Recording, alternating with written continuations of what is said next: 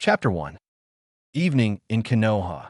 The people were doing their last business before going home to their families, and in the Hokage Tower did their Hokage, Surtobi Kinomaru, watch them. He sighed slightly, turned away from the window, and shifted his attention to the man sitting on the other side of his desk. Life is wonderful. The man snorted and looked at the younger one. Life is nothing, he replied, his voice deep. Kinomaru shook his head from the sentimental feelings and took up the cup sitting on the desk. How's Shikamu? The Rokadame finally asked. As fine as you can be in his situation, the man replied.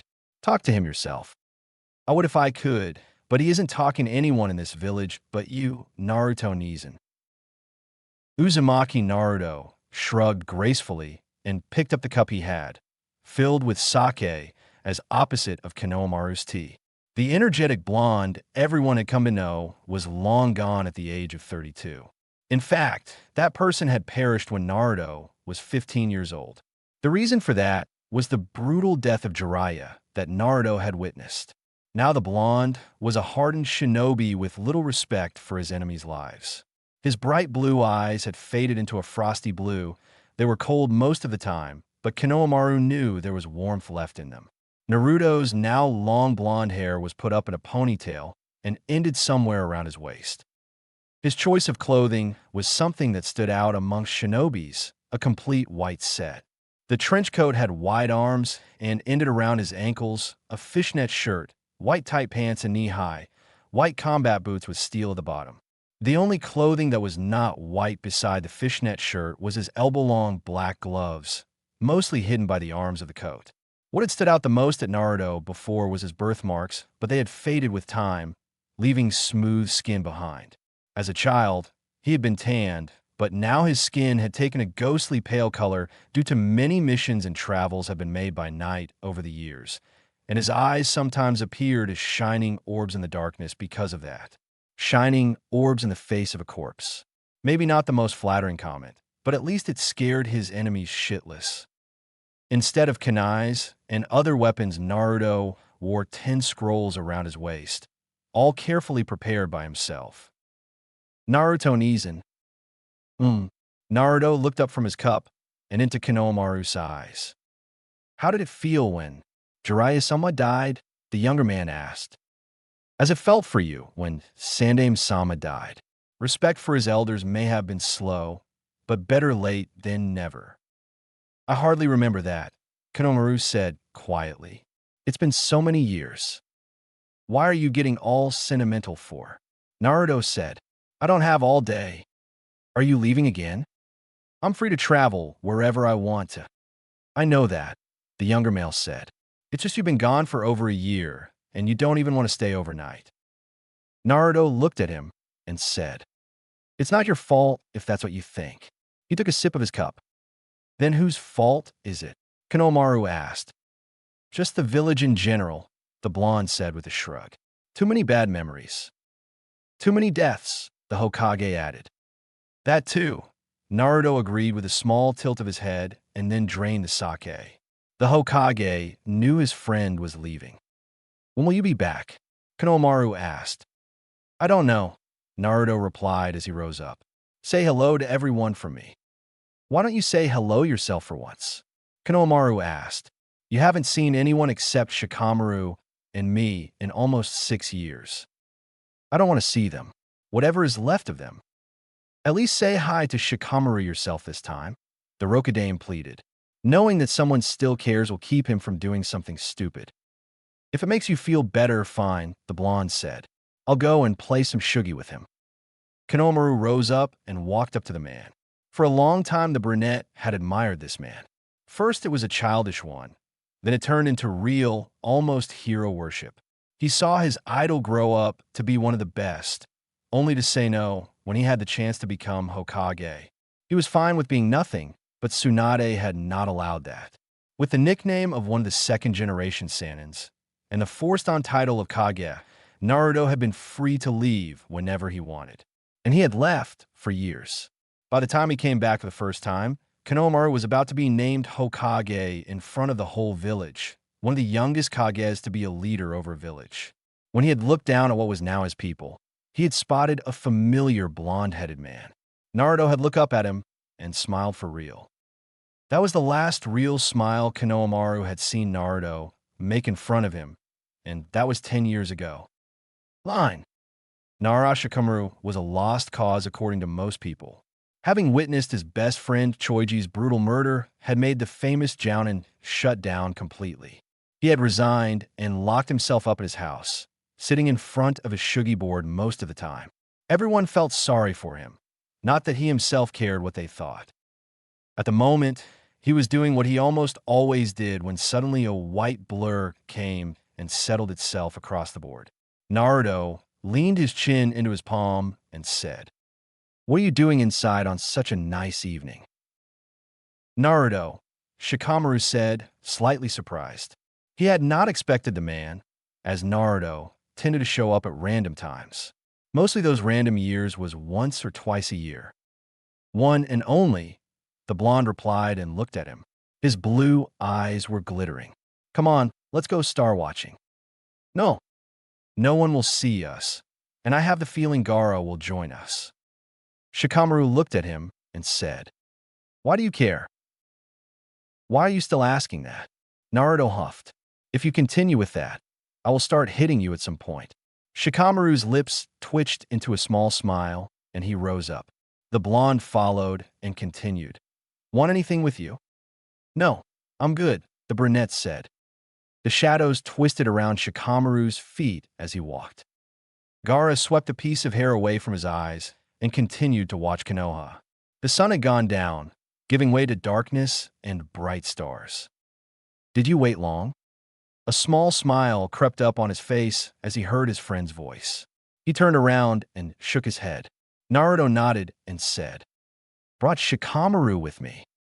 The brunette raised a hand as a greeting and Gaara nodded to him. "How did you know I was here?" the redhead asked.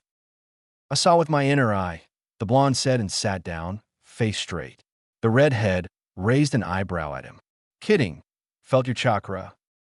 "Thought so," Gaara muttered. Shikamaru followed after Naruto, sitting down as well, and the three men were quiet as they watched the sky or the village. "Do you sometimes wish everything was different?" Gaara suddenly asked. "Every day," Shikamaru said. "Every second," Naruto continued. "Many people died. How many didn't have to?" "Kankuro," Gaara whispered. "I still miss him, even if he's been dead for 19 years. "Chuji," Shikamaru said, his eyes clouded. "Asuma. Hell, I even miss that pervert to teacher Kakashi." "Old good Kakashi," Naruto said. "I miss Irika too, the academy teacher from hell." "Man, even Tsunade was scared shitless when he was pissed off," the brunette said with a chuckle. "He even made me shake in fear once he got started," Naruto said and smiled. Nowadays, he only smiled in Gaara's and Shikamaru's presence. "I don't doubt if he comes here right this very instant. He would have me shaking as a leaf within minutes." Gaara laughed softly at that. "What would you give for a second chance?" he asked the blonde man. "I don't know," Naruto said. "My life wouldn't do. Then I can't do anything. But I could sacrifice this." "This?" Shikamaru asked. "My reputation I gained from the war, from the training with Tsunade," Naruto said. "The connections I have, my boring lifestyle. I could give everything in my life up," Gaara said. "What matters that I've been a Kage when those I love and want to protect are already dead?" "I'm a good-for-nothing now," Shikamaru said. "Hell, I can't even fight without remembering all the times when my friends died. If I could just see them again, alive and well, I could fight even fucking Orochimaru or Akatsuki myself." "Looks who's having too big confidence," Gaara said, and Shikamaru chuckled. "Well, I can't help it," he said with a shrug. They sat in comfortable silence for a long time, all content to just sit and watch whatever they wanted. "What's the noise?" Naruto suddenly asked. They looked around, and suddenly a blinding light surrounded them. Naruto felt Gaara's body pressed against his own and acted on instinct. His hand shot out and grabbed both of them. Shikamaru's hands gripped his arm tightly, and Gaara fisted a hand into the white trench coat. It was all darkness. Chapter 2. Naruto groaned and opened his eyes to a slit. He was lying on something rather cramped, and it was hard and uncomfortable, and he had a bad feeling about it all. The air was humid. He had felt that before, and he sat up, ignoring the twinge in his back. His eyes opened a bit and looked around. They slowly widened in shock, and he whipped around. No way. No fucking way. He was in his old apartment, and with old, he really meant old. The one he had lived in until he was 15, the one he had been forced to live in as long as he remembered. But that was not the most shocking thing. The building was not supposed to exist in his time. So, what the fuck was he doing here? Ew. Gaara moaned at the pounding of his head, wondering if he had hit it so hard it had split apart on him. He moved and bumped into a body.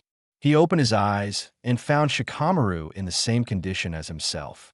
They sat up slowly, and the redhead looked around. "Where are we?" he asked. Shikamaru looked around and blinked. Then some more. He looked around again, and Gaara waited patiently for the man to speak. And speak he did. "This looks like the forest just outside of Konoha." Ew.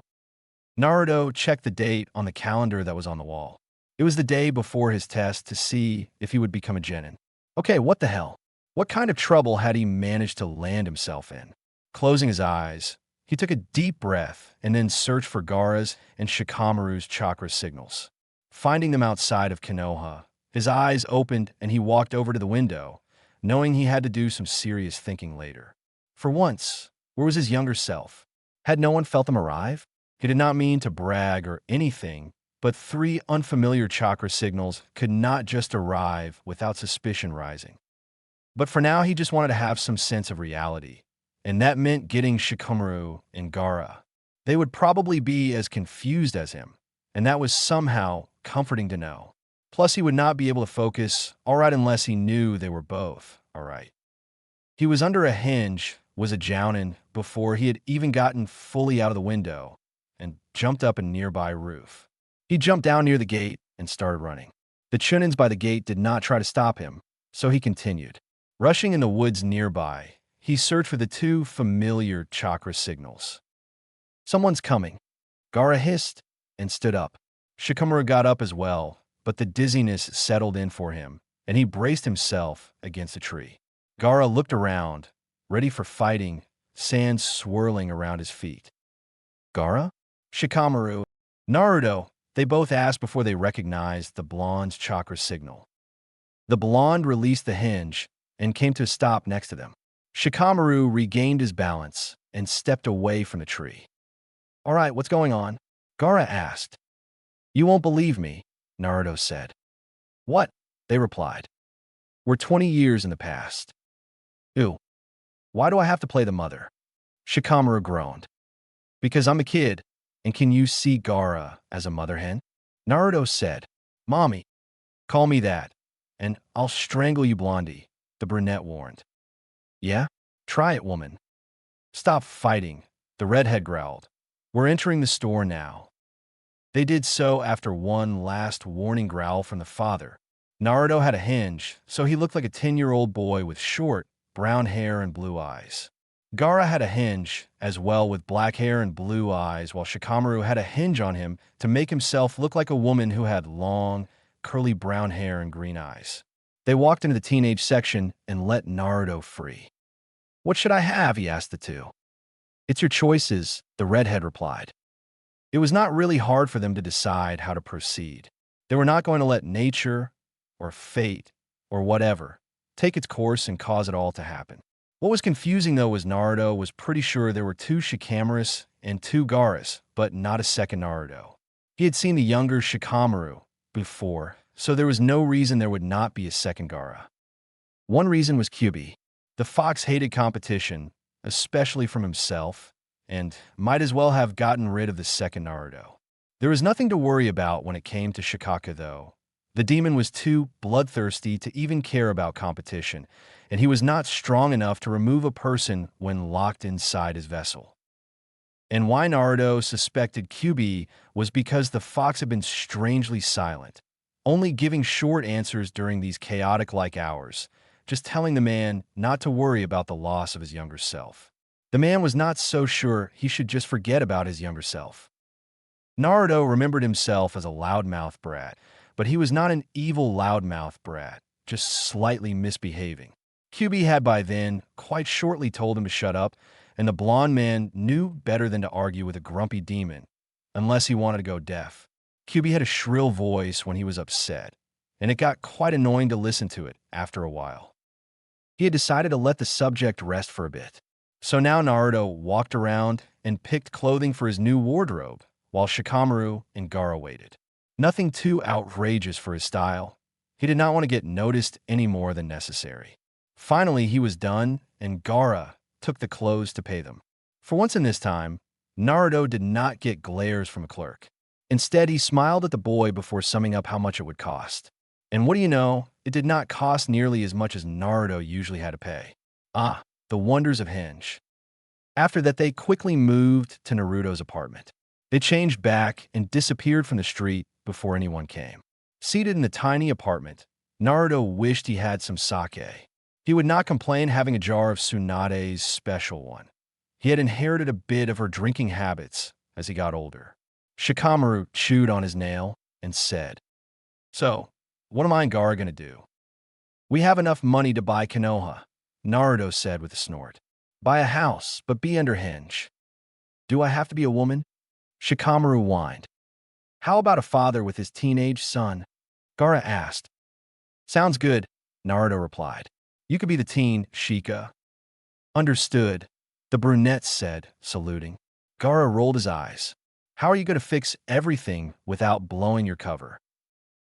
"I have a plan," the blonde said. "Trust me."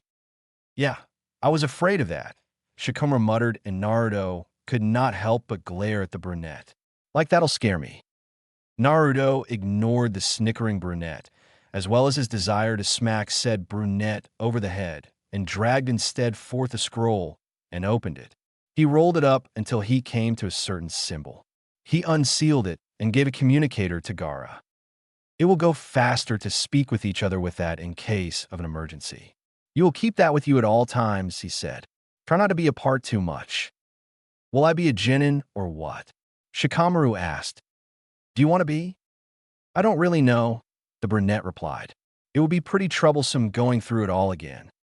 "You could be a normal, lazy teen," Naruto said. "I can know you, so I'll visit you looking like my 12-year-old self." "So it's really no second Naruto, as it is two of me and two of Shikamaru?" Gaara said. "Something like that," the blonde replied. "I don't know why, but I'm not too interested in finding out." "Neither am I," the red-headed man said. "Troublesome," Shikamaru muttered. The two Jinchurikis could not help but agree. Chapter 3. Checking himself over in the mirror, Naruto adjusted the clothing once more before making sure his hinge looked all right. He had been really small at the age of 12, he realized with a sigh. Not really something he could do about it, though. The only thing he could chance was the way he had been dressing himself when he was young. Orange was a color he liked, but not a color to wear if you were a shinobi. So now he was outfitted in a white t-shirt, black baggy pants, and a dark brown hooded jacket. Not any outstanding colors, and clothing that could melt into the environment if needed to. He was still a bit awkward with the pouch, and his scrolls he had sealed into another scroll, fastened near his body where he would notice the moment it was removed. Satisfied, he moved out. Ew. Naruto was one of the first people to arrive in the classroom, for a change, and he seated himself in the back where no one would bother him. When Shino entered the room, he could not help but stare at the boy. The bug user had died so young, only 15 at the time. This time, though, it would work out better. It had to be. Naruto may look cold in front of others and uncaring, but all the deaths around him had nearly broken him down. The first time Kyuubi had helped him through it. However, he was not sure he could take a second time. Irika entered the room after a number of other kids and Naruto released a contented sight. The first adult who accepted him for who he was. He had not seen Irika in 14 years, except on the few rare pictures of the man. The Chunin spotted him and stared. Naruto mused the man must have some kind of radar when it came to the blonde. Irika always knew where Naruto was, not matter how hard the blonde had tried to hide. That was probably why they always sent out the man when Naruto had done a prank in the past. It usually took Irika between 5 to 10 minutes to find him. The teacher rose up and walked up to him. Naruto? Yeah, he replied, looking up at the brunette. You're wearing normal clothes. Irika's face said that was the shock of the year. Naruto had the urge to grin, but kept it in. Yeah.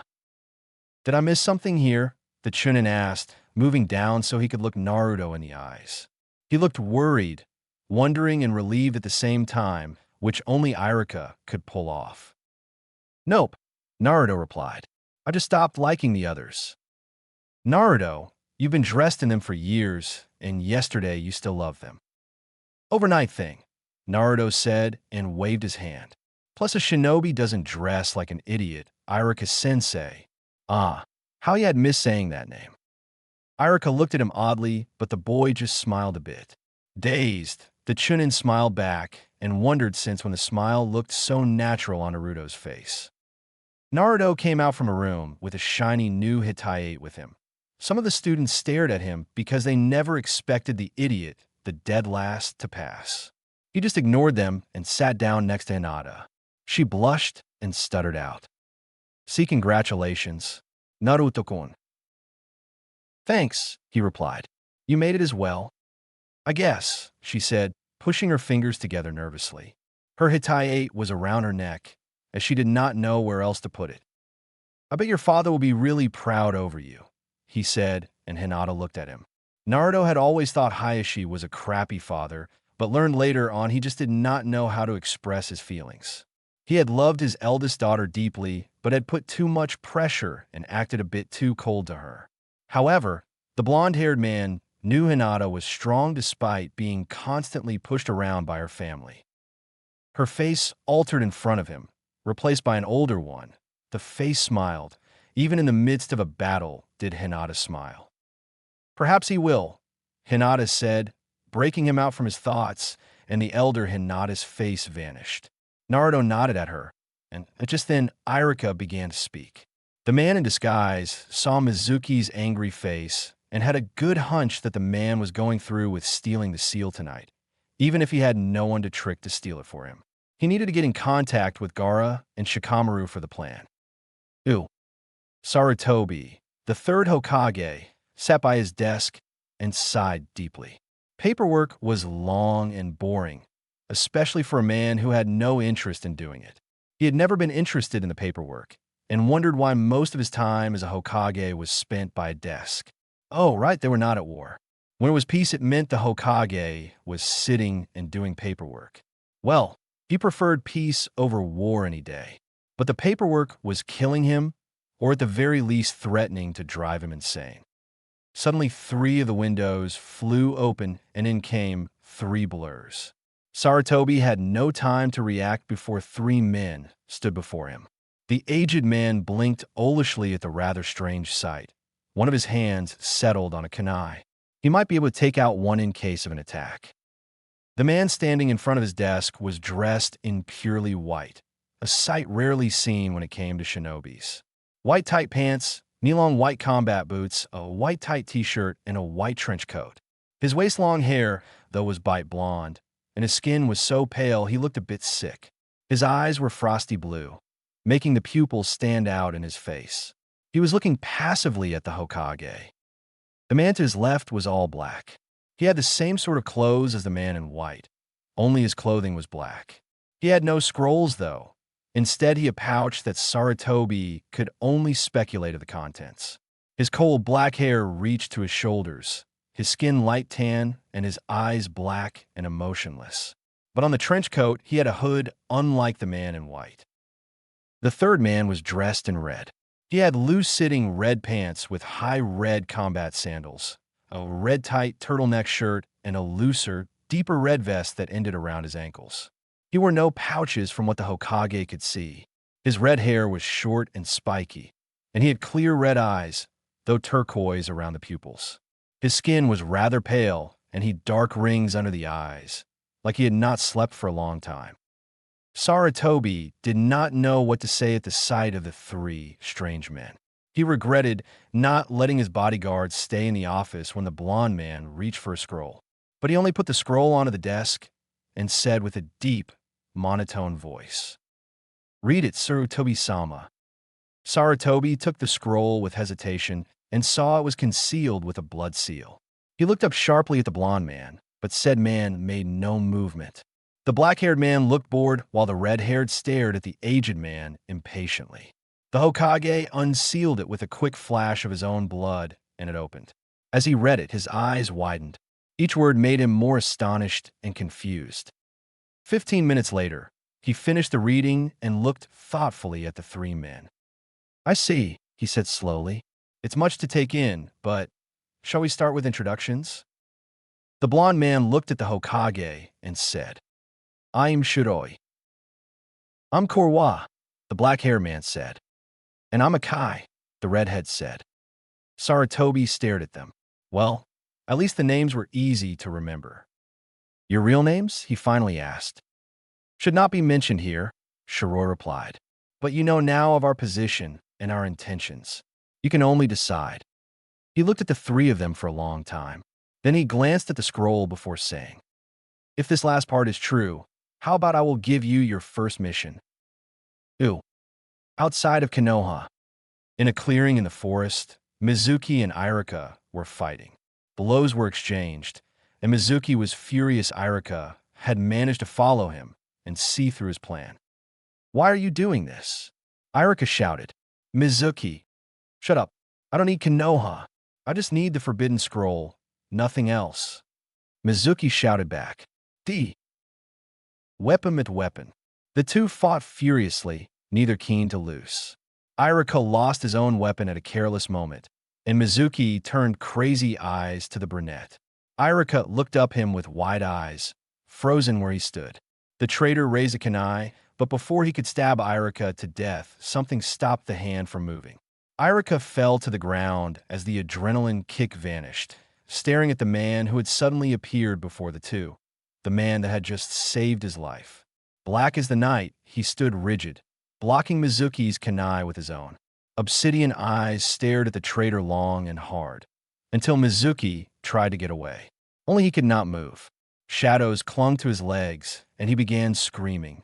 Irika watched in fascination as the black-clothed man put away the kunai, put his hands together in a seal, and said, almost lazily, "Shadow technique, Black Knight." The shadows lazily began trickle upwards, winding around the traitor. They looked like slick flames, and Irika saw them inching closer to the crazed man's neck. Mizuki's shouting was cut short as the shadows wound themselves around his neck, squeezed tightly, and the man fell down after a while dead.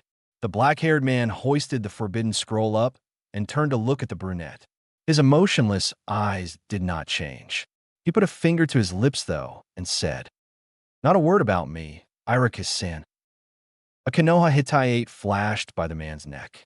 The next moment, he vanished into the shadows, leaving a very confused Irika behind. Was that a Nara or what? Ooh. The next day, Naruto sat with Hinata again, making the girl smile.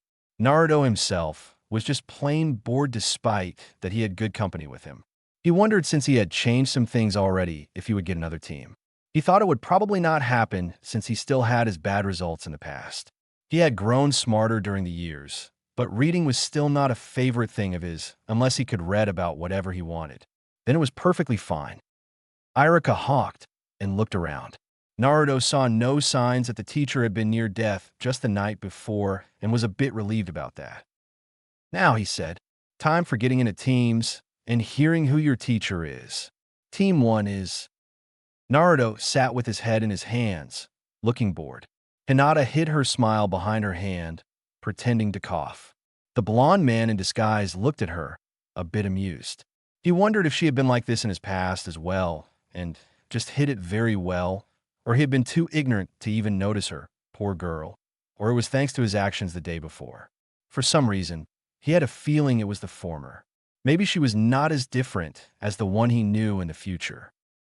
Team 7, Irika read up, Haruno Sakura, Uchiha Sasuke, and Uzumaki Naruto. Your teacher will be Hitaki Kakashi. Sakura squealed at the aspect of being with Sasuke. Said boy ignored everything else, and Naruto tilted his head. Will you be okay with them? Hinata asked him, and the man in disguise turned to look at her. I mean, Sakura can be pretty mean, and Sasuke. She seemed to know more about the three's relationship than Naruto thought, but there was something he needed to find out. Oh, he sat puzzled. She blinked, confused. He leaned closer and said in a whisper, like a big secret, "You didn't stutter, Hinata-san." She blinked again, a small blush on her cheeks. "I didn't," she said. "Well, now you did, but not before." They were interrupted by Irika announcing the 8th team was Hinata herself, Kiba, and Shino. Their teacher would be Kurenai, just like before, Naruto mused. Also, Team 10 was the same. Naruto never knew the other teams, and therefore had no idea if they had changed or not. Although, as they had stayed the same, he opted the others had as well. So, Irika said, and getting up, "Your teachers will come here and get you soon. Good luck." Naruto sat back and sighed. It would take Kakashi at least 2 hours before getting there. What to do during that time? Hinata turned to talk to him again, and he spent the first half hour talking to her. Then Kurenai came, and Hinata bowed a little to the man in disguise before following the red-eyed woman, almost skipping in happiness. Naruto found it very amusing and could not help but smile. It felt a bit weird to smile, having gone so long without doing so, but he knew he could get used to it. He also had a feeling he would be smiling a lot in the near future to come. Soon Team 7 was alone while waiting for their teacher. Sakura went to sit next to Sasuke and tried without success strike a conversation with him. Sasuke ignored her. But after a while, and with no stupid Naruto interruptions, they both turned to look at said Naruto, who was reading a book and ignoring them both. Sakura gaped while Sasuke's eyes widened slightly. Naruto was reading a book, and he was quiet. This day was far too weird to be true. Ew. When Kakashi entered the classroom, he was met by a shrilly female voice that screamed, "You're late." He winced at the tone and looked at a pink-haired girl who had furious eyes, hands clenched at her sides, and dressed in a bright red dress. All right, her dressing needed to be discussed. Such colors would scream, "I'm here, come and kill me already." A black-haired boy sat by the window, only glancing at the man before returning to stare at whatever an Uchiha stared at. The ice prince that needed some serious melting. Or get that stick out of his ass, so he could be a bit more polite. So where was the third one, the container of Kyuubi? Kakashi one-eye swept over the classroom until he saw a boy sitting at the far end with a book covering his face. He saw a bit of blonde hair, skinny hands holding the book. "Meet me up at the roof," Kakashi said, pointing upwards, "in 5 minutes." Then he disappeared. Ew. He could look at them more closely as they were at the roof. Naruto looked at him for a moment, and then away, like Kakashi was a disinteresting insect, not worth the attention. The man's eyebrow twitched just a bit at that. Dismissing him, that easily would not sit well with the brat. "So, you're my new team?" he asked. "I already know your names, but how about your likes, dislikes, hobbies, and dreams?" "Can't we start with you, sensei?" Sakura asked. "We don't know anything about you." "Me? Oh, okay. I am Hitaki Kakashi. Things I like and things I hate. I don't feel like telling you that. My dreams for the future, never really thought about it. As for my hobbies, I have lots of hobbies. Now, Pinky, your turn." Sakura's vein ticked at the lack of information and nickname, but she started anyway. "I like learning new things. I dislike Ino Pig and Naruto no Baka, and my dream is, well, maybe I shouldn't say it in the open." By the way she was glancing at Sasuke, Kakashi knew exactly what she was going to say. "And my hobbies are learning and..." Once more she looked over at Sasuke. Kakashi sighed and turned to the boy in question. "You then?"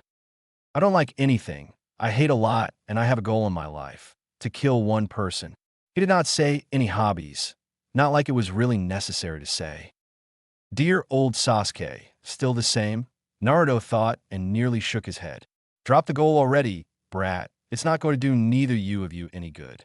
A heat spread from his hidden scroll, and the man in disguise discreetly placed a hand there, calming the leaking chakra with a determined shove of his own. No need to alert Kakashi. Okay, Kakashi said. Only Blondie left then. Like nothing, hate nothing, have no dreams, no hobbies, Naruto answered flatly, looking steadily at Kakashi.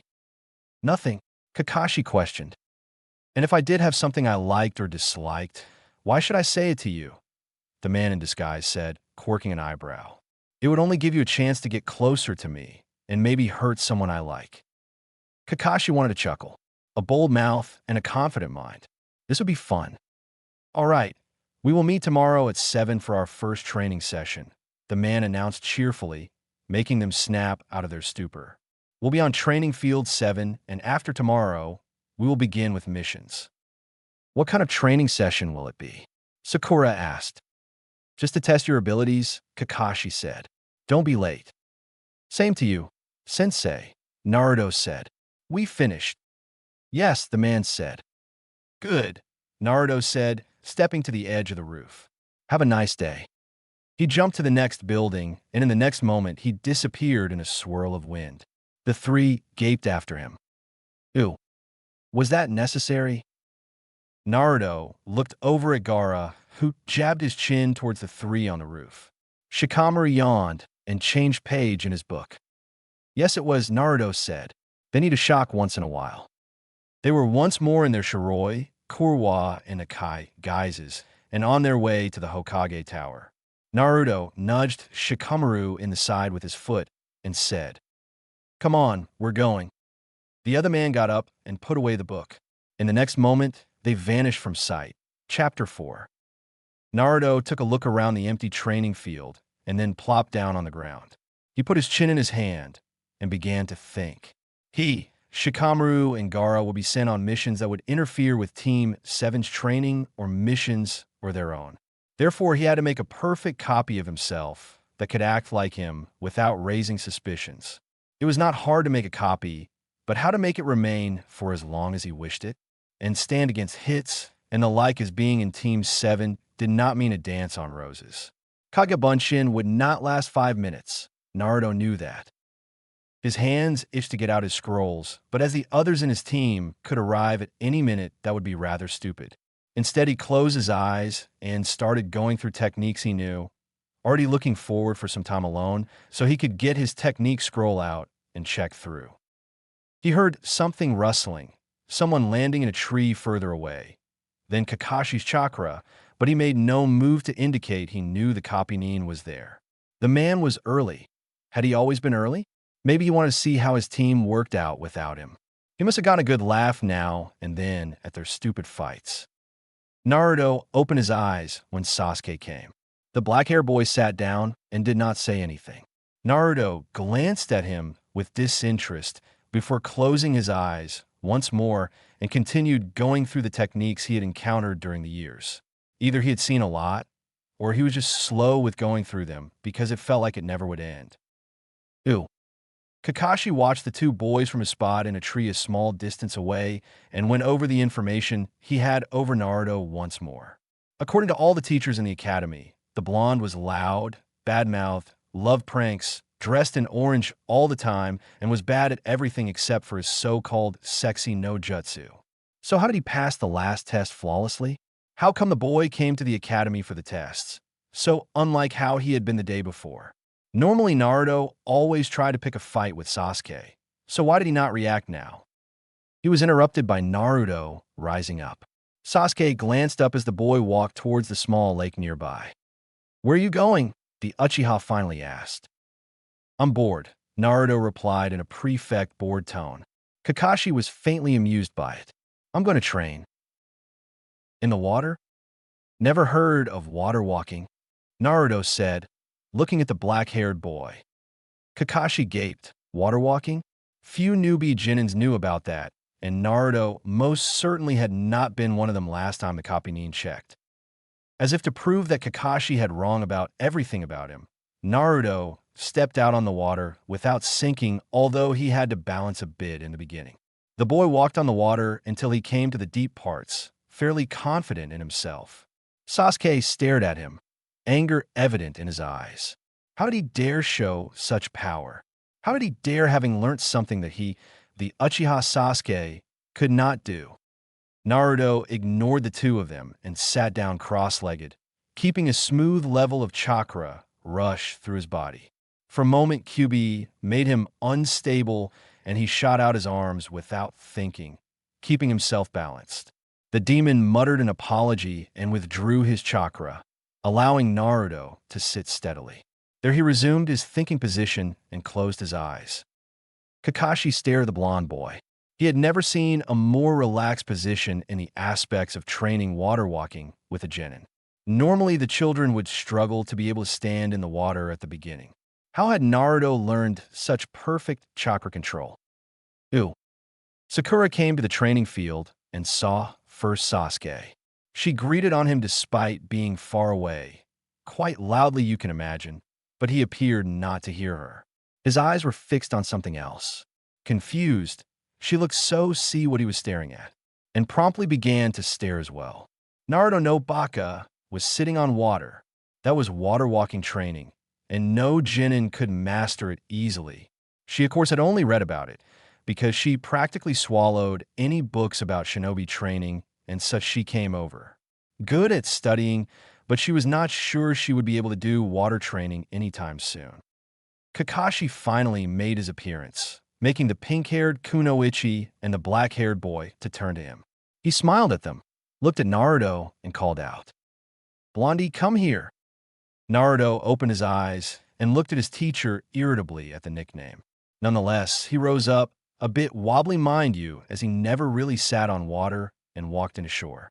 Kakashi tried to read the boy's face, but Naruto's face was like a blank sheet that made Kakashi uneasy. One other piece of information was that Naruto always grinned widely.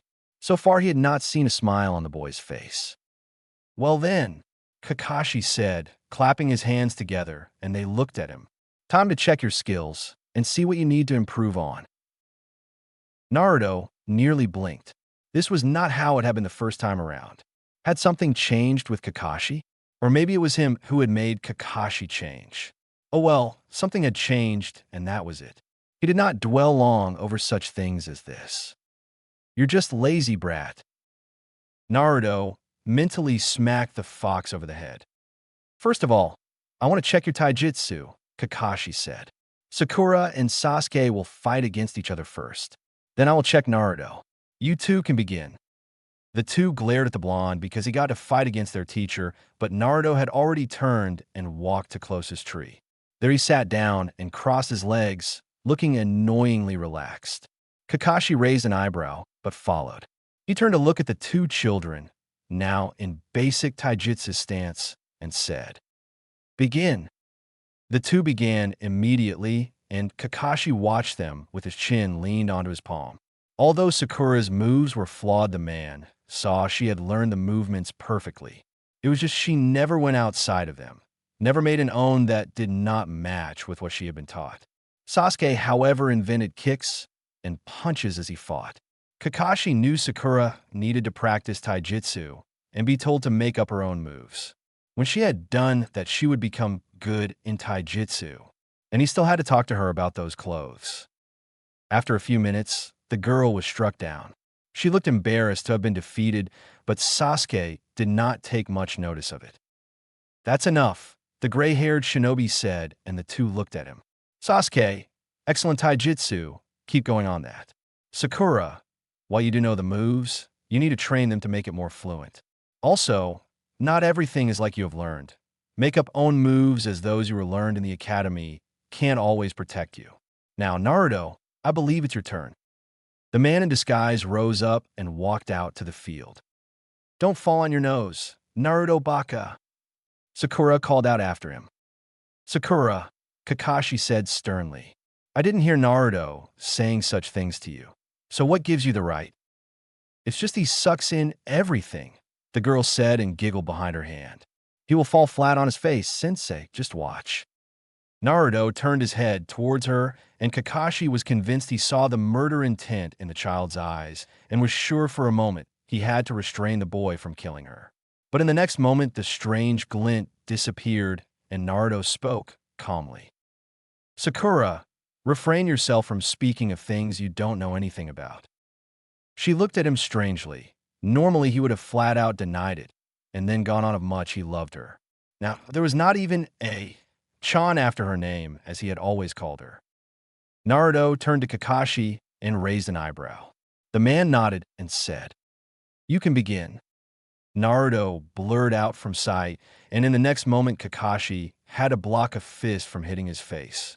He jumped away, startled at the fast movement, and Naruto followed without battling an eye. The boy did not let him have a break, but attacked in every way he could. Kakashi managed pretty well at dodging for the first few minutes, and then he heard Sakura yell, "Is that even a fighting style, Naruto Baka?" Naruto's next kick felt a lot stronger, and the teacher was sent flying into a tree. He stared at the boy who now had stopped. Never before had a genin managed to make him fly backwards. The blonde slowly moved his body into a taijutsu stance and waited. Kakashi blinked at the stance. He did not recognize it. "What kind of style is that?" Kakashi asked as he rose up. "My own," Naruto replied. Kakashi charged this time and knocked Naruto away. The boy made a flip in the air and landed safely, his eyes slightly bigger, which meant he did not expect that. The boy blurred away in the next second, and Kakashi looked around. Then he felt pain in his left leg and jumped away before Naruto could complete the violent kick. He landed a bit away and gasped as he felt his sore muscle. That felt like a kick from an unrestrained guy. "All right, let's stop," Kakashi said, and the boy slowly relaxed.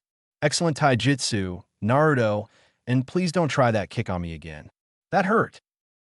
The last came out as a whine, and finally the man had lured a smile out of the boy. Naruto came forth and said, "You're pretty strong, sensei. That kick should have broken your leg." Kakashi stared. "What the hell did you do?" he asked. "I sent my chakra into your leg," Naruto said as a matter of fact. "I focused chakra in the spot I wanted. I connect it with you and send the chakra out. Given a little more time, I would have broken your leg." The man rose up slowly and said while scratching his head, "Seems like I don't have to check chakra control on you. A pretty amazing trick. Mind if I tell it to a friend of mine?" "Why not?" Naruto said with a shrug. "It's not a secret, really." Sasuke looked at Naruto as the man in disguise came walking. "Where did you learn to fight like that?" the black-haired boy demanded to know. "By watching," Naruto replied flatly. "All right, don't start an argument," Kakashi said and waved his hands around, seeing Sasuke's eyes narrow. "Let's see now what we will continue with." Ooh. Naruto left the training field in deep thought. He still needed to train on Jinjutsu.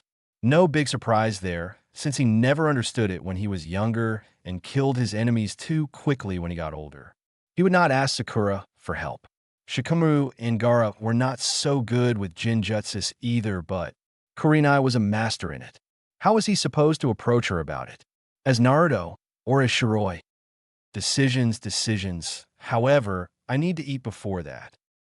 As Kyuubi called him a hungry fool, Naruto mentally kicked him. Ew.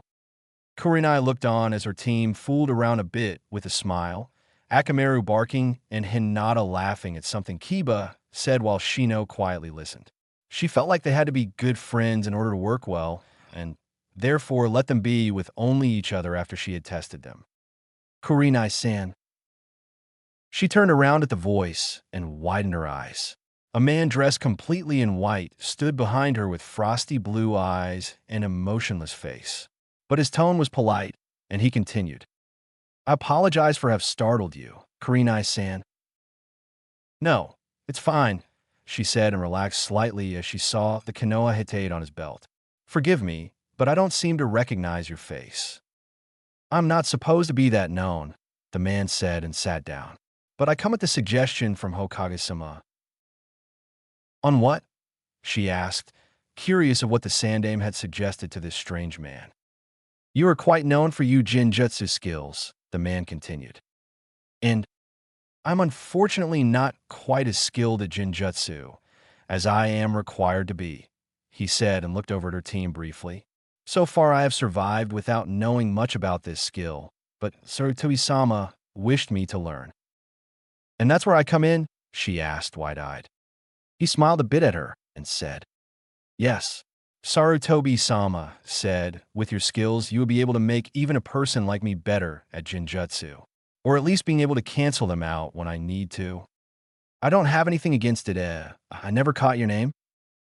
I am known as Shiroi, and therefore my name must be Shiroi, the man said vaguely. Shiroi-san, she said, almost to herself. When are you free to practice? I have irregular hours, so to speak, Shiroi said and looked at her. I can be called to a mission 3 in the morning or 7 in the evening. I must take whatever chance I have. I have my team as well, so mostly I will be free at evenings when I'm not on a mission, she said. Shiroi nodded and said, I'm free tonight, as far as I know. Sarutobi-sama promised to try keeping me in the village during the time I need to learn Jinjutsu. Then our first lesson will be tonight, she said. How about 6? We'll meet by the Hokage Tower. That sounds perfectly fine, the man said and rose up smoothly. Is that your team? He pointed towards the 3 children. She nodded and said, They became a team just yesterday. Shiroi looked at them for a long time and then said, Just yesterday? I would have guessed they had been a team for months. She turned to look at him, but he was already gone. Ew.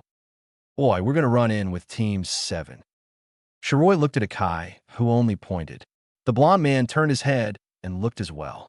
They were heading straight to where Team 7 was training at the moment.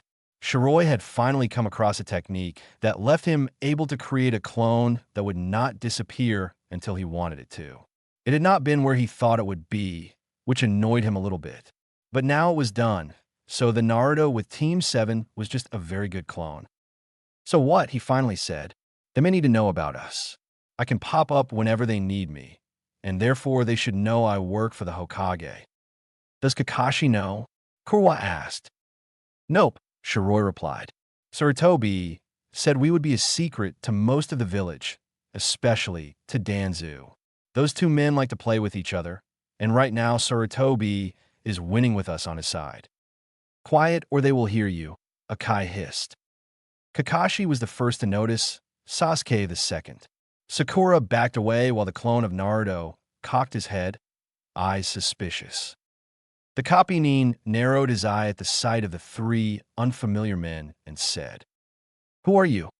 Shiroi looked at him, bored, and then turned to Akai. Don't ignore us, Sakura shouted. Sakura, manners, the gray-haired man reminded. Well, where are theirs? She asked. The blond man was just rude, not even telling us his name. Suddenly shadows locked her in place, and she gave out a shriek. Kakashi grew tense and looked around, trying to locate where the shadows came from. Kurwa, they heard a deep but monotone voice say. She is a Konoha Kunoichi, and a genin on top of that. So what? They turned to look at the 3, and saw that the blonde and the black-haired man had entered a staring contest. The shadows floated from the black-haired and black-dressed man's body. Kakashi's eye narrowed. Was it a Nara or what? She insulted you, the black-dressed man said with a shrug. Kurwa, I'm warning you. But Shiroi-sama. They all stared at Shiroi. What had he done to earn such a title? Shiroi ignored them, took a hold of Kurwa, and said, Insult or not, she's just a kid. Let her go and act your age. It was better to give them a fearsome reputation than having Team 7 seeing them as 3 arguing men.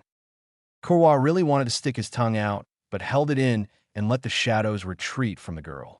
She fell down, and the Team 7 went to her. I'll tell Hokage-sama about you, she cried out, massaging her sore leg. Then you will regret it. Hokage-sama, the red-headed man said, raising an eyebrow. I don't think so. No matter, Shiroi said as he released Kurwa.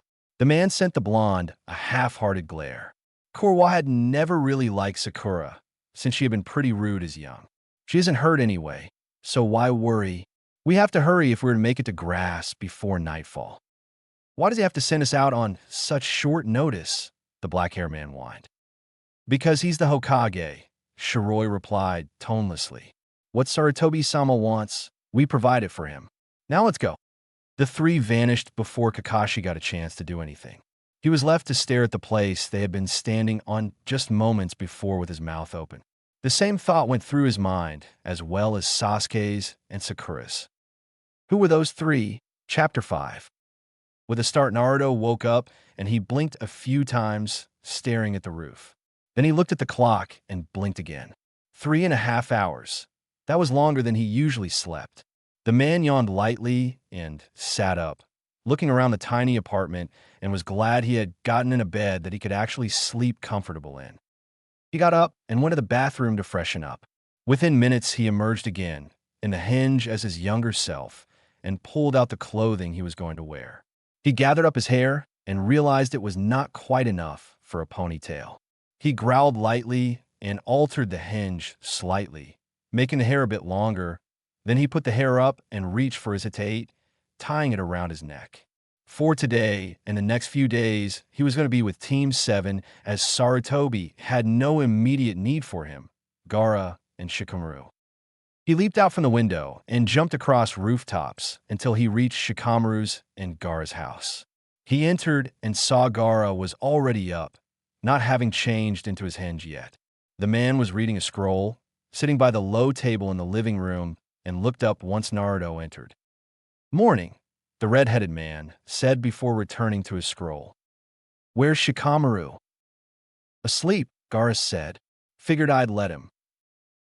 Naruto nodded and sat down. "Why are you in a hinge so early?" Gaara said, looking him over. "Because we're going to have our first real mission," Naruto said. "Last time I had to complain my way to it, and now it's just handed to us." "Which one is it?" "The one with Zabuza and Haku." Oh, Gaara had heard the story once, when Naruto had been too drunk to keep it inside. The blonde had never really gotten over their deaths. "What are you going to do this time?" Gaara's voice startled him, and Naruto looked up at his friend. "Save them," was his answer. "They deserve life." "I see. You won't need our help then." "No," Naruto said. "I'll handle it. You guys relax." "You know, it won't hurt you if you yourself relaxed once in a while," Gaara reminded. "It's not like everyone is going to die because you sleep longer than 2 hours." The blonde man ducked his head, so he had been discovered. "Naruto, I know you," the red-headed man said. "What the hell?" The man was a mind reader as well. Somehow, Naruto was not sure if he wanted to know just how Gaara knew and was blissfully interrupted from his thoughts with the redhead continuing. "You don't sleep. You work until you collapse, and you refuse to relax. Now, what time are you going to meet with your team?" 9. "It's only 6. I wasn't tired." "Liar." Sigh. There was no use lying to the man. "I couldn't sleep," Naruto said. "And I don't want to." Gaara frowned and then reached over the table. He took Naruto's hand lightly and tugged. Naruto raised an eyebrow, definitely not fitting the young look, but complied and scooted over to the red-headed man's side. Gaara had to admit that his friend looked a bit small as a 12-year-old, not to mention pretty adorable, never saying that aloud to Naruto, though, if he wished to keep his head where it was. With the annoying clothes gone, too much orange, and that ridiculous smile, or rather annoying not to mention half-fake grin, he looked more vulnerable than the red-headed man wanted to admit. Gaara pulled Naruto close, ignoring Disguised Man's protest, and held him against his chest, an action that surprised them both. Neither had really been that much for touching someone else. People were too scared of Gaara, and Naruto had learned his lesson through bruising.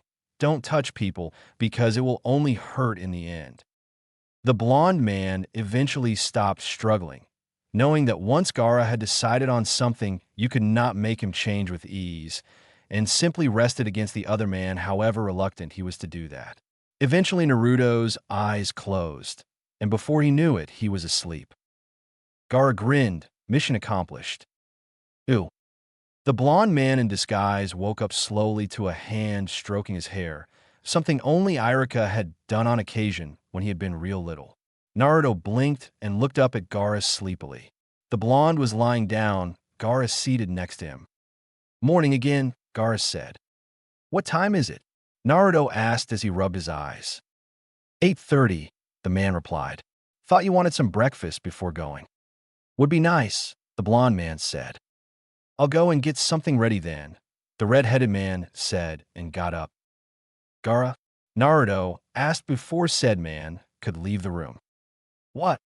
Thanks, the man in disguise said, not looking at the redhead, and they both knew it was not for the offer of breakfast. Gaara smiled, answering, You're welcome. Ooh. Naruto met Kakashi by the Tower 10 and 9. If the disguised man was surprised to see the shinobi in time, he did not show it. Morning, Naruto, the man said, looking up briefly from his book. Morning, sensei, Naruto replied, feeling stupid calling someone who was actually younger than him for sensei. Oh well, he could not exactly stop calling Kakashi that. The man got easily suspicious if he did. To distract himself and have something to do, Naruto looked at the cover of the book Kakashi was reading. Was he surprised to read Aika Paradise on the cover? Damn pervert, at least some things never changed. You're an early riser, aren't you? What do you mean? Naruto asked. I saw you leave your apartment around 6, Kakashi said. That was pretty early. Oh, I couldn't sleep and went over to a friend. I had a nap there, Naruto said, not even battling an eyebrow at finding out Kakashi was up by 6. Maybe having calling the gray-haired man for lazy in the future had been a bit wrong. You could say I woke up a half hour ago. A friend. He's not a shinobi, Naruto said and looked at the sky. He lives with his father. I visit them from time to time. Oh, another thing that Kakashi had no idea about.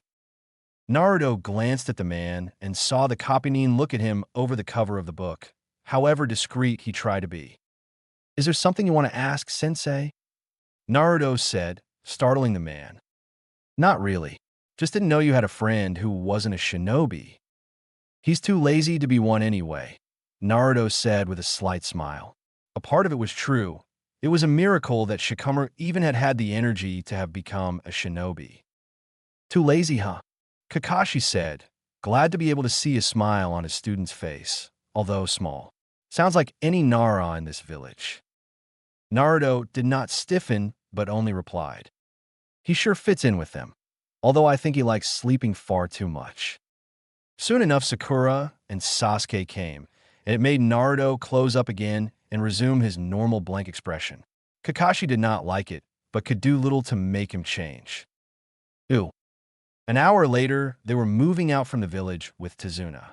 The man was drunk as old times, but this time Naruto did not complain. He simply trudged along, looking around at scenes he had seen before. It had not changed much in the future, Naruto mused as he glanced around. Kakashi was reading his book, as usual, being in front of their client. Sasuke walking behind Tazuna, and Sakura seemed to want to try hold his hand. Sasuke's eyebrow would have a permanent twitch any moment. The man in disguise felt slightly sorry for the boy. Naruto himself was walking to the side, not too far from Kakashi, but also not too close. He wanted his space, and the copynin seemed to understand that. When they set up camp for the night, Naruto was signed up as the first watch. Shrugging, he went and sat down against a tree. He watched them fall asleep and sighed lightly. He had a plan what to do. He should kill Gato first and deal with Zabuza and Haku later. With that in mind, he focused partly on planning and partly on watching over his team and Tazuna while they slept. Ooh. Kakashi woke up in time for his shift to see Naruto sitting not far away in a meditation position. If that was not strange enough, one of his eyes was completely closed while the other opened. The copynin blinked at the scene and was startled when Naruto said, "What looks so funny, sensei, that you must stare at me? Why is one of your eyes closed?" Kakashi asked. "Oh, I can focus better," Naruto said. "I use one eye to watch and the other to amuse myself." Kakashi stared. "What the hell? Amuse yourself?" The copynin said uncertainly. "Reading," Naruto said. "I have read some books so many times I'm able to remember them, word for word. At least it was books he liked and not boring ones. He would never touch a boring book unless someone ordered him to." right? What the hell? Kakashi stared at him. Are you joking with me? The man finally asked. Nope. You gonna let me go to sleep? Saw the... Yeah, I got it now, so you can rest. Naruto closed his other eye and slowly let the head fall forward. His breathing deepened, and before Kakashi could say anything, such as if Naruto wanted to lie down, the man in disguise was really asleep. Ew. Naruto woke up in the morning and saw Kakashi was watching him. Don't you have pain in your neck? The Kapinin asked. The man in disguise considered this, and then rolled his head and shoulders. A small twinge gave him the answer, but it would be gone soon. It'll pass, Naruto replied. Are the others up? Sakura is getting some water, and Sasuke is collecting wood. Tazuna is asleep. Naruto nodded and got up from his position. Sleeping in the meditation position had been rather easy thanks to some tips Gaara had given him. And he had slept for more than 2 hours. That was nice for a change. Starting to do light stretches, Naruto decided to let Kakushi's gazing at him slide. Ew. Naruto looked at the water on the road and sighed. How could he have missed that one the last time? It was in plain sight.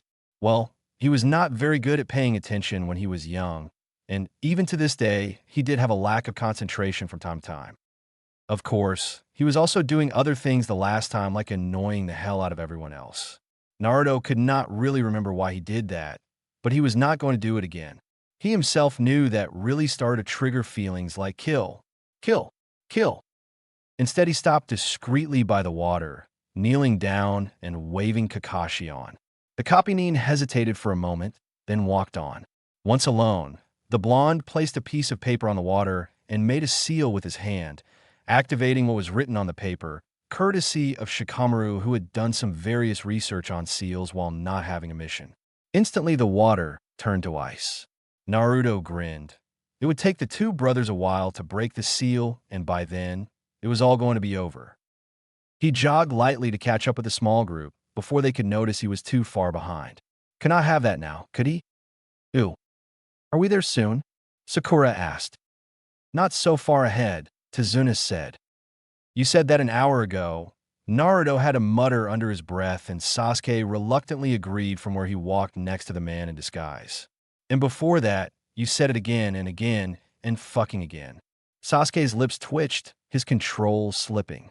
Naruto continued to glare at the man's back. Yeah, he liked Tazuna, but he had forgotten how slow the journey was. What are you muttering about, Naruto? Kakashi asked, turning to look at the blonde. Nothing, sensei, Naruto said. Just want to be there already. First mission outside the village tend to be a bit long, the Kapinin said. You'll get used to it soon. About fucking time, the man muttered. I hate being bored. This time a small smile flickered across Sasuke's face, so quick only Naruto had chance to see it. He inwardly smirked. He was making some progress with the Ice Prince. Naruto was more than ready by the time he felt Zabuza's chakra. He heard the giant sword soar through the air, and then Kakashi screamed. Everyone get down. He made a light crouch and felt the wind over his head as the sword went over them. The solid thud told him it had hit a tree. The former Miss Shinobi had a good aim. Well, if it isn't Hatake Kakashi, the Kapinin. Naruto looked up at Zabuza and managed to hold the smile in. He was not supposed to smile at an enemy, but man, he was happy to see the guy alive and breathing. Even if he did not know Zabuza at all, he knew the man should have lived the first time around. Everyone get back, Kakashi said. This man is way above your level. Naruto, still in his crouch position, brought out a scroll and opened it. At the first symbol, he placed his hand and released it. A moment later, he held a blood-red shuriken in his hand, its edges quickly filling with the chakra in their custom-made channels. This one had followed him, along with many other things, from the future and was the only one of its kind. Seems like one of your brats are ready. The rest of the group looked on as Naruto stood up, holding the shuriken in his hand. What is so special about that shuriken, brat? Zabuza said. Let's see which one is stronger. Your famous sword Kubikiri Hocho, one, or my shuriken? Naruto said with a chilly smile, casting away some of the young-looking features in his face. Seems like you've been sneak-reading the bingo book, Zabuza said with a grin. He looked over at the shocked Kakashi and continued. By looking at your teacher's face, something tells me he didn't know that. Always be prepared, Naruto said. Plus I was bored and got my hands on a copy. The demon from Hidden Mist jumped down, sword in his hand. You sure you want to go up against me? When I was your age. Your hands were already soaked in blood, Naruto said. That's old news, man. You are the demon from Hidden Mist. Zabuza's grin widened underneath the bandages that was wrapped around the lower part of his face. Seems like it will be a bit more interesting killing you than copycat Kakashi, he said and swung his sword. It went like a boomerang through the air towards Naruto. The man in disguise turned the shuriken so it was vertical at his side and shouted out. Kinkazi, 2. The shuriken began to spin, chakra moving out as a wind, enough to make Naruto's clothes flap in the wind, the open jacket behind him. Zabuza's eyes widened as the sword's sharp edge met the shuriken's spinning blades and went backwards. Don't worry, Naruto said. I've only had Kinkazi for a little while, but I've realized it can deflect most blades. Not even one of the swords of the 7 swordsmen from Mist seems to discourage it. Said sword landed, blade dug into the earth, not far from the man. Zabuza looked on as the blades calmed down and now looked like any other shuriken in the boy's hand. That's no genin material, he said lowly, making sure to keep an eye on Kakashi and the others as well. The Kapinin had moved on hand to his Hitayate, ready to remove it at a moment's notice. Chunin, at the very least. A genin can have more chakra than usual, Naruto said with a shrug. I guess I have. Zabuza walked up to his sword and got it up before looking between the Konoha shinobis. The girl was no match. He could see that directly. She was shaking despite her best efforts of not doing it. She held a kunai between her hands, ready to defend the bridge worker. But her eyes showed she was terrified. That occasionally happened when genins moved from simple demissions to a life-threatening situation outside their village. The black-haired brat was not as nervous and scared. Instead, he was focused and could be a bit more troublesome than the pinky brat. Kakashi would be dangerous if allowed to take off his Hitayate, and he would when he feels it becoming dangerous. But the blonde, there was something off about him, something he did not like. It was a twisting feeling when Zabuza looked into those blue eyes, something that frightened him. Naruto grinned. Seems like the demon from Mist felt the presence of a real demon, a Biju. Motivated by this, Kyuubi increased his chakra just the tiniest bit, and Naruto allowed a mere edge of the demon's killer intent out. Sakura froze in place when she felt the intent, her eyes wide and tears at the corners of them. She felt her heart hammering in her chest, ready to give up on her. She was so scared, but had no idea of what. Sasuke looked around, wondering where the hell the killer intent came from. It seemed from everywhere, like the earth itself had raised its protest of a battle that had yet to come in action. Kakashi was staring at Naruto. This was Kyuubi's killer intent, no mistake. Was the blonde really in so little control of the demon? Was he going to lose himself in the demon's seductive powers and allow Kyuubi to take over? Zabuza felt his knees go weak when he felt the chakra. It was so full with power, he could hardly breathe. The air crackled with tension, with fear, and with hate. He could even smell it, a disgusting scent worming its way inside of him. Kid, just what the hell are you? Naruto looked at the man and said, just another Konoha shinobi. Kinkazi. The shuriken began to spin once more, and this time Naruto threw it. He slapped his hands together and shouted, Wind release, dancing wind. The blades widened, and the slashes of the wind coming from them expanded until Zabuza felt he had to escape quickly. He jumped upwards and saw the blonde strike his hand upwards. To his horror, the blade changed direction and came speeding up towards him. Kakashi-sensei, Naruto shouted. The teacher looked startled at him. This may look easy, but it's exhausting as hell. That was a lie, but he had to play along. He was supposed to be 12. This was a technique he could easily use when he was 32 years old, but as 12 he should have a bit more trouble with it. Finish him off. Kakashi nodded and slid the Hittite up, revealing his Sharingan eye. Naruto looked up where Zabuza was and estimated the distance. Kakashi would perhaps get in a few hits before Haku would show up. Naruto let the shuriken drop and fell on one knee. Kyuubi grumbled in weak protest, but said nothing. He knew they had to pretend, but that did not mean he enjoyed it. The shuriken landed with a thud on the ground, and Naruto released the technique. It was not exhausting at all, but it was rather difficult to control Kinkazi. And since Naruto had his lack in concentration moments, he managed to create some chaos with it from time to time. Predictably, once Kakashi had Zabuza at his mercy, Haku showed up. Naruto watched the scene from his spot, and then the disguised boy moved from the scene, Zabuza with him. Sakura fell to her knees, the now lack of tension making her body stop running on adrenaline. Naruto shook his head lightly at that, as Sasuke had to help her up. In time, perhaps in time. Tazuna helped as well, shaking but still standing. The old man had guts, and that was good. Naruto, are you all right? He looked up, surprised, and saw Kakashi holding out a hand for him. The blonde took it and got up. I'm fine, he said and went to get his shuriken. Just a bit windblown. Very funny, Kakashi said. He did not sound very amused. I mean it, are you all right? Yes, pretty much.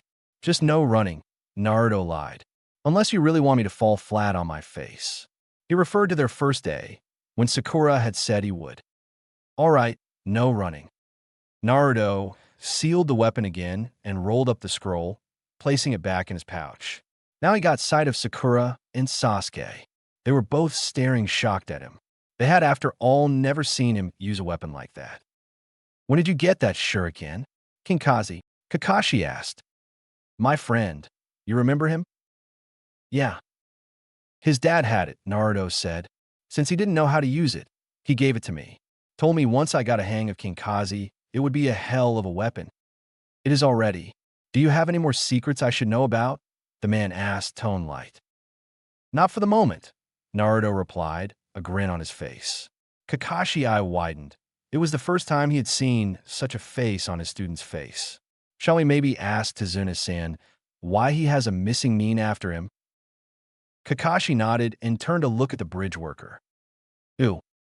Naruto felt more than saw his two teammates' looks as they walked towards Tazuna's house. He could not blame them, but it was still irritating. And the fact he soon had to put up with Inari's nagging was wearing him down. We're here. He looked up at the familiar house, although it had been quite some time since he last saw it, and was shuffled in with the others. Welcome back. Tsunami was happy to see her father and happily greeted on each of them. Inari stood by the door to the kitchen, sulking. Inari, say hello to our guests. What does it matter? The boy nearly shouted. They'll be dead in a few days anyway. Everyone who tries to go up against Gato dies. He ran out of the room. Naruto sighed mentally. The brat had not changed in any way. I'm very sorry about that, Tsunami said and smiled apologetically. He's just, well, no matter. You all must be starving. Please come and take a seat. Sakura volunteered to help the woman make some food to them all, and the two disappeared into the kitchen while the others sat down by the low table. Naruto sank down and gave a sigh of relief of finally being able to rest his legs. This journey had been troublesome. Damn, he was starting to sound like Shikamaru. The blonde man mentally screamed at the brunette before turning his attention to what happened around him. You really sure you're okay, Naruto? You look tired, Kakashi said, looking at the blonde closely. Since when did he get so observant? Maybe I'm a bit tired, the blonde admitted. While using Kinkazi had not even made him break a sweat, he wanted to sleep for a little bit. It was amusing how quickly he had started craving sleep. Ew. Kakashi looked at the blonde who was sleeping on one of the futons, having passed out like a light once the opportunity allowed him. He studied the face, so peaceful in sleep, and then turned his attention outside. There was something about the blonde he had missed, something they all seemed to miss. He tried to think on people who knew the blonde and realized it probably was only Irika who had any idea how he was. Yumino Irika was the only one who seemed to give a damn about the blonde boy. Or that friend, whoever it was. Maybe he could get Naruto to introduce him to them? Kakashi felt he wanted to learn more about the blonde, as all of the information about him seemed to speak against him. He had to discover the boy on his own. Ooh. Naruto looked around the gloomy town with a small sigh.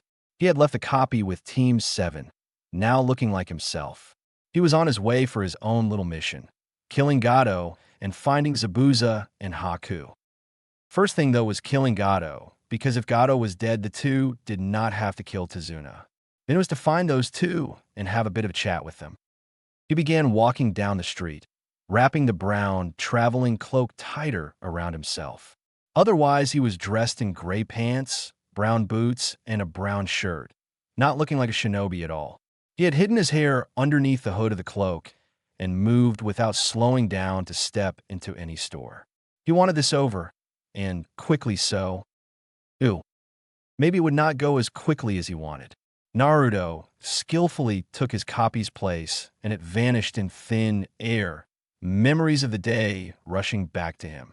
Sakura and Sasuke had trained their chakra control, while Kakashi and Naruto had helped Tazuna with the house. Then he had not missed anything good.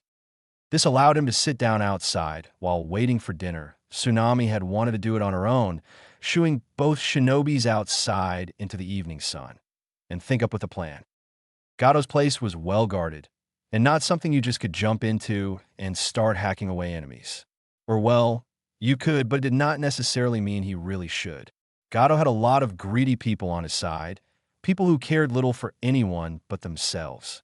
Naruto knew he would more or less hack away at the enemies, just jumping in, but he wanted to know at least a vague layout of the place. Hence the reason why he had gotten his hands on the layout of the house, manner really that Gato lived in. QB and he now went over it in his mind, as he had not managed to take a copy with him. Naruto, he looked up as Kakashi sat down next to him. You looked lost in thoughts. Maybe I was a bit, Naruto said with a shrug. What's up, sensei? Although weird calling Kakashi sensei, it was also a bit nice. He had missed it. Nothing much. No Ika Paradise to read. I don't read it all the time, the man groaned. Only 99% of the time, the disguised man said with a small smirk. How rude, Kakashi said with a sniff. Ooh. Haku was collecting some herbs early in the morning, while Zabuza was still sleeping. His recovery was proceeding nicely, but Haku wanted him to be as strong as possible before facing Kakashi and that blonde kid again. The other two on the team did not seem to be as dangerous, but one never knew for sure. He suddenly turned around, looking around the meadow, body tense like ready for a blow to come. None came, and he slowly relaxed. Glancing around once more, the boy decided it was enough herbs and moved away. Damn, that was close, Naruto said as he slid down onto the ground. Man, I forgot this was the place. What place? He whirled around where he sat, and he stared for a moment before his shoulders sagged. What are you two doing here? Gaara and Shikamaru glanced at each other first, then at him. Make sure you don't fuck up, plus you don't have to do everything on your own, Shikamaru replied. And no, don't start saying we should go back and you can handle it. We want to be part of this. Naruto looked at the two and seemed to relax. Fine, he said, adding a small smile at that. Gaara whooped in joy mentally. He had made the right choice. Naruto hated responsibility, and probably sharing it with him and Shikamaru made it all easier. So, the shadow user said, mind telling us what you found out so far? Ooh. Killing Gato won't be any problem, Shikamaru said once Naruto finished. How so? Just make sure he's alone and we're practically done. Only problem, he never is. Make it so, Gaara said. Naruto thought for a little while and then said, how about we defeat all of his henchmen and convince him we three is all he needs? Like the sound of it, Gaara said. I shouldn't use sand here, should I? No, don't, Naruto said. And Shikamaru, don't show off your shadow too much. Got a boss, the man said, saluted, and the blonde snorted at that. Shall we go then? Gaara asked. The quicker we do this, the faster we are done. Chapter 6. Naruto looked on as Sakura and Sasuke trained with one eye, the other was closed. He was supposed to mediate, but the noises when they fell down from the trees distracted him quite a bit. So instead he had opted to secretly watch them. He knew Kakashi saw he was not paying attention, but the man had so far not said anything. Maybe he found it funny too. When he did not read Aika Paradise, he had to focus on something. However, Naruto would not be watching them the whole time. He, Shikamaru, and Gaara were going to infiltrate Gado's manor today and get rid of the man and whoever was stupid enough to stand in their way. Ooh. After dinner, Naruto discreetly left a copy of himself behind in child form and went to meet up with Shikamaru and Gaara. He moved swiftly through the streets, clad in a brown cloak that hid his body, hair, and upper face. In his hurry, he did not notice Kakashi walking behind him. The copy-nin had noticed the brown-cloaked man and his rather impressive chakra, despite he probably tried to hide it, and decided to track the man for a little bit. He left a Kage Bunshin back with his team, figuring he would be back in a few minutes. His eye widened as two men joined the first, their chakra somewhat ominous and focused. They moved swiftly out from the town, and with a little dread, Kakashi realized they were going towards Gado's manor. Still, he followed them. Any information would be good at this point. Naruto stopped once they reached the gates, and all the hired people turned to glare at them within the gates. Some of them unsheathed their swords. Well, don't they look like a cheerful bunch? Shikamaru said and raised an eyebrow. Gaara snorted at that. We're not here to play games no matter how much we want it, Naruto said. No names. Got it, boss, Shikamaru said and saluted. Naruto shook his head. The shadow user apparently loved that gesture. Kakashi watched from a tree the scene, wondering what the three were going to do against all those hired men. What the hell are you doing here? One man screamed to the three. We wish to meet with Gado-san. That's all you need to know, Naruto called out. Well, it ain't happening. Don't recognize your faces, so no meeting, no nothing. We aren't even showing our faces, the brunette sweat dropped. Naruto tore off his cloak, grinned, and said, Well then, we'll just simply have to force our way through. Kakashi understood in that moment this was two scenarios. One, they were greedy and would kill to get as much money for themselves, or two, their final objection was to assassinate Gado. He looked at the one who had torn his cloak off. His hair was hidden, and he was dressed in black clothing. He could not get a clear view of the face. The other two tore off their cloaks as well. The one to the left had red hair and two katanas on his back. The one to the right had black hair and a few scrolls resting on his left hip. The two were like the first man dressed in black, and a moment later, before Kakashi could see their faces, they blurred out of sight. Naruto drop-kicked one man in the head, not even bothering to listen to the breaking of the neck, already moving on to the next one. Cruel, yes, but he had been cruel for years. War changed someone, no matter how much he hated it. Gaara got his katanas and slashed through people left and right without problems. There was no real need to be gentle and just knock them out. These people did this for money. They did not care if they killed someone, so why should the three show these scum mercy? Shikamaru got out one of the scrolls and summoned 3 shurikens he subtly controlled with his shadow. Like a puppeteer with his puppets, Shikamaru threw out his hands and the shurikens flew through the air. Kakashi watched them work with his eye wide open. It was messy, bloody, and completely heartless. They tore through human flesh like it was nothing. Perhaps for those 3, it was nothing. All too soon, they had wiped them all out, and Gaara cleaned his katanas. Should we just go inside and kill Gado? He asked Naruto. Yeah, I don't think I can follow through and act like I'm on his side, Naruto said. I vote for that, Shikamaru said and walked up to them. Kakashi debated whether to stay or not, wondering if someone of Gado's men perhaps were in town, just waiting for a chance to kill Tazuna. He watched them walk inside. He took the chance and followed them.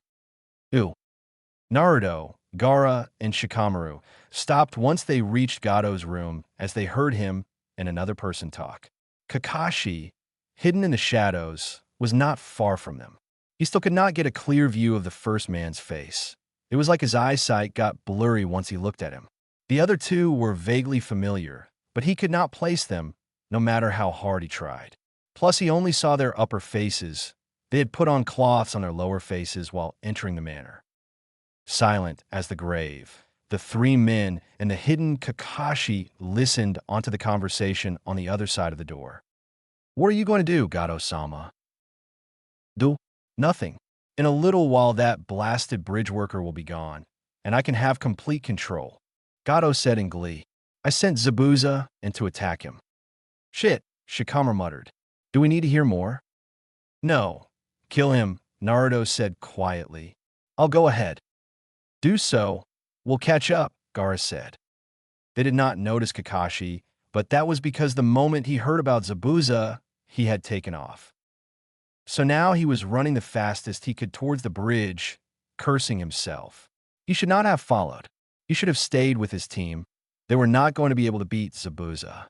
Naruto had some luck last time, shocking the man with the information, but that was not going to last forever. Sakura was not strong enough, and it was the same with Sasuke.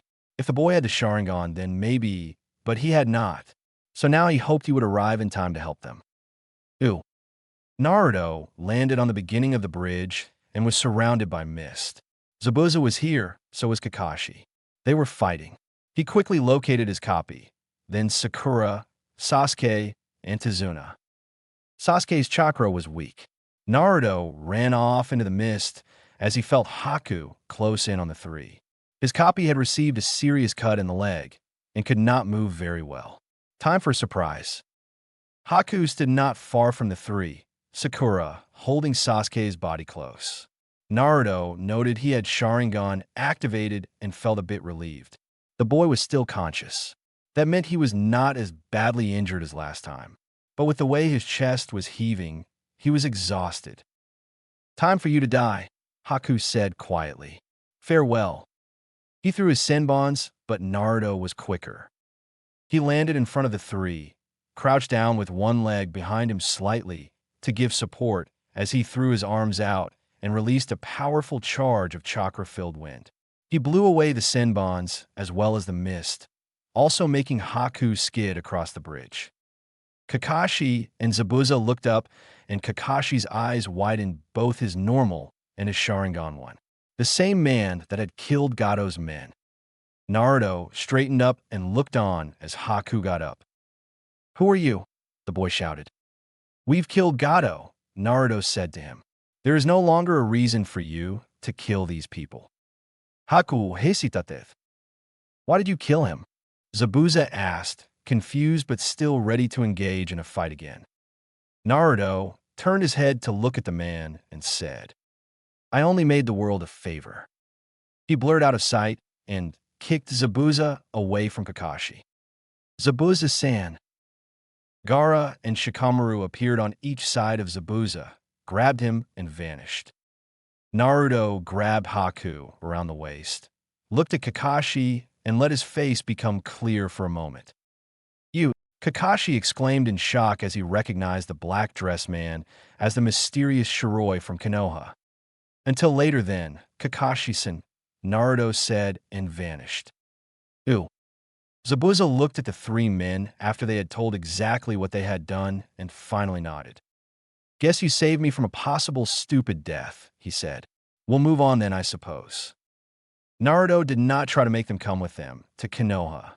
Why bind them to a village full of hatred and mistrust and force them to listen to the council? No, he'd rather have them free. "Don't get caught," he said. "I would hate to become your reaper."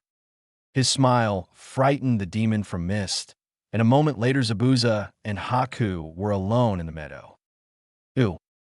Naruto slid back to his spot without problems and let Kakashi fuss over the faked wound after he had finished fussing with Sasuke. The blonde never took his perverted teacher for a fussing one, but apparently he was mistaken. "Sensei, I'm fine," he said. "Just a cut. A deep one. You're going to limp while it's healing." Kyubi muttered in his mind.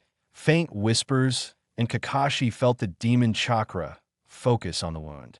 He looked up sharply at Naruto. The man decided to act clueless and said, "What? Nothing. What my ass?" "Shut up, Kyubi. Come on, can you stand?" Naruto allowed himself to take Kakashi's hands and pulled himself up. "I'll survive it," the blonde said.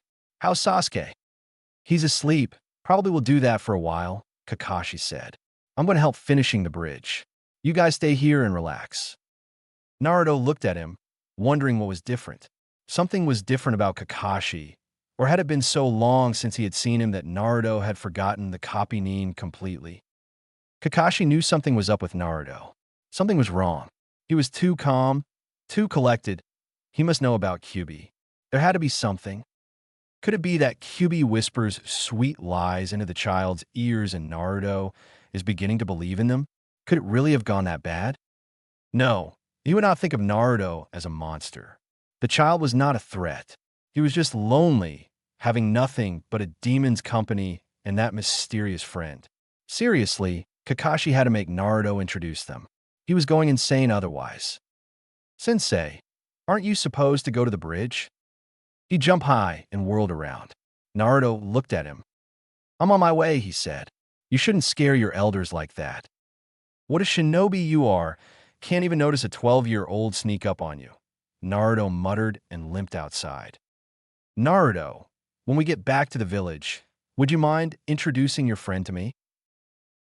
Naruto looked at the man, genuinely confused. Something was wrong with Kakashi, or he did care.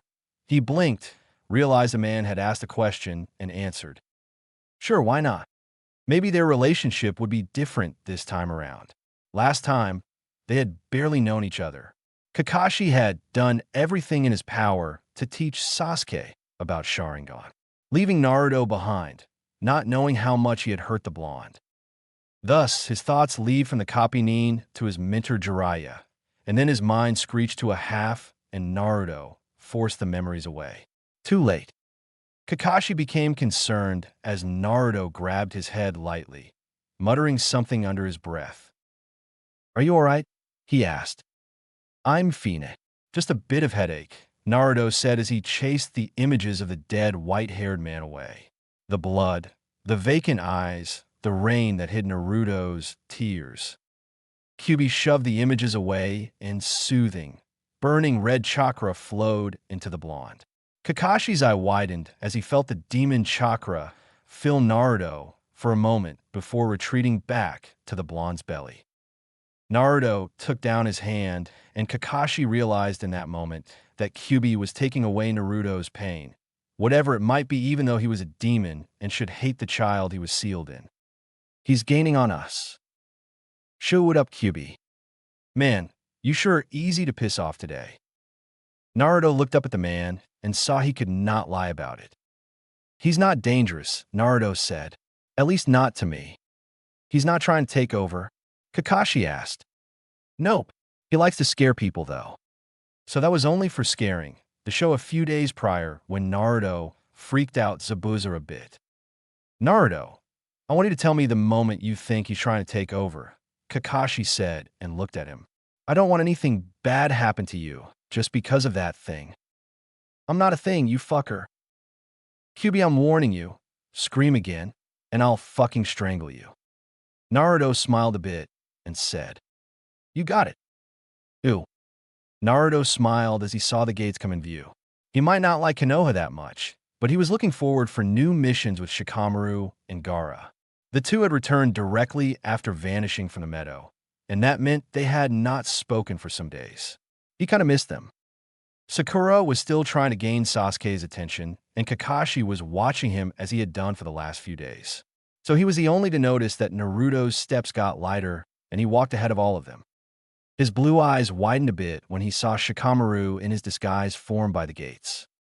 "Naruto, welcome back." The rest of his team stopped in shock at seeing the cheerful guy waving to the blonde. Naruto thanked Gaara, who had thought ahead and given them both false names. "Inju," Naruto called out, and then turned to Kakashi. "Is it okay?" "Sure," Kakashi said. The man in disguise grinned, shocking the copy even more, and then ran up to this Enju. Shikamaru looked over at them all quickly, then said, "Dad's at home. Dinner's on us tonight. Come on." Sakura had her jaw almost hitting the ground in shock. Sasuke blinked twice. Kakashi definitely had a thing or two to learn about this strange blonde brat. "Ooh, that was a good show, I suppose," Naruto said. Shikamaru grinned as he sat down on the low table in the living room. "Ain't a lie, though. Gaara wants to try this new dish and told me to kidnap you and drag you here." "Yeah, fat chance you can do that. If I wriggle my fingers a bit and ask the shadows for a favor, you won't be saying that for much longer," Shikamaru said with a grin. "Ugh, stop wriggling them like that." Shikamaru cackled evilly. Kakashi looked at the house he had seen Naruto and Enju enter. It was not that big, but it had a rather nice yard, calming and private from prying eyes. Of course, not from a shinobi who sat in the trees like Kakashi did, but they did not have to know that particular detail. Suddenly, the slide door opened and Naruto stepped out. The kid followed and flopped down on the wooden floor, yawning. What Kakashi presumed was the father came out last, carrying a tray with steaming teacups and a plate with a dessert. He sat down rather gracefully and put the tray down. Naruto took one of the teacups and laid down on his stomach, while Enju rolled over so he could rest his head on the blonde's back. "Lazy ass," Naruto said. "Shut up," Enju growled. The man chuckled at them both, and Kakashi was struck how like a family they were. He silently moved away to leave Naruto alone. Chapter 7. Naruto looked himself in the mirror, checking the length of his hair. Satisfied, he pulled it into a ponytail and checked his clothes briefly. White shirt, dark blue pants, and a black vest. Good enough. He fastened the pouch and kunai holster, making sure to have his scrolls with him within another scroll. Ready for the day, he got out. Kakashi was reading his book lazily, lying on a branch, when he saw Naruto run towards the waterfall not too far away. The man frowned. Team 7 had a free day, so why was the teen up and running at this time of the morning? It was barely 8. "Naruto, wait up.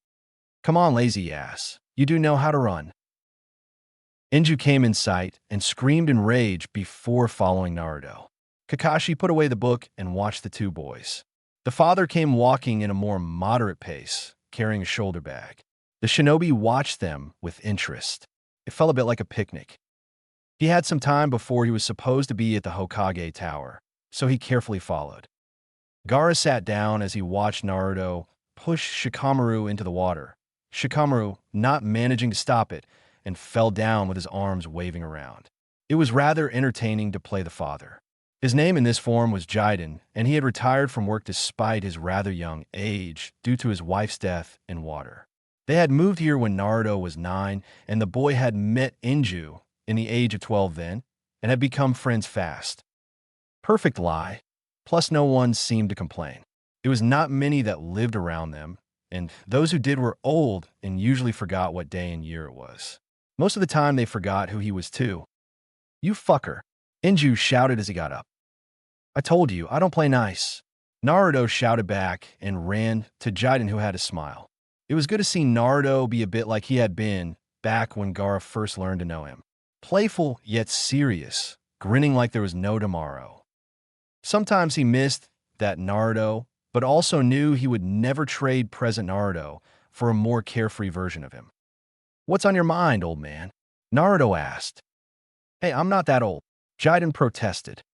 "Old man," Enju called from the river. "Enju." "Yeah, Enju," Naruto shouted. "Don't take his side." Enju got out and came up from the water, dripping wet. "Naruto, you're so going to get it." "Yeah, try getting me." Kakashi watched the two boys running around.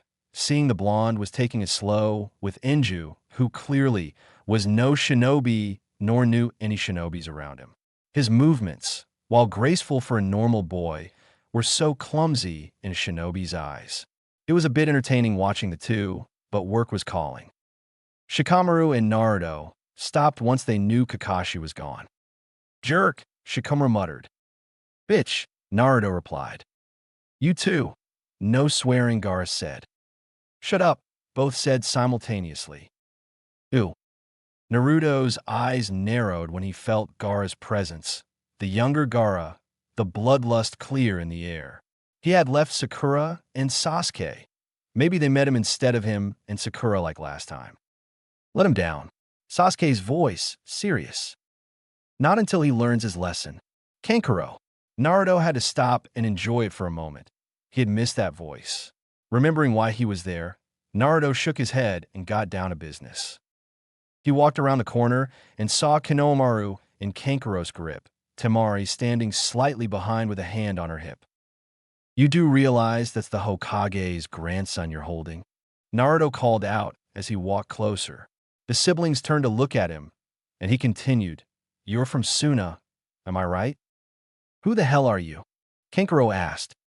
Tell your friend to come down from the tree first, and let go of Konohamaru, of course, Naruto said with a polite smile. His chillingly cold chakra told him a different tale. Konohamaru ran back to safety of his friends, Sakura and Sasuke, once Kankuro released him and Gaara appeared next to his brother.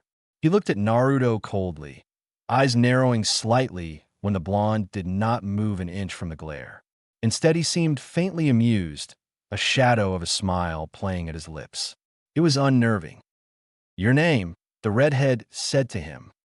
Naruto, the blonde replied. And from the look of it, you're the famous Sabaku no Gaara. How do you know about me? Your friends don't seem to know, Gaara asked, crossing his arms, his eyes hardening and sinking deep into Naruto, yet not getting any closer. Naruto walked closer until he stood right in front of Gaara. The others stared at the two in shock. Temari and Kankuro probably shocked Gaara had not attacked Naruto yet, and his teammates and the kids for daring walk close to a stranger. He smiled, leaned in a bit, and said quietly, A Jinchuriki always know another one of its kind. Gaara's eyes widened the tiniest bit. You got one-tailed, I got the nine-tailed, Naruto continued in the same hushed voice. Meet me at midnight by the waterfall. You know where it is. He walked away. Ew. They were fine. Yes, they were Gaara, Naruto said for the 5th time. They're kids. You're implying my older siblings are small? Gaara asked, hands on his hips as he tried to stare down Naruto. Not implying, I'm stating a fact, the blonde said, not giving in. Besides, they look kinda cute. Temari and Kankuro doesn't fit in with the description cute, Gaara deadpanned. Oh, I don't know about that, the blonde said as he fixed up the scrolls. Kankul was Hatsukuta. You're insane, the redhead informed. Been there, done that, he said and got up. Hey, what time is it? 10 to midnight, Shikamaru said. Better get going, Naruto said. See you guys later. A salute, then he was gone. Shikamaru blinked, turned to Gaara. Going where, he asked. Don't ask. Ew. Gaara turned around, sand ready when he saw the blonde. He lowered his hand. Naruto jumped down and sat on a stone a bit away from the redhead. Not too far away, yet not too close. You're a Jinchuriki, Gaara said. Yes. Nine-tail, Kyubi, the strongest one. According to himself, Naruto said. Kyubi screeched, but the blonde shut him up with a mental slap. Shikaku won't let you sleep. If I sleep, he will devour my soul and sanity. That means he doesn't let you sleep. What does it matter to you? We're not friends, the redhead said. I'm no one's friend. With that lovely attitude of yours, I can understand it, the blonde said. Do you want to die? Gaara growled. Try it, Naruto said and looked at Gaara. Let's see who walks away here alive. The teen from Suna looked him over and then took a step closer. Naruto did not move. Gaara moved slow, hesitant, but soon enough he carefully got down on his knees in front of Naruto, looked up at him. The blonde looked surprised. He sure had not anticipated this course of action from the Suna shinobi. Show me your real face, Gaara said. You don't look like that. You sure you want that? I know you're older. I can feel it. Shikaku can feel it. You're older, and you're not supposed to be here. The blonde rose up and closed his eyes, releasing the hinge. He cracked his shoulders and neck as he grew back to his normal looks. He sighed softly and said, "That's better. It's cramping that small-ass body." Gaara stared at the man who had appeared in place of the skinny-looking boy. Blindingly white, he would describe this man at first sight. Then that he knew this man. Family. He got up, and suddenly Shikaka got quiet, real quiet. The redhead even got a bit nervous. "He's quiet, isn't he?" Gaara looked up at Naruto, who smiled a bit, and said, "He feels QB and is scared shitless, 'cause QB ain't so happy with him right now. Come here." The teen did not hesitate, stepping forward, letting the blonde place his cool hands on either side of Gaara's head, cradling his temples and letting his own forehead touch Gaara's tattooed one. There was warmth and comfort, something he thought he had lost. "Gaara." "Yeah." His voice sounded a bit younger. He was looking into those blue eyes, not daring to close them. "Be nice to Kankuro and Temari. They love you. Don't scare them away. You know you don't want that. Be nice, and you'll see they'll be nice too." "Are you going to be nice to me too?" Gaara asked. "I'll always be," Naruto said with a smile, feeling at ease. "Tell your siblings not to listen to what Sound has to say." "How did you know?" "Don't ask me, just trust me. Sound Orochimaru. He will use you and then throw you away. Show him you're not his toys. He's killed your Kazekage." Gaara's eyes widened a bit at that. "I never knew when it was," Naruto said. "And then I found out, but by then, it was already too late. We found his body not long ago. But the Kazekage is here." "No, it's Orochimaru in disguise. Don't worry about him. My friends will stop him. You focus on protecting your siblings." Gaara found himself nodding. "Good," the man said and stepped back. "Oh, and one thing. Can we keep this," he pointed at himself, "a secret?" "Yeah," the redhead said. "Good. I hope you will meet my friends soon. One of them is redheaded, has a tattoo like yours, but he knows what it means to love and trust someone else than yourself." The teen looked confused for a moment, then understood and gaped. Naruto looked up at the sky and said, "Time for me to go back. Try to sleep some, Gaara. Shikaku won't do anything. And if he does, contact me again, and I'll make sure he never dares interrupt your sleep again." And just like that, Naruto was gone. "Ew. Chunin exams? Are we a bit too young for that?" Sakura asked anxiously. "You are," Naruto thought miserably. "You've shown a lot of strength so far," Kakashi said, his eye curved in his normal eye smile. "This is the applications, and if you want to take the exams, just fill out the form. The exams start in 2 days, so you're free until then." And just like that, the man was gone. Naruto stared at the spot the copy Nin just had occupied, and had to remind himself this was completely normal Kakashi behavior. Why was he surprised? Maybe it was because it had been over 10 years since he had seen it. Whatever. He looked at the application, then over at Sakura and Sasuke. "Are you going to fill it out, Sasuke-kun?" Sakura asked sweetly. "We all have to fill it out," Naruto said. "The whole team has to participate." "What do you know about it, Naruto Baka?" He resisted the urge to smack her over the head and tell her to be respectful to an elder. He was supposed to be her age. Instead, he just looked at her, muttered "pinky screeching bitch" under his breath, and turned to walk away. "Are you going to fill it out?" Sasuke asked to his back, and the blonde glanced over at him. "What? You too much of a chicken not to?" he asked, knowing based on that comment alone Sasuke would fill it out. Even if the teen didn't want to. He made that remark with a small smile, letting the Uchiha know he was not completely serious. Seeing a flash in those black eyes, a mix of amusement and anger, Naruto chuckled and walked away. Thawing the ice prince was kind of fun. Ooh. Temari and Kankuro were officially freaking out when Baki came back from meeting the Kazekage. "What's wrong?" he asked them. Temari only pointed at a door, hand trembling. Kankuro managed to get out. "Gura." Baki whirled around to the door, wondering what sight he will be met by. Bloodshed, sand everywhere, crazy eyes. He wrenched it open, saw it, and promptly leaned to the door to not fall flat on his ass. Gaara was curled up on the bed, sound asleep, and a blanket drawn over his shoulders. His hands were tucked to his chest, and the way he had curled up on reminded Baki of a child. A comfortably sleeping child. He wondered briefly if the ending of the world was coming, then shook his head and straightened up. The gourd stood by the end of the bed. It had been a long time since he had seen it anywhere beside Gar's back. "How long has he been sleeping?" he asked the two. "I don't know," Temari said, "but over 4 hours.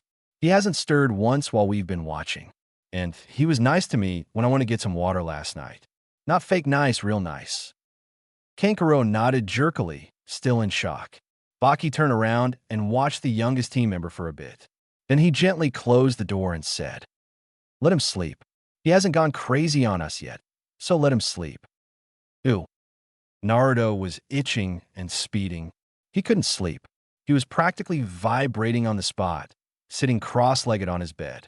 He had to do something. Anything. Getting up and rushing out from the apartment took him little effort, and soon Naruto was speeding over the rooftops in his real body, looking as Shiroi. He knew guards could see him, but was fairly certain the normal guards had seen him before and would not raise a fuss. He came to the training grounds and stopped, breathing deeply, feeling the air clear his head and tilted his face upwards. Pulling out one of his scrolls, he opened it and looked down at the various seals and symbols, summoning one and rolling up the scroll with practiced ease. He put it away and held the katana in one hand, checking the edge. Razor sharp, just like the last time he had checked it. He spent the following hour practicing, slashing the katana through the air and, sometimes clones, whirling around in a graceful dance he had mastered years ago, never missing a beat of the rhythm. What Naruto did not notice was that Kakashi was watching. The man had noticed the blonde man jumping on the roofs, following after to try understanding the mysterious man he had seen only twice. He wondered how many knew about him and the other two, that Akai and Korwa. But for now, he watched Shiroi engage in a dance with blades, the strikes fast and deadly, and the Kapinin had never seen anyone fight like that. Naruto fell to one knee after 1 hour of no stopping, panting hard. He stood kneeling for a minute or two, head bowed low with the end of the katana stuck in the ground. Then he pulled himself up along with the sword and breathed deeply, sweat trickling down his face. He looked up at the star-filled sky and felt calm. He would sleep well if he went to Gaara and Shikamaru. He was not going to that ass-cramped apartment if he could help it. He muttered a few words, and with a poof of smoke, the katana returned to its rightful place. Naruto began walking, noticed Kakashi, and tensed up. The man could not follow him to the house. Kakashi would set 2 and 2 together and figure them out. "Stargazing, Kakashi-sen," he called out. The Kapinin froze in place, then laughed sheepishly as he jumped down. "Couldn't help but watch, Shiroi-san," he said, still a bit unfamiliar with the title. "But if it ease your mind, I was stargazing originally until you showed up." "I apologize for interrupting," the man said and looked over at Kakashi. The Kapinin was lying, but Naruto let it slide. Sleep evaded my mind. "You too, huh?" Shiroi looked over at him and could not help a small smile. "How did you know about Zabuza?" Kakashi asked. "I have my ways," he replied. "No one knew here in Konoha." "A bird whispered in my ear," Shiroi said with a shrug. Kakashi stared at him, and he smiled as he continued. "Secrets are meant to be kept secret, Kakashi-san. I helped, that should satisfy you. Are you working for the Hokage?" The blonde looked at him. "Who else would I work for?" he asked. "There are a lot of people in this village wanting to take over. But all of them too weak," Shiroi said. "Arrogant, yes. Greedy, yes. But powerful? No." "You say you are?" the Kapinin said as they began to walk. "It doesn't matter if or what I am," Shiroi said. "Umulme." Naruto looked over at Kakashi, saw him look upwards, and decided to indulge the man a little bit. "Korwa and Akai don't understand why bow to a weakling, saying I can snap the Hokage's neck with a clenching of my fist. I beg to differ, but of course, I don't know my own limit. Why are you bowing then?" Naruto stopped a bit ahead of Kakashi, thinking. "I made a promise." to protect. Besides, Sarutobi-sama is not so bad. But Akai and Korwa still call you Sama? Aren't you supposed to be equal? Have you even tried to make the wind stop howling? Or the sky to stop being blue? Stubborn as mules, 10 times over those two, Shiroi muttered. When he turned around, Kakashi was watching him, debating what to ask next. But it was enough chatting. He wanted sleep, and Kakashi could not know all yet. I bid you farewell, and a calm night, Naruto said. A storm is rising, and if we cannot stop it soon, the tide will ride too high for us to be stopped. What do you mean? Kakashi asked, I wide. But the blonde was already gone. Ew. Team 7 met each outside the building some time before the exam would begin. The three looked at each other, Sakura looking a bit nervous while Naruto looked between them both. Sasuke just jerked his head to the door and they went inside. Naruto barely remembered what happened last time. 20 years had passed and he had suppressed most of it, but it was rather straightforward, a simple Jinjusta hiding the real place for the exam and the meeting with Lee's team. He gazed at the three fondly, even as Lee began fawning after Sakura and Neji glaring at Sasuke. Sasuke glaring right back at him. Tenten sighed in misery and caught his eyes. He mirrored her movement and she smiled a bit at him. Chuckling, he took the necks of his teammates, Sakura shouting at Lee and Sasuke glaring, and hauled them off to find the real exam room. As they came into the room, everyone turned to look at them. Naruto could see clear in their eyes they pretended to be bigger and meaner than them. He was so not impressed and pushed the two to the rest of the Rookie 9. They all began to chatter, but he took no part of it. Seeing Gaara, he waited until the redhead saw him, and then the whole team seemed to lighten up a bit. He weaved his way over to Naruto, Temari, and Kankuro trailing after. Naruto looked behind himself and saw Kabuto, pressing down the urge to kill the man right there, and then he steeled himself and moved over to Gaara. He would have his chance later. Naruto, the redhead said, even smiling a bit. It was weird to see young Gaara smile a normal smile, but the blonde could get used to it. Gaara, he said with a grin, this your team? My siblings, Temari and Kankuro. The two looked at him in awe, and something told him that Gaara had changed after meeting him. Good. Gaara deserved it. Where's your team?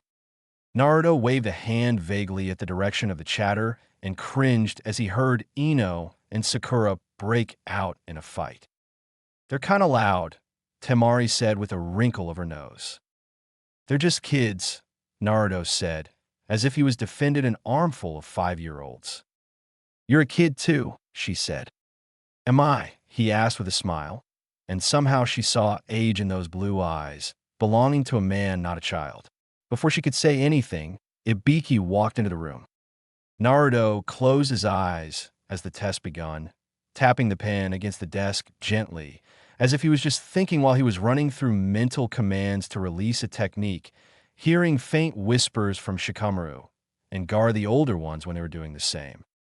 Connection, and suddenly Shikamaru's voice. First question, Blondie. Don't call me that. Naruto protested in his mind before he opened his eyes, scanning the questions. He spoke the first one and waited. Easy, Gaara said and said the answer. Shouldn't you know it? You know I suck at this stuff, Naruto replied. Plus you hate thinking when you got us to do all your job, Shikamaru whined. You got me there. I hate you so much, second, spill it. Ew. Naruto sighed in relief as Anko appeared, glad to see Sakura hadn't really put up her hand this time in favor for him. It was not like he needed to take the exams, but Orochimaru would appear, and he could as well be in the forest when the snake did. Plus Sasuke and Sakura earned a chance, well, maybe not Sakura. Not yet. She had to grow up a bit more before that, otherwise she would die young and stupid. Moving to follow Anko, they all came to the fences that separated them from the Forest of Death. Naruto looked beyond the fence, not feeling the same nervousness as before. He knew there was nothing in that forest that was dangerous to him. He barely managed to catch that they were gathering here tomorrow to start the second exam, and then everyone began to scatter. His eyes slid over the faces, and then narrowed as he saw Orochimaru in his disguise. Noticing his hands were twitching, he clenched them. The Rookie Nine were suddenly gathered around him and chatting, or in Ino's and Sakura's case, arguing. Naruto rolled his eyes at them and wanted out, but it seemed like the others were determined to have him stay, most of all to ask him if he understood the questions and blah blah blah. He couldn't bother with listening and was saved from it. They all grew quiet and stared at someone behind Naruto. He turned and came face to face with younger Gaara. The Suna shinobi tilted his head and then said, Temari wanted to know if you wanted to have dinner with us. Sure, the blonde said with a grin. Lead the way. The redhead smiled timidly, and Naruto mentally patted himself on the back for a job well done. Ew. He wasn't really surprised at seeing Baki there with the two older Sabikis, and the way his eyes narrowed when seeing Naruto. I had to tell him about the Kazekage, Gaara said. I'm sorry if that. No, it's okay. I expected it. It's okay, Naruto said. He walked up to them with Gaara at his side down, plopped down, and smiled at the three of them. Joe. He saluted with his hand. At the same time, a cloud of smoke surrounded him, as he knew it was safe to show his real self. Once the smoke cleared away, the three reared back a bit while Gaara smiled at him. I like you more that way, he said. You're saying I looked horrible as a brat? Naruto asked. You really looked like that when you were young? The redhead said, blinking. Not really. I looked a lot more stupid, the man admitted. Kyubi agreed, and that earned him a kick in the head.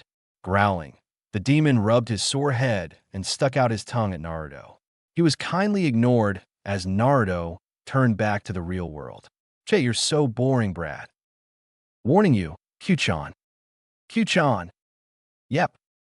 Kyubi screamed in outrage, but Naruto ignored him. Who are you? Baki asked as he had recovered from his shock. Naruto's eyes moved over to him. An ally, he replied. That's all. Chapter 8. Gaara looked up at the house, and then at Naruto, deep inside his green eyes shone. The blonde was dressed in those blindingly white clothes again, shining like an angel Gaara didn't believe in and now did. A bloodied angel perhaps, and without wings, but his angel nonetheless. Ready to meet them? Naruto asked, blue eyes gazing into his. Family. They were family. For the blonde man, Gaara would do anything. Yeah, he answered and smiled. Ew. It was a bit weird being checked over by an older version of himself, but Gaara was not about to start complaining, just staring at the older red-headed man and his tattoo as he stared right back. All right, this is one of the freakiest things I've seen lately, Shikamaru commented from his spot, and Naruto promptly smacked him over the head. What? It is. The blonde only shook his head before taking a sip of his tea, Kyubi's chakra rumbling inside of him, slightly vibrating through the three people in the house. They felt no hatred or fear, but only warmth from the chakra, and looked over at Naruto. The man sat with his eyes closed, the cup of tea against his temple, and Kyubi relaxing his tense muscles with whispers alone. Red and hot chakra pulse just underneath his skin, and Shikamaru sat down next to him. Don't worry, he reassured the younger Gaara. This happens from time to time. It won't get out of the house and alert anyone, the older Gaara said. But in our time, man, it freaks some people out. And best part is, he here didn't care, Shikamaru said and poked at Naruto. Why should I? Naruto asked, opening one eye to look at the brunette. They didn't give me a reason to do it. True, Shikamaru said and nodded. So what's your big plan for tomorrow?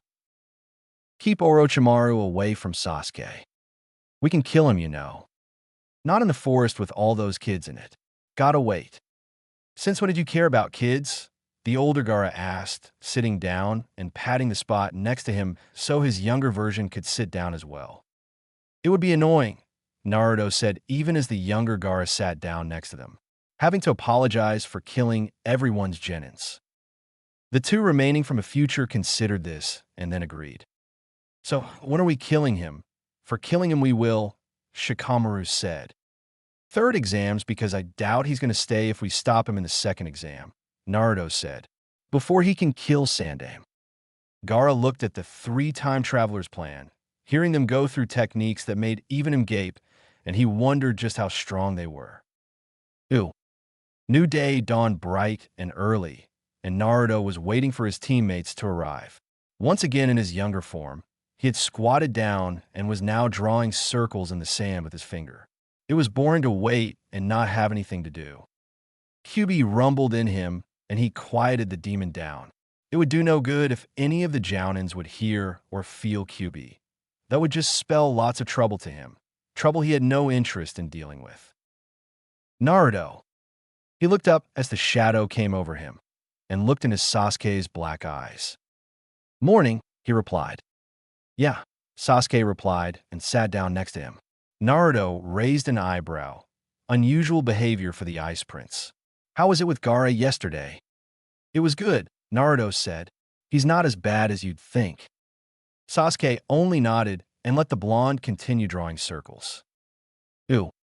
Naruto wondered when Sakura would stop talking. They had begun the second exam, and she wouldn't shut up. Just grabbed Sasuke's arm and talked and talked and fucking talked. He had the urge to turn around, walk up her, smack her over the head, and tell her to act her age, but refrained. He knew what she was. Nervous. And when Sakura was nervous, she started talking, listing things she had read, as if thinking that would help her. Well, guess what? It wouldn't. Russell.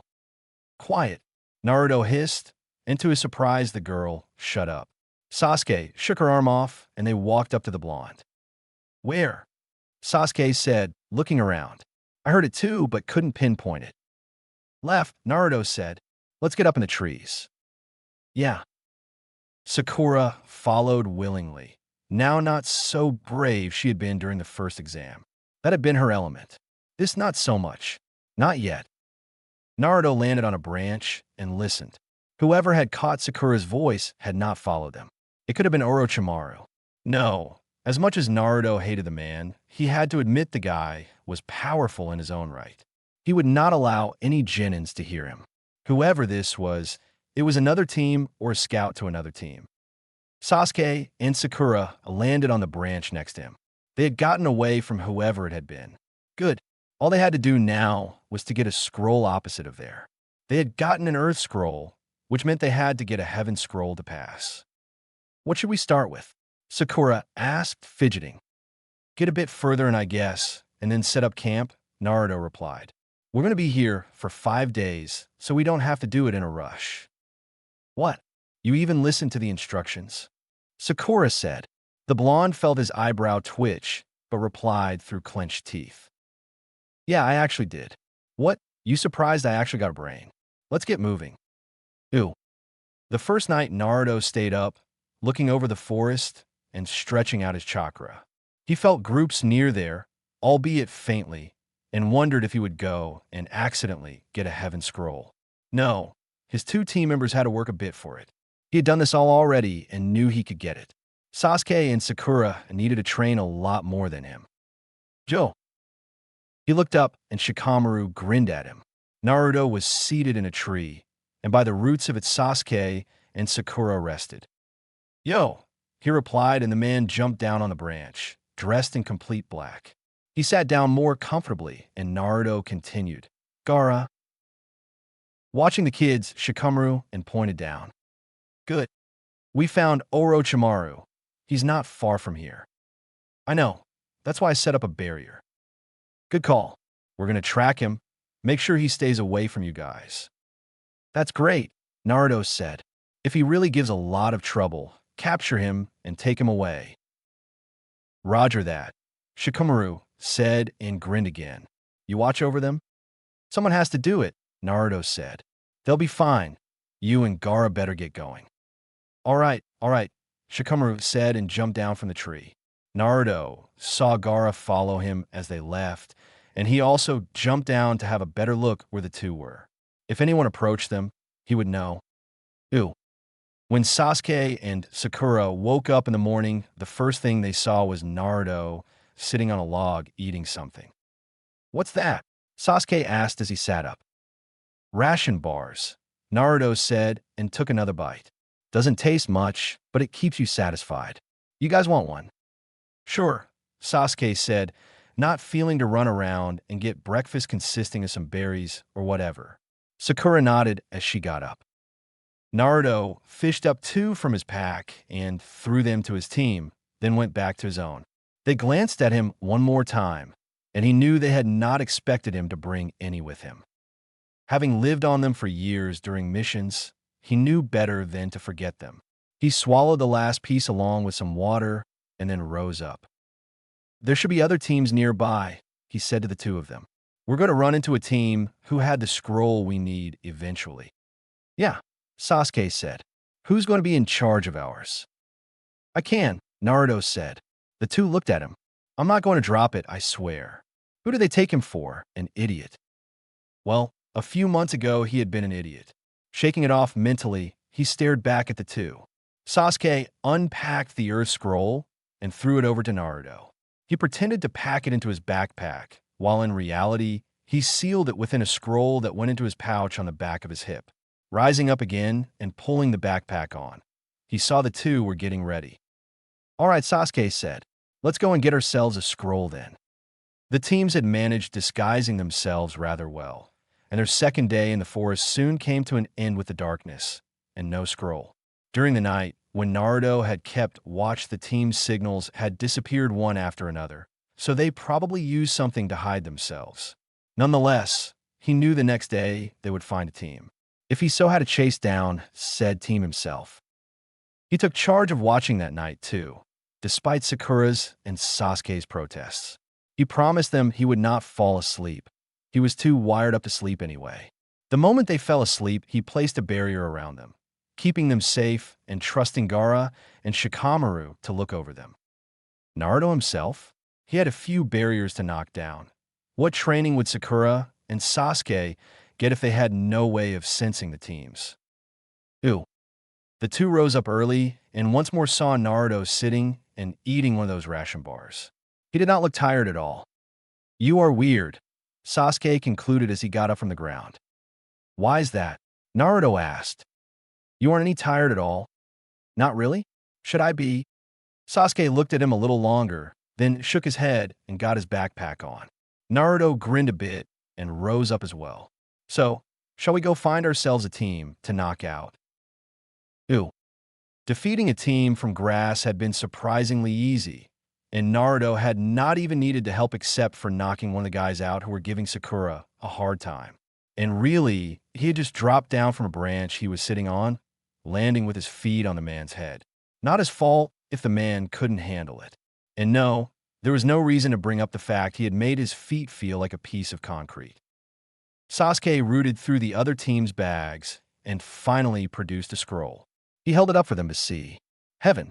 Naruto could not believe their luck, but for safety he said, could it be a Jinjutsu on it? Maybe, the Ice Prince said. I can check, Sakura said, and the 2 gave in, knowing she was a bit better in Jinjutsu than them. Naruto had been taught by Kurenai, but it was more about battle Jinjutsus, not this kind. Plus, he would probably make the scroll explode, even with his good chakra control. He did not have the patience for this kind of stuff. Sakura could confirm it was real, and it was given to Naruto, so he would guard both. So now all we have to do is protect the scrolls and make it to the tower, Sasuke said. Yeah, Naruto said. We should camp near the tower. Why not go there directly? Sakura asked. We have to be outdoors at least 2 or 3 days. We've been here for 2, and it's kind of looking suspicious if we come way too early. So we camp out one more night, and then I guess we'll go to the tower, Naruto said. Come on, place is going to be crawling with other teams soon. The tower is north, so let's head that way, Sasuke said. Take the lead, the blonde said, and that was what the Uchiha did. When Naruto knew they were not looking, he made 10 clones that would circulate them along the road and alert of danger before following the 2. Ew. Naruto was surprised how long Orochimaru had waited until approaching them. They were having a small break around lunchtime when he felt the man's chakra. Looking up, he stretched out his own and connected with Gaara and Shikamaru. They were watching every breath the snake took. Good. He glanced back at Sakura and Sasuke. They needed to be safe somewhere. He had to change into Shiroi and make it look like they were patrolling if someone saw them. He kind of regretted now they had not told Sarutobi more about what they knew, but releasing too many details would give the poor man a heart attack. He had yet to know that they were time travelers, but there were pieces in the scroll he had been given that would point to that fact. You just had to pick that up. Naruto hoped by the time they met again, Sarutobi had figured it out. He wanted the man to figure out so they could speak more freely. Plus, he could reveal what had happened to the child Naruto, although he was not really sure of the details himself. Damn, Kyubi. I heard that. Duh, that was kind of the point. I think I'm offended. Well then, I guess you are. Looking at the two teens again, Naruto stood up and began walking away. Where are you going? Sasuke asked. Taking a leak, he answered. Be back in a few. Disappearing behind a few bushes, he made the copy of himself and then shrugged away the hinge from himself. Now in his normal white outfit and long hair, he disappeared from the spot, the copy already knowing what to do. He jumped down behind Shikamaru. The snake's watching them, the man said without turning around, waiting for his chance. Well, he won't get one, Naruto said. Where's Gaara? Even closer, the black-haired man said, probably giving him the creeps by staring right into the back of his skull. Hey, there's nothing wrong with Gaara's stare. It's held to be under it, Shikamaru said and shuddered. Yeah, that's kind of the whole point. Should we take him out now? As in kill him? Yeah. No, you know that. If we fight him full out, it'll be a lot of damage. Later, during the third exams, or sooner if we manage. We'll restrain him for now, letting him know he can't have Sasuke. There was no way he would let Sasuke have to carry that cursed seal again. The brat had already enough on his mind. Shikamaru nodded at that, and Naruto motioned with his hand to take him to Gaara. Soon the two landed behind the redhead, who did not greet them other than stretch up his hand, eyes not leaving Orochimaru. The man kept looking around, and Shikamaru chuckled. He can probably feel us a bit and wonders where the hell we are, he said. All right, Naruto said. Let's do this. Ooh. Orochimaru tried to relax as he turned back his eyes to the three Genins. Well, one was a clone, but he didn't know that. But it was not that easy. It felt like someone was staring at him, and it was beginning to get on his nerves. Not to mention it was a bit creepy. Wherever he turned, he discovered nothing but a faint tug at something or someone. The moment he tried to strengthen it so he could pinpoint where the person was, it retreated just out of his reach. That was getting annoying. Hello, Snake. He whirled around and got a kick to the stomach that made his breath catch. How the hell? He recovered quickly, though, and looked up to see his attacker. Blackness was one good word to describe a man. The only thing that was not black was the man's skin that was a complete contrast to his clothing and hair, nearly white. Then Orochimaru saw the shadows by his feet. They were twisting, climbing upwards on his legs, and whirled around in the air in small curls. Are you an Ara? He asked as he slowly stood up. That's a good question, the man replied. Am I? He stretched out a hand, and shadows flew out from him, making Orochimaru leap back to avoid it. The moment he landed, sand wrapped around his ankles tightly, and he growled out. That Biju from Suna? No. A man appeared in front of him, red-headed and red-eyed, looking at him coldly as in contrast of his fierce redness. He was also dressed in red that made him stick out in the surrounding environment. That boy, the man continued, is far nicer than me. Orochimaru observed the two of them as the black-haired one stepped closer. What should we do with him, Akai? He said as he reached the redhead. Keep him in place until the children are safe. Who are you? He hissed at them. Patrollers from Konoha? You actually stay in Konoha whilst having all this power. The power to actually pin him down with no effort. They were no mere jounins. They were something else with your powers. You could do so much. He tried to get out from the hold, but the sand would not let go, would not let him get away. He had never heard of anyone else than Sabaka no Gaara to be able to control sand so much. We do what we want. Our reasons are our own. A third voice, a rustle behind him, and a man stepped down next to him before going over to the other two. Orochimaru could not help but stare. One in complete black, one in red, and now one in white. The white dress man turned around and looked at the snake-like man with ice-blue eyes, locks of blonde hair falling down his face, the rest trickling down his back. There was something about these three that Orochimaru had never seen before. "You're going to get out of this forest," the white-clothed man said, "without harming anyone or anything, without even touching anyone." "What? Just like that?" Orochimaru said. "Of course we'll make sure of that," the blonde said, and his lips twisted into a smile. "Don't think we'll let you out of our sight. We will watch every breath you take, Orochimaru, until the very last one." The man felt as if it was the sand that actually held him up at this point. The voice in combination with those chilly eyes made his legs weak from fear. Him, the great Orochimaru, was terrified of a man he did not even know the name of. "Fine," he said. "I'll go. Not forever, though. I will have Sandane killed and Sasuke on my side." "Who are you?" "I'm a Kai," the redhead said. "Kurwa," the black-clothed one said. "Shiroi," the blonde said. "We are warriors loyal to the future." Kurwa snickered at this, but Orochimaru was too busy to wishing he was getting out from the forest alive that he did not try to question why. Shiroi looked over at Akai, who released Orochimaru from the sand's clutches with a mere wave. "Leave," Shiroi said to the sound leader. "If you don't." At this he looked over at Kurwa, who smiled. "I can kill him then," the black-dressed man said happily.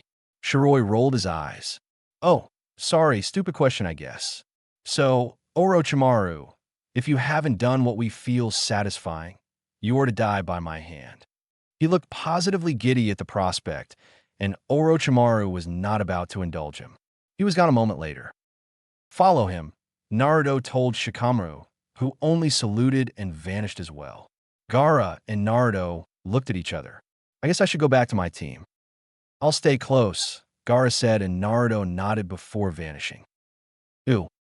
Sakura and Sasuke were none the wiser about Naruto being gone, and he slid back effortlessly behind them. They did not even notice anything, and he sighed. They needed a lot more training to become skilled shinobis. But then again, he was not just a careless genin, but someone who had fought for the better part of his life. Maybe he should cut them some slack.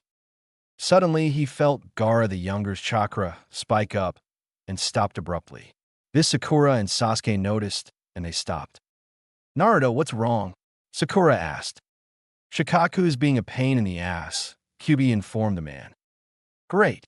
Naruto looked over at the two and said, "Nothing. Just had this feeling." He looked over to the side where he saw Gaara appear for a moment. Their eyes spoke. Gaara nodded once, and then he vanished. Naruto turned back to them. "Probably just chakra from someone else in the forest," he said. "Shall we continue?" Sasuke now felt it too, but nodded.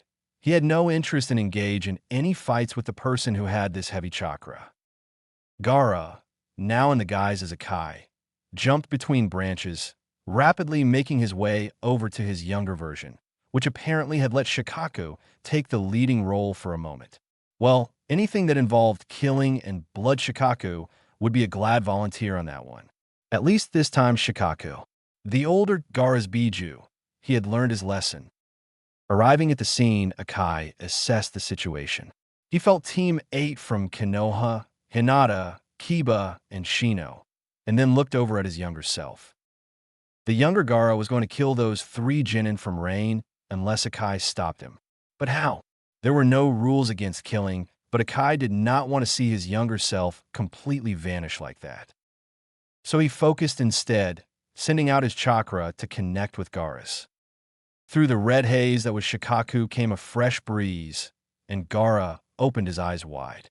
His older self.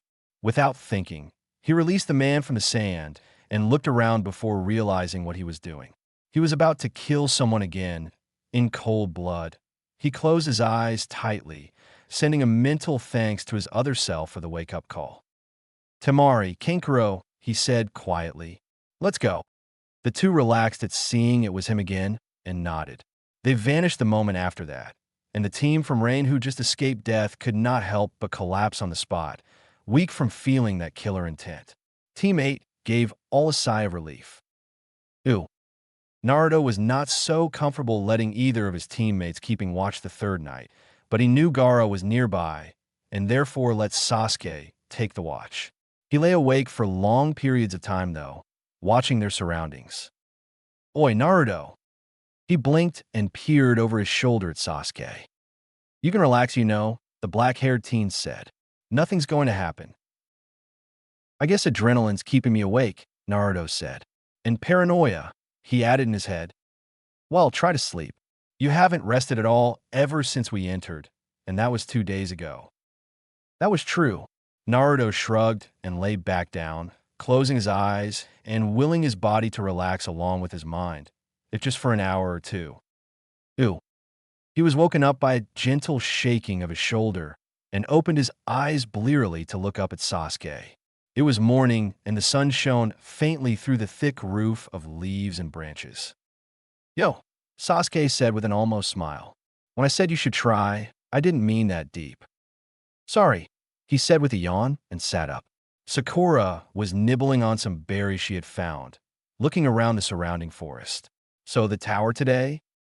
Yeah, the Ice Prince said, still sitting crouched by his side. No use camping out any longer than necessary. Should we get going? Sakura asked, and Sasuke rose up even as Naruto got up as well. Best if we do, Naruto said and glanced around. Gaara was to his left. His chakra indicated he had had no rest at all. The man had to sleep some time. Shikaku and the older Gaara knew better than to start messing with Gaara's sleep. Naruto figured he would talk to the man once they arrived at the tower in the forest. Let's go. You're not going to eat? Sasuke asked. No, I'm good. He got his backpack on and looked at the two before jumping up in a tree. He felt them following and set to the direction of the tower. Ew. Well, don't you look haggard? The three startled, then whipped around. Kakashi's eye smile greeted them as he stood a bit leaned down, hands on his knees. Irika, who had been brought to them by opening the 2 scrolls inside of the tower, shook his head at the man. There was no need to frighten his own students.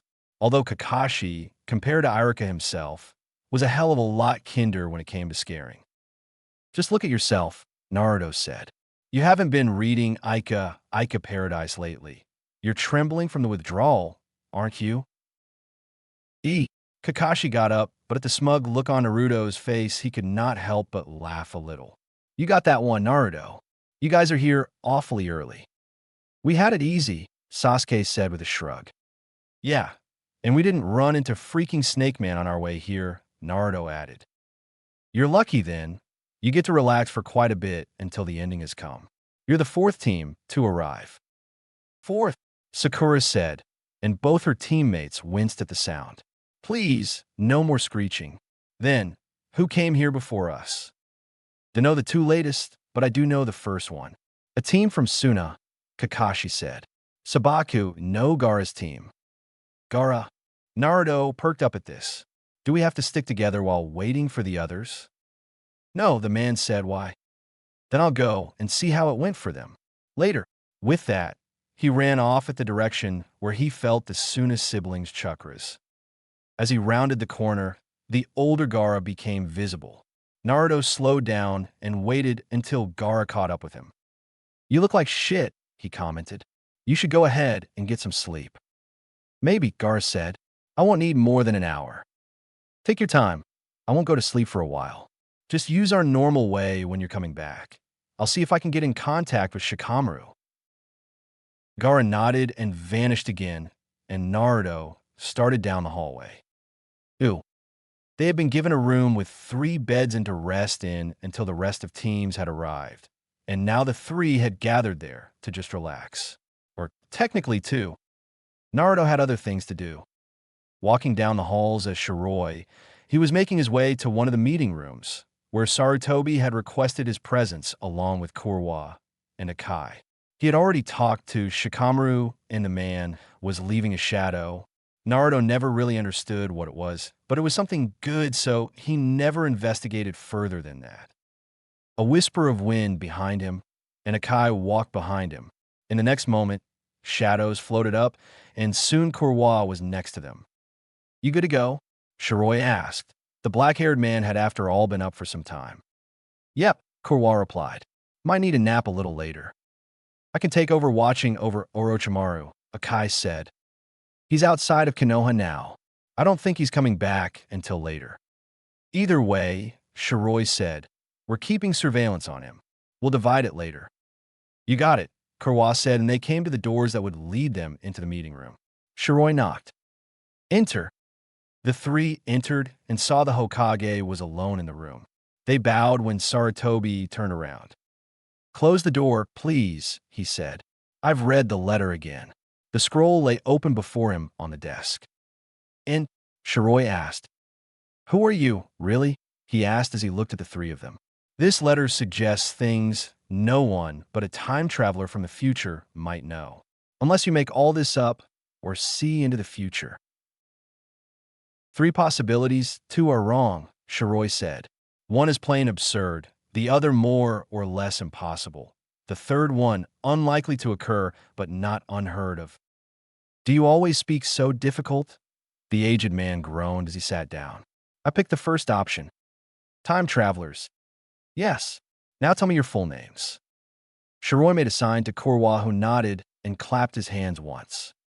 No one beside Sarutobi-sama will hear what we say now, he confirmed to the blonde. Good. Then I guess we'll reintroduce ourselves. Sarutobi looked at the 3 men, waiting. Kurwa turned to the man, bowed, and said, Nara Shikamaru. Then Akai's turn. Sabaku Nogara. Shiroi. And I'm Uzumaki Naruto. Sarutobi's jaw dropped. Whatever he had expected, this was not one of them. Chapter 9. Previously. Sarutobi looked at the 3 men, waiting. Kurwa turned to the man, bowed, and said, Nara Shikamaru. Then Akai's turn. Sabaku Nogara. Shiroi. And I'm Uzumaki Naruto. Sarutobi's jaw dropped. Whatever he had expected, this was not one of them. The man had to take a few moments to collect himself. The 3 time travelers waited patiently. Or rather, he needed more than a few moments.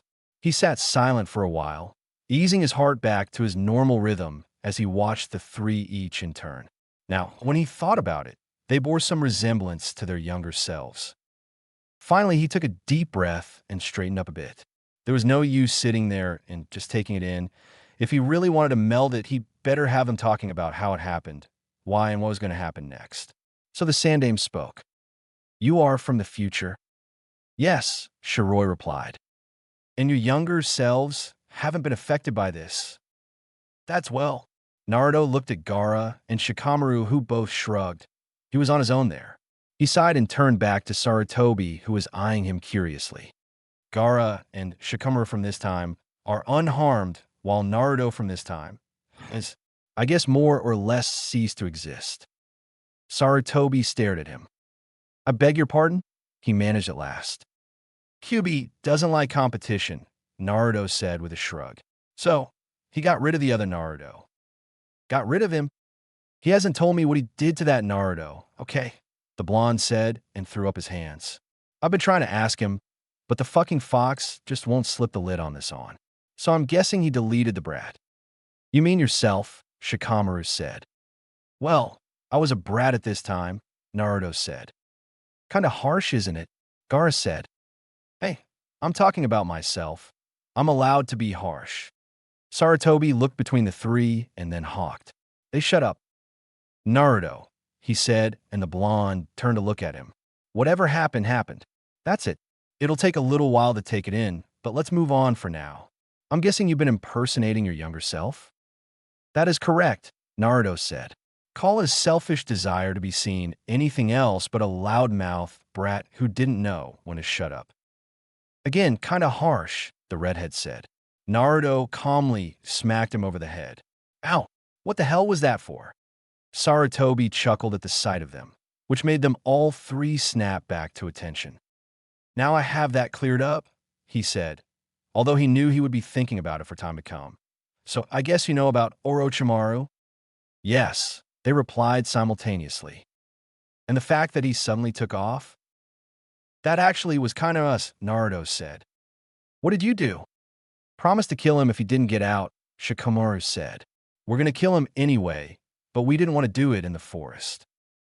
So, it's you guys I have to thank. I nearly shut the second exams down due to him, but now I know we can keep going. His interest lies in Uchiha Sasuke, Naruto said, but he won't get the boy. Why does he want Sasuke? He wants the Sharingan, Naruto replied. He won't get close to Sasuke. He wondered if he was whining that out, like a stubborn child. He hoped not. With that look of yours, Sarutobi said, I don't doubt it one bit. Naruto, Sakura, and Sasuke went to the meeting hall where the other teams had gathered. Some had arrived moments ago, while others had been able to rest for a bit.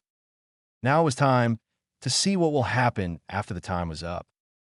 Naruto already knew, but he could see the others did not. He looked over at Kabuto and felt another urge to walk up and kill the man, yet again holding it down and forcing a heavy lid on it. Nope, not going to do it. Not yet anyway. The information was pretty much the same as always, although Naruto noted Sarutobi looked over at him once, probably to check his disguise. Sorry, old man. He looks to be every bit of a scrawny 12-year-old. Leaving over to Gecko Heiei, the Hokage climbed the stairs up the second level along with the Jounins, and now they were informed about the preliminary matches. Naruto looked around, and, as before, Kabuto gave up. However, this time, he was not saying anything against it. The man could go to a rock, crawl underneath it, and die for all he cared. Naruto looked up at the screen that began to list through their names, coming up with a random mix, and it stopped with Sasuke and Akato Yoroi. The blonde looked at the Uchiha, got the look returned, and then moved up to the second level with everyone else, leaving the two and Hade alone on the first level. Now, when Sasuke did not have a curse seal to worry about, there was nothing really Yoroi could do. The Uchiha was too fast for him and caught up with his abilities within a few attacks. The blonde looked on as Sasuke made the same move as the last time, only this time without holding back. He was pretty sure he was grinning as he saw Yoroi smash into the ground, and Sasuke declared the winner. Of course, hearing Ino and Sakura shout about it made Naruto wince, and Kyuubi moaned about his poor ears. Shaking that off, he saw Sasuke had moved up to the second level and Shino moving down along with the sound guy, the guy they had not met up with in the forest like last time. Now, with his arms perfectly fine, Naruto wondered if it really would make any difference. Looking down at the ever-stoic Shino, he was pretty sure it would not. Not even 5 minutes later, Naruto was proved right and Zaku was shipped off to be treated for his injuries. Suddenly, a shadow moved near Naruto's feet. Shikamaru's voice drifted through his mind. Come here for a few minutes, would you? Naruto pretended to go to the bathroom, making a copy of himself that he sent back and who would alert him if his name showed up before he was back. With that done, he morphed back to his usual self and followed Shikamaru's trail until he met up with them both. Both had donned their Akai and Kurwa looks, which was rather good, because without them Gaara would be seen as an older Gaara, and Shikamaru looked rather alike his young self, and if not that, he would be connected to Shikaku. What is it? He asked. We captured Kabuto before he could get to Orochimaru, Gaara said quietly, arms crossed. Last time it took a lot longer for us to find him. We never really did capture him either. The bastard was dead when we found him, Shikamaru said. We trapped him in our best seals. That should hold him until the end of the world, Naruto said with a smile. Or at least the next 30 years, Gaara said. What should we do with him? Leave him for now.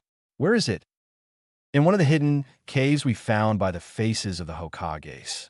Gaara sealed it shut, so only we can come in. Naruto looked over at the redhead. I made it the usual way, Gaara said, and he nodded. For how long are we going to leave him? As long as we can, the blonde said. I don't feel a particular need to see that face of his for a while. Maybe he'll die, Shikamaru said thoughtfully. I mean, he starves to death. You can only hope, Naruto said and shrugged. Anything else? I got Kage Bunshin scouting, Shikamaru said. If Orochimaru or one of his little friends comes closer, I'll know it. And Suna? Gaara asked Naruto. They're not on it, Naruto said.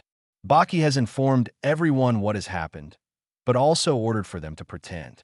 If Orochimaru does get in here, he'll be in for a surprise when Suna turns on him and Sound when they need their help. So Gaara, Temari, and Kankuro don't have to fight? Except for in the finals, Naruto said. That's good.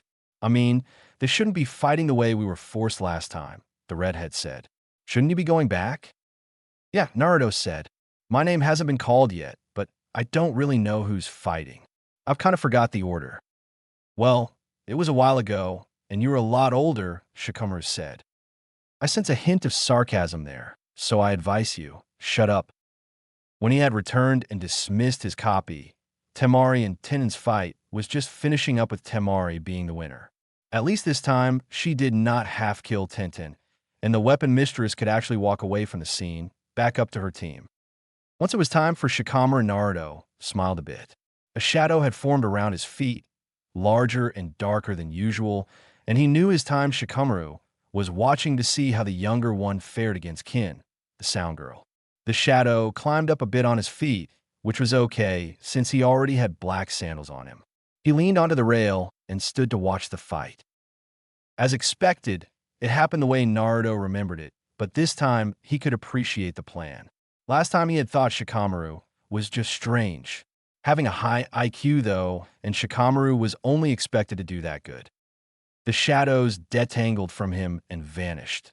The blonde, knowing Shikamaru was probably off to Gaara or something. In that moment the name stopped, and he saw he was up against Kiba. He glanced to the side and saw the boy grin.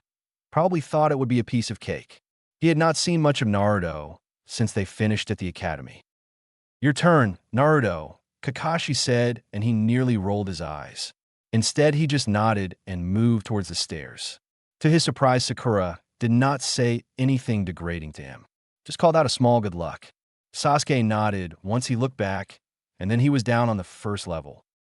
This is going to be easy, Kiba said, and Akamaru barked. Naruto sighed and moved towards the boy before saying, maybe not. Hey looked at the two of them and then called out, begin. Kiba immediately charged, but Naruto was faster, jumping up in the air above him and flipping down on the floor again, just as Kiba twisted around. Naruto took out one of his scrolls-marked weapons and opened it behind his back, knowing where everything was and therefore did not hesitate touching one symbol. He removed a kunai with a string attached, and on the string were explosive notes. One of his tricks that was rather useful. As Kiba came towards him again, Naruto moved his other hand and threw a smoke bomb onto the floor. Immediately a black thickness welled out, and Kiba stopped as the others wondered what the blonde was planning. Sarutobi, knowing who it was a bit excited to see what the older Naruto could do, and if he was cold enough to willingly hurt a younger shinobi. Naruto himself were busy throwing the kunais around, moving with his eyes closed, already taken notes of his surroundings like Shikamaru had done and now made full use of it. Finally, he jumped backwards, the scroll safely rolled up now and in his hand as he came whirling out of the smoke. He landed smoothly a bit away and dragged up a last kunai with an explosive note attached to the end of it. The smoke cleared and they all stared. Kiba stood in the middle of a net made of strings and filled with explosive notes. He stared at Naruto, who stood rigid a bit away, the kunai ready to be thrown. Kiba wondered what would happen if they all activated. He called on Akamaru that had escaped the net, and the dog jumped toward Naruto. The blonde had already seen this. He twisted around, caught the dog by its neck, and added a gentle pressure, ensuring it would black out. Akamaru flopped limply in his grasp. Akamaru, Kiba shouted as Naruto gently laid the dog down. What did you do to him? Will you forfeit? Naruto asked, lifted the kunai again. If you don't, I won't regret throwing this at you. Kiba hesitated this time, glancing around him. He was not sure if they were real or fake. He wanted to believe they were fake. He really wanted that, but there was no way of being sure. And the blonde looked way too serious now. More serious than the older shinobis even. I don't believe you, he finally shouted, because there was no way in hell he would be intimidated by the dead last. All right, Naruto said, your loss. And so he threw it. The area around Kiba exploded, and Kurenai shouted, perhaps a moment too late, or so she thought. The others were shocked. They had not expected him to actually do that. The blonde turned around and began walking towards the stairs again. Hate moved forward, waved his way through the smoke, and then said, "Winner, Uzumaki Naruto." As medics came to take Kiba and Akamaru away, Kurenai rushed down to see how her student was. Shino and Hinata followed, as Hate continued removing the thick smoke. "How is he?" the woman asked, even as she sent a half glare at Naruto. "He was way too dangerous." "Just unconscious," the medic replied her. "But that blonde boy sure is skilled." "What do you mean?" she asked, confused. "That trap wasn't meant to hurt anyone," the other medic said, and smiled a bit as her eyes grew wider. "It was just meant to knock someone out. To place those kunais and strings in the exact position. That's pretty tricky, and he did it like it was nothing." "What about Akamaru?" Hinata asked. "Just fine. Should wake up in the next few minutes." "Hinata," Shino said quietly, and the girl turned to him. The screen. She looked over there, and her eyes widened. Naruto watched the two names and wondered why some things had to stay the same. Hyuga Hinata versus Hyuga Niji. That boy seriously needed to be brought down a few notches, and there was no way Naruto would let Hinata get that hurt again.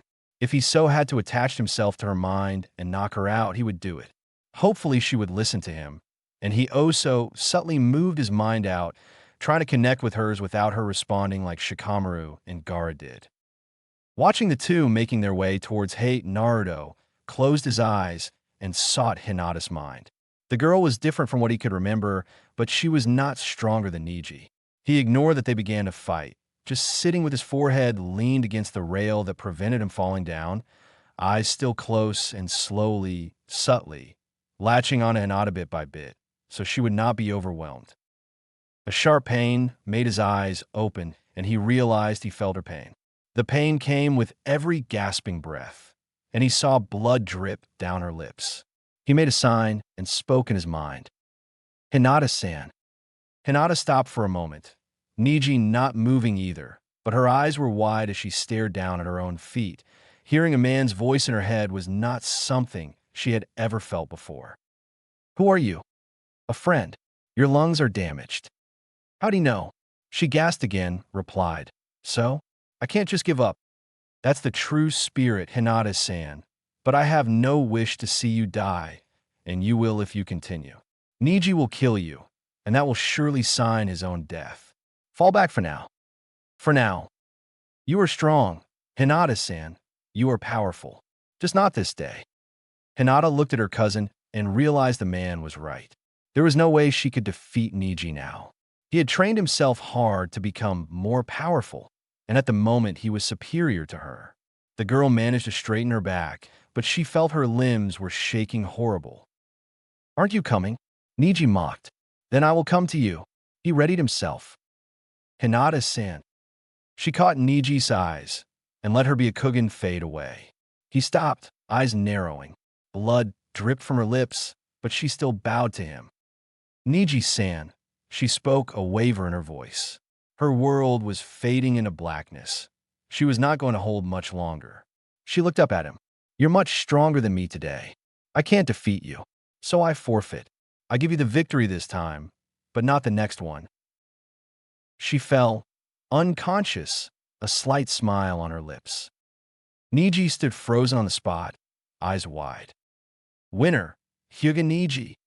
Naruto watched as the medics took Hinata away, clenching his jaws. She was not as injured as last time, but it had been near she had continued. He gripped the cold steel bars until his knuckles were white. "Naruto." He looked up to see Kakashi stand near where he was sitting. The man squatted down and gently unbent his hands. "You were worried about Hinata, weren't you?" he said. "She would have died had she continued," Naruto said and turned his eyes away. "How do you know that?" Kakashi asked. "I could sense it," the blonde said. Then, quieter, Kyubi could sense it. Her body would not make it. Her heart would have given up. "I'm glad she stopped." Kakashi looked at him and felt a frown on his face. There was something he was missing here. Next match was between Lee and Gaara. Naruto could not help the slight smile as Lee jumped in excitement over it. He looked over to see Gaara take a deep breath, vanishing in sand and reappearing on the first level. Naruto called on his times Gaara in case the younger one would lose control. It would be more comforting for that Gaara to be confronted by the older one. And if not that worked, then Kyuubi would step in. He felt the man's chakra swirl, respond in affirmative, and then moving towards the hall. The blonde glanced around, but saw the others were too busy watching the two genins. He turned his eyes there as well. Hate looked between them, then shouted out, "Begin!" Lee blurred out of sight and reappeared in the perfect position to land a hard kick on the other teen's shoulder. Or rather, in the perfect position for everyone beside Sabaka no Gaara. The sand moved, blocked, and threw the other away from Gaara, without the younger battling an eyelid. Lee landed and speeded off the moment after that, Naruto barely being able to keep up with the speed. The match seemed endless. Lee came, tried to hit, Gaara blocked, and finally Lee let the weights go. Naruto felt the older redhead move into the hall, looked over and saw him coming up the stairs. Some of the shinobis knew about him and would not question his presence, and the others would be wise enough to shut up about it until the right time. Kakashi glanced over and tensed a little as he saw Kai come walking while watching the two fighting on the first level. The man's walk was calm enough, his arms loosely crossed, eyes focused on the pair and a bit narrowed, but the Kapinin could not help but tense a bit more as the man came to a stop near Naruto. He was not sure whether he could trust those three mysterious shinobis or not, and therefore did not want any of them near one in his team until he knew for certain. Naruto himself only glanced up and allowed a small smile slip out, in an angle where no one but Gaara could see him, and the redhead ever so subtly nudged his leg with sand before it retreated. They settled down to watch the match.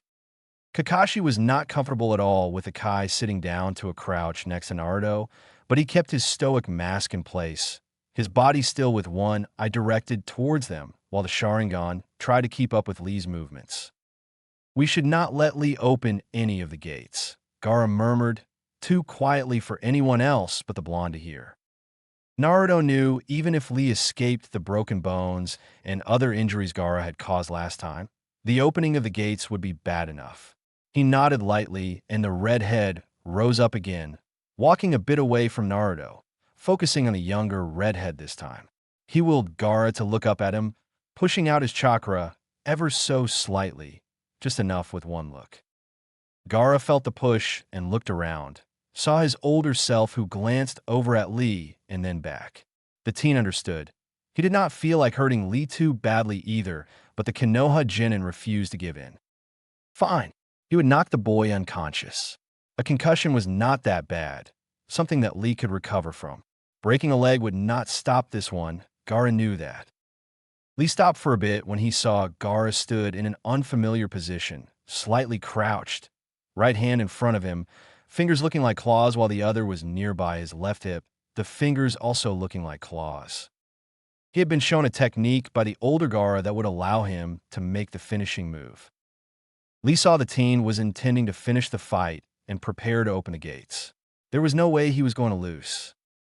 Gaara closed his eyes, and the two time travelers waited. The sand moved out from Gaara in a ring. Constant movements, and Lee had to throw up his arms to protect his face from the whipping wind. Gaara tilted his head up, the short red hair ruffling up, and his eyes opened. He moved the hands. Guy screamed his student's name as Lee was caught up in something, hauled upwards before hitting one of the walls hard. Gaara let the sand catch the now unconscious teen before he could hit the floor and hurt himself more. Hate crouched down by Lee, then looked up and said, "Winner, Sabaka no Gaara." The teen was already back at his siblings, and the sand slowly trickled back to his gourd. The two looked at him with slight smiles. He had not tried to kill Lee. That was a good sign of him really changing. Kakashi finally looked away from the sight, turned his head to focus on Akai, but the man was already gone. The preliminary matches ended with Dosu as a last winner, winning against Chuji, and then they were presented with the third exam fights. Naruto was with Niji like last time. It all looked the same, the blonde noted, and was a bit surprised how quickly they were dismissed after getting the information when it was time for the exam and what they should do in the meantime. He met Sarutobi's eyes, and the man nodded slightly. He had a job for them. Exiting with the rest of the people, he claimed a toilet break and vanished down a hall. Not even a minute later, he was making his way to the room as Shiroi, Kurwa, and Akai joined him shortly after that. He could hear voices drifting out from the room, Anko being the loudest. He is here, and you know at Hokage-sama, we can't have the third exams now. It's all under control, Sarutobi said and looked at her. Trust me, it is. All under control? Ibiki asked. With all due respect, just because Orochimaru is not nearby does not mean he's going to lie docile. As I stated, it's all under control, the old man said. I have my private shinobis watching his moves. Private shinobis? Guy said slowly. They're not of any rank in this village, nor are they known to many people, Sarutobi said. And there they are, Komein, Shiroi, Kuroi, Akai. The shinobis in the room all whipped around as the three stepped in. Doing the customary bow, the three then began to walk towards the group. How is the watch on Orochimaru going? The Hokage asked. I watch his every breath, Kurwa said with a smile. You're not watching it now, Anko countered with. All right then, my shadow is watching his every breath. One move I don't like, and I'll choke him to death. Slowly. Sadist, Akai muttered. Shut up. Shiroi only needed a glance back for both to shut up. Kakashi stared at them. So they were on Konoha's side. They should have been introduced to us when they first arrived, Ibiki said. That's normal. Well, this isn't a normal situation. They don't serve Konoha, they serve me. The Hokage waved Shiroi towards him, and the blonde began to walk. Kurwa and Akai stayed behind. I want to have this mission done. He gave Shiroi a scroll, and then looked him over. Kakashi, he then said. Yes, the Kapinin said. You are intending to train Sasuke, aren't you? Sarutobi asked. I will try dividing my time equally between him and Naruto, Kakashi said. I'm sensei to both, not one of them. Sasuke will need a lot of help with that Sharingan of his, the old man said. Shiroi, you're used to abnormal amounts of chakra and can defeat it. Yes. You know of Konoha's Jinchuriki? Uzumaki Naruto, yes, Shiroi replied. What about him? Sarutobi thought for a bit, or at least it looked that way, and then said, Train him, Shiroi. Naruto has only seen the man once. Kakashi began. And Shiroi will be able to handle Kyuubi's chakra, Sarutobi interrupted. Once you get back from your mission, you will train Naruto. He needs help. Understood, Shiroi said. I'll try to not make it uncomfortable with him. Kakashi felt uncomfortable with this already. However, the blonde said, as I'm off to a mission after this meeting, surely it will take a week at least. Naruto should be with his sensei. The Kapinin looked over at him in surprise, but Shiroi kept his chilling eyes at the Hokage. Sarutobi nodded and said, That would be for the best. Can you agree with these terms, Kakashi? If I can see Naruto when he's training with you, Shiroi-san, the man said. Of course, Shiroi said, and looked at Kakashi for the first time. I will not keep him from you. I will be going then. Introduce yourself to Naruto before you leave. Give him some time to digest the news, the Hokage said. I don't want to shock him when you get back.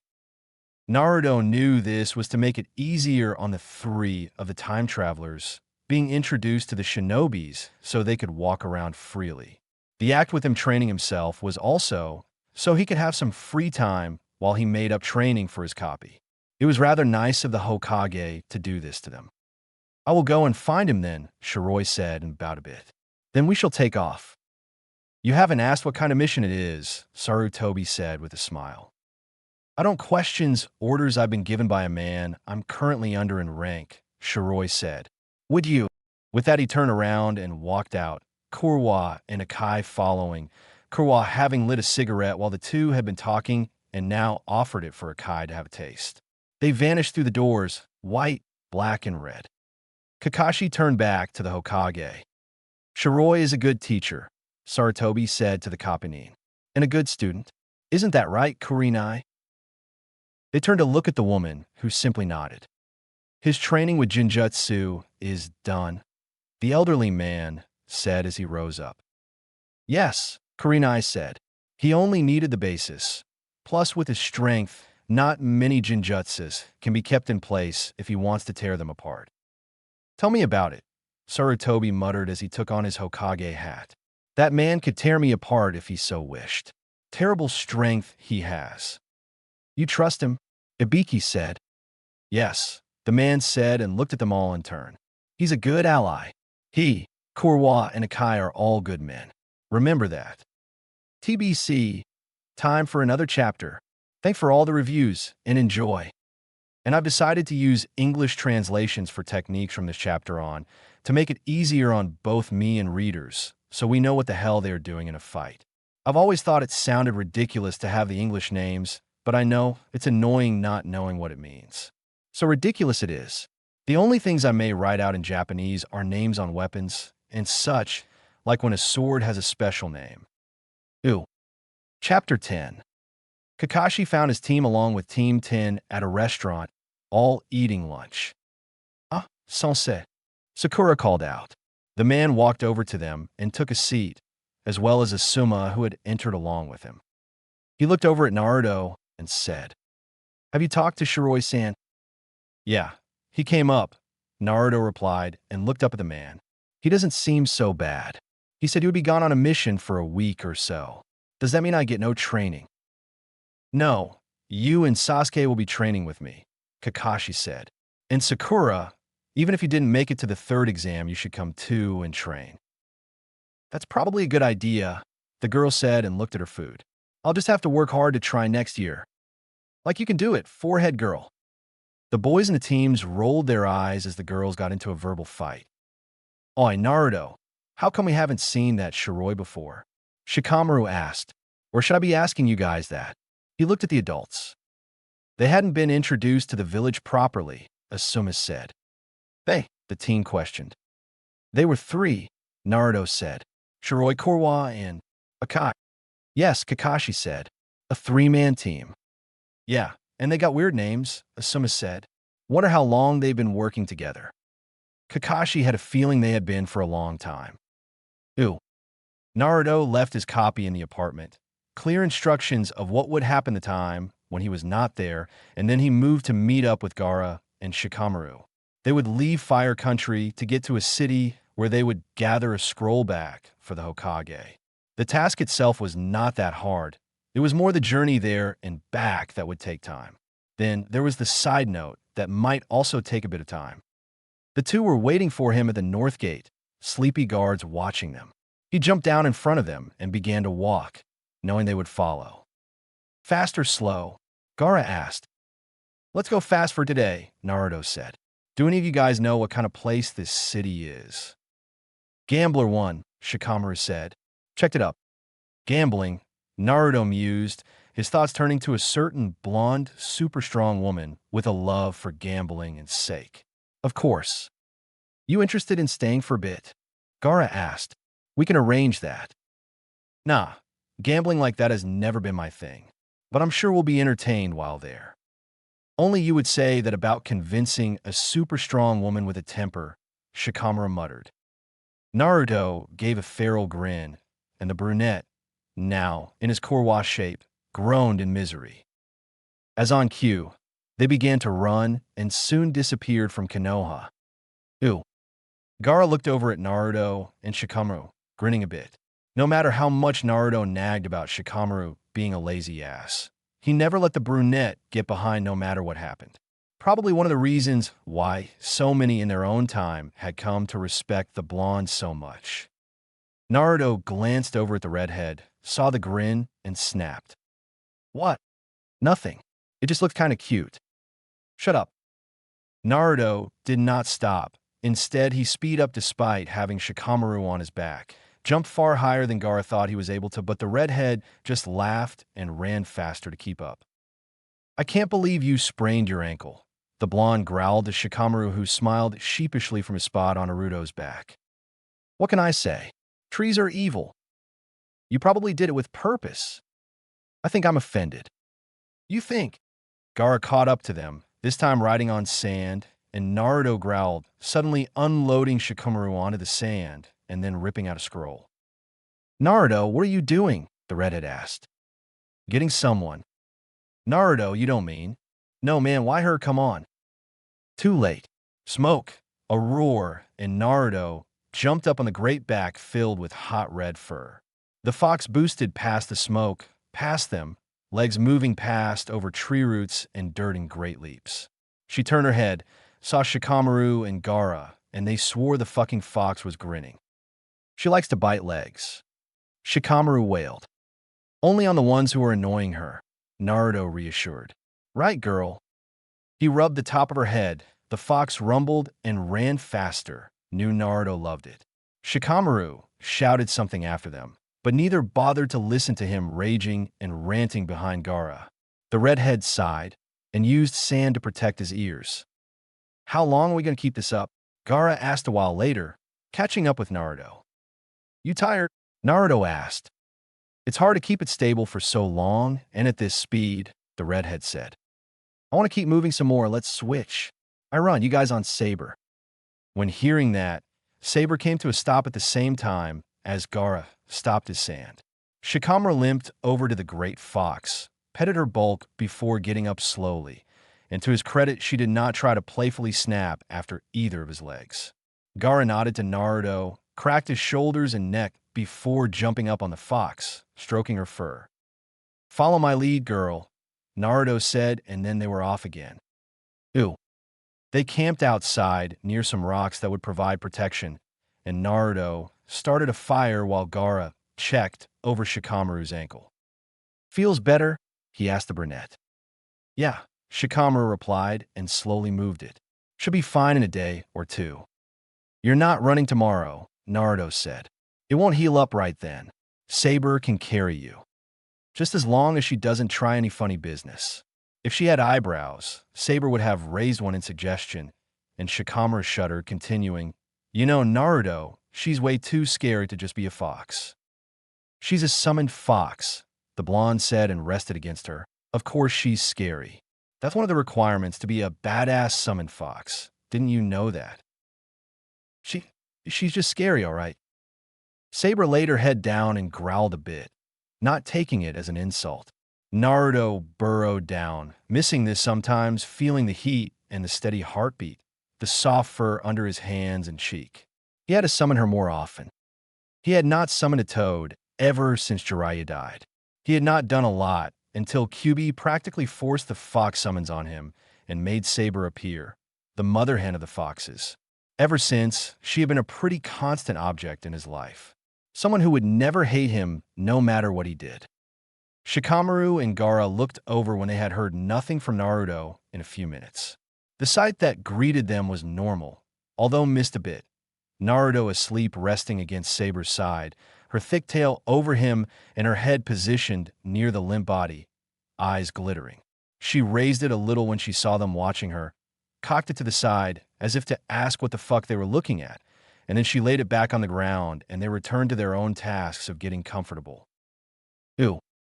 Sarutobi looked up as Kakashi entered the room, put down the papers he was reading, and waved the man forward. The copynin came to a stop in front of his desk and scratched his head. Something on your mind, Kakashi? The aged man asked, although he had a fair guess what Kakashi came for. He sat down and seemed to think over his words, careful now as he threaded on unknown ground. You're worried about Shiroi and Naruto, aren't you? The man said, and Kakashi looked up, did his eye smile, and said, That obvious, huh? It's normal for a teacher to worry about his students. Ask Irika, Sarutobi said with a smile, although that man takes it a bit to the extreme. Yeah, he still worries about Naruto, the gray-haired man said and rubbed his neck. Naruto is dear to him. Don't be bothered by it. And I assure you, Shiroi will not let Naruto be harmed. It's just, I don't know anything about him. I've only seen him a few times, and during those times I can't tell whether he's on our side or not. It was unusual to hear Hatake Kakashi ramble, and a bit amusing. Sarutobi smiled and said, I know the feeling. You do? Yes. Imagine my surprise when they first showed up, entering my office like the wind, no explanation, just offering to work for me and me alone, Sarutobi said as he turned to look out the window. Somehow I still knew I could trust them. Shiroi looks and acts cold when you don't know him, but once you get a little under his skin, you'll see he's nice. Kurwa and Akai are almost always with him, so your student will get to see a lot of new things with them. I just feel a bit uneasy about it all. I know, Kakashi, but don't worry, Sarutobi said and leaned closer to the man. Shiroi will protect Naruto. I swear that to you. Ooh. Entering the city, the three had a look around, donned in simple brown cloaks, and saber gone, Shikamaru having a slight limp only enforced their looks as travelers. That was just as well. They wanted to get in quietly and get out quietly. Who will look for her? Shikamaru asked. I vote for Naruto, Gaara said. Of course you do, Naruto muttered. Why me? Because if she challenges you for a match, you'll kick her ass and drag her to Konoha, the redhead said with a shrug. You can do that too. Yeah, but you do it without breaking a sweat, Shikamaru chirped. We'll look like sweating pigs once we've finished running away from her. You will at least. There's a thing called exercising. I'm pretty sure Gaara have heard about it, but I'm not so sure you have, Naruto muttered, and Shikamaru stuck his tongue out at him. All right, I'll find her. You go get the scroll. We'll meet up outside the city, rock formation in a while. You got it, Gaara said and steered Shikamaru down one street while Naruto took another, stretching out his chakra to see if Tsunade was there. It was Sarutobi who had found her, and he wanted her to come back to Konoha, as well as Jiraiya. Naruto knew Jiraiya was already in the village, but had not summoned up the courage to go see him. Well, not yet anyway. He probably would do that first thing after this mission when he realized how foolish it was to fear meeting someone who had died in his time. This was a new time, and the pervert was alive. He should just be happy about it. Bingo. Not only did he feel her, Naruto also had a visual of her and Shizen. The girl was holding Taunton tightly while pursing her lips, probably keeping in what she wanted to say, which was that they would leave. He had a smile at that, and then entered. Tsunade turned her head, felt his chakra, and eyed him as he sat down by one of the machines, digging out some coins. You're not here for the gambling, she said as she started over with her own machine. How could you tell? Naruto asked as he looked at her. Your chakra tells me you're a shinobi, and they don't gamble. Not? What about you, Tsunade Haim? She looked over at him sharply, but he had turned back to the machine, seeing if he was having any luck. Most of the time, he did not. He wondered if he somehow had inherited Tsunade's bad luck at games, or at least when it came to gambles.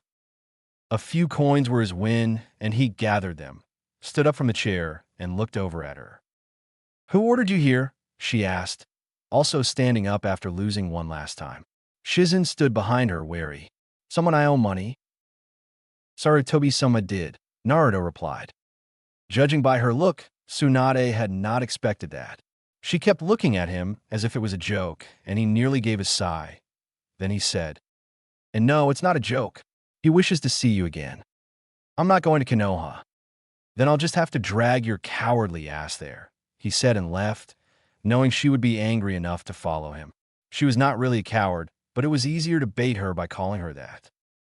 True enough, he had only managed to get out of the city before Tsunade jumped down in front of him. Shizen came running from the gates in the distance, Taunton tightly in her arms. You call me a coward, the woman said casually. Yes, I did, Naruto replied softly. Care to show the opposite? I'm not going to Konoha. I believe you said that already, and I say you should. Why? For your former teacher's sake. He only wishes to meet you. No, she said. I left Konoha long ago. I'm not going back. Naruto smiled a bit, and she took a step back, wary. I propose a solution, he said, and while still not looking entirely sure, Tsunade nodded. A match between you and me. You win, I'll go back and tell Sarutobi-sama you were not to be found. However, I win, and you'll follow me back to Konoha." The woman thought this over, Naruto waiting patiently. Shizun edged closer to the blonde woman, sensing there was no malicious intent coming from the man, but still was careful. "All right," Tsunade said. "I accept." Shizun, back away. Naruto removed his cloak and she stared at his white dressing, then shaking her head. "Are you really a shinobi?" she called out. "Why do you ask?" "Your clothes. Normally we don't wear that much white. Dirt and blood stand out very well on that. I guess I wear them as proof of my skills." "Yeah. Let's see if there's a speck of dirt or blood on them when we're done," the blonde said with a wide smile. Tsunade's eyes narrowed, and then she ran forward.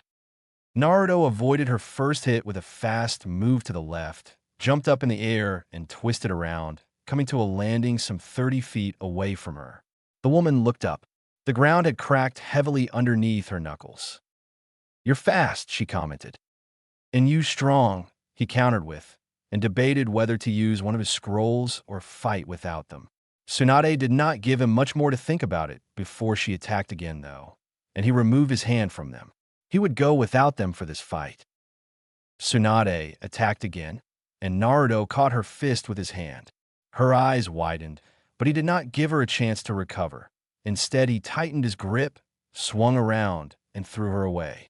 The woman landed safely on her feet, but her eyes were on the blonde man.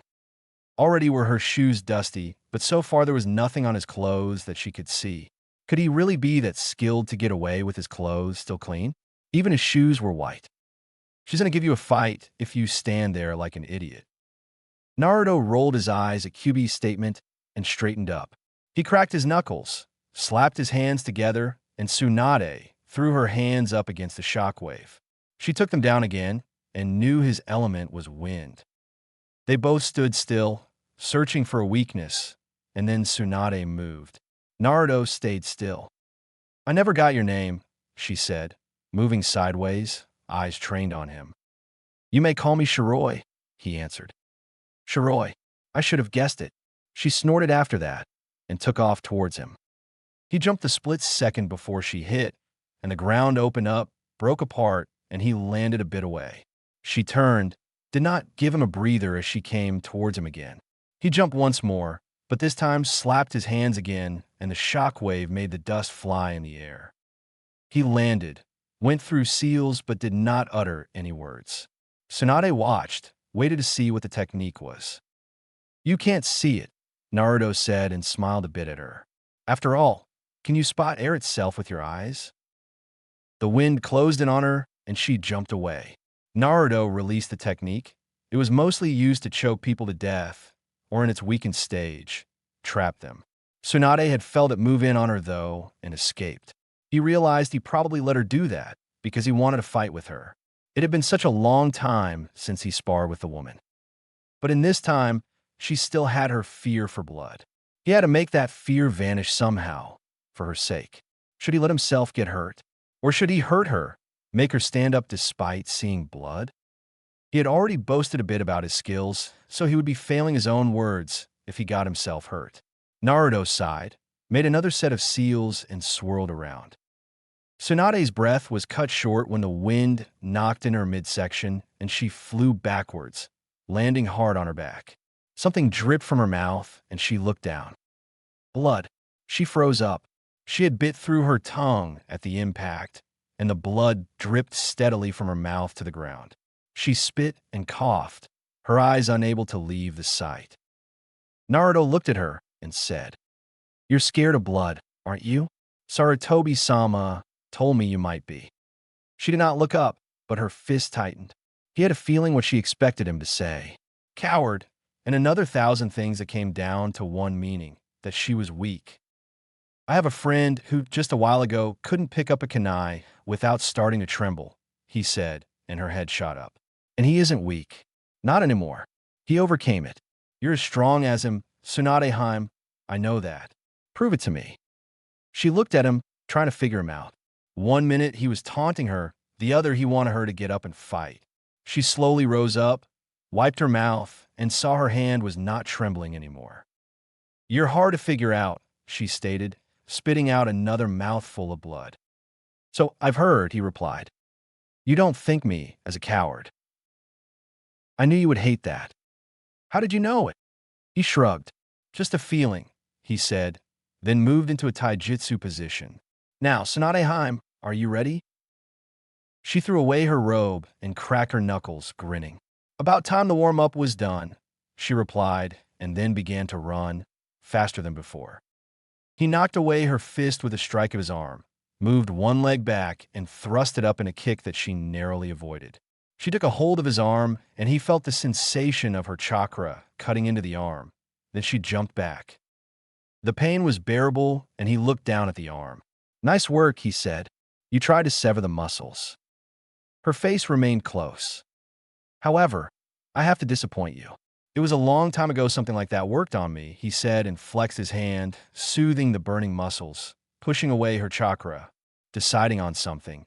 He worked his trench coat off and threw it aside, leaving him only in a fishnet shirt and black fingerless gloves. He usually had a pair that went up to his elbows, but for today, they ended around his wrists. Shizen had moved to a safer location and looked at them both. Tsunade had incredible strength and lots of ways to hurt people from the inside with an impact from the outside. However, the man was unknown for both of them. The only clue he had given was that he used wind, and he seemed good to repel Tsunade's tries to hurt him from the inside out. Plus, he had caught her fist. Not many people would do that. Now the blonde woman moved again, and Naruto stood ready. She jumped up and made ready to strike him by a falling axe kick. Knowing the effects of that, he took a hold of the leg before she could hit him, looked into her widening eyes, ignored the way his muscles and bones protested at the motion, and instead gripped her ankle and threw her down onto the ground. The second leg, however, managed to give him a solid one in the stomach, and he was pushed back. As she got up, her eyes focused on him. His clothes were still clean, despite the dust around them, and it annoyed her just the tiniest bit. But then she saw blood coming out from his mouth. "That sure showed me why I shouldn't let you kick me in the gut," he said and wiped the blood away. "Impressive." "Impressive?" she said, stood ready for an attack. "Your kick. It's impressive." And with that, he started with seals again, this time calling out, "Wind release, cut." A powerful wind broke from him, and Tsunade threw up her arms, shot her chakra out to protect her skin. Where she had not been fast enough, she felt the biting air cut open small wounds. She struck her fist down in the earth so the shock would stop the air from coming. "Not good enough," she heard Naruto call out. Another slap of his hands, and she jumped away from the shockwave. As she looked around, her eyes saw something in the air. The woman looked up, and her eyes widened a fraction. The blonde man was standing in the air. He looked down at her, sun beating on both of them, and said, "I hope I won't hurt you too much with this, Tsunade Heim." He made seals again, but this time said nothing, just leaned his head up and opened his mouth wide. His arms flew out like wings, and he released a howl to the sky. Her eyes opened wide as fire rushed out of his mouth, and she realized he could use both wind and fire. The fire formed into an animal, which one she could not see, and for a moment it was still in the air before rushing down towards her, getting larger with each second. She threw her arms up, and the fire hit the ground, exploding. "Tsunade-sama!" Shizen screamed. "Ew." Gaara looked back, and Shikamaru stopped once he realized the man was not following him. "Something wrong?" he asked. "Naruto used a combo, that's all." "Oh, is he trying to kill her, or what?" "She isn't that weak," the redhead said and turned back to Shikamaru. "But the fight should end soon." "How can you tell?" "If she doesn't give up now, he'll take it up to a whole new level." "He hasn't done that for a long time. We both know that," Shikamaru said. "And he hasn't fought any strong people for a long time," Gaara said. "Why overuse your powers against a thug? With Tsunade and the like, he won't hold back forever." "You mean we will in the near future see him fight for real?" "I admit, while I haven't done much fighting myself the last couple of years, watching him was always entertaining." Gaara looked over at him and saw the grin. Yeah, he replied. I think we will see him fight for real in the near future. Ew. Tsunade coughed and felt Shizun's hands on her shoulders, and she looked up. Her skin had minor burns, but she had managed to escape relatively unharmed from the technique. Naruto was putting on his trench coat again and looked over at her. She noticed he maybe was a bit sweaty, but that was all. There was not even any dirt on his shoes, and she wondered if he really was that strong or just picky how his clothes looked like. My loss, Tsunade said after a moment's silence. I guess I'll go with you then. All right, he said. One question, though. Yes. With that power, why settle on being the Hokage's underdog? Naruto laughed at that as he moved towards them. First of all, I'm not working for the Hokage, he said. I'm working for Sarutobi-sama. Secondly, being an underdog is sometimes more entertaining than ordering people around. Sarutobi is the Hokage. But not forever, he said. That's about it. Anything you need to go back and get from the city. No, she said and rose up. You? Nope. I'm meeting up with the others of my team soon by the rock formation over there. Or they might be waiting for me already. They took off after Tsunade had healed her burns and was by the rock formation within minutes. Tsunade raised an eyebrow and said, Let me guess, their names are Kurwa and Akai, or something? Oh dear me, we're easy to figure out, Naruto said, and Shikamaru rolled his eyes. Gaara watched them silently. The blonde turned to the two and continued. Did you get it? Piece of cake, Shikamaru said. How's your ankle? Good as new. Want to have Saber testing that out? No. Gaara rolled his eyes at that, and Naruto grinned. Shikamaru had the nerve to pout, and Tsunade knew she would enjoy their company. Ew. Sarutobi was standing on the roof of the Hokage Tower when someone landed behind him. He turned, and his eyes widened slightly. Tsunade looked back at him and said with a slight smile, What way to contact me, sending a man of that grade? I thought he might be able to convince you, he said quietly. How are you, Tsunade? I'm fine, she said as she walked forward. Tell me something. How strong is Shiroi? I don't know. Stronger than me. As you were here, he must have given you a good show or proved that he could defeat you as well. I don't think he fought very seriously with me, she stated.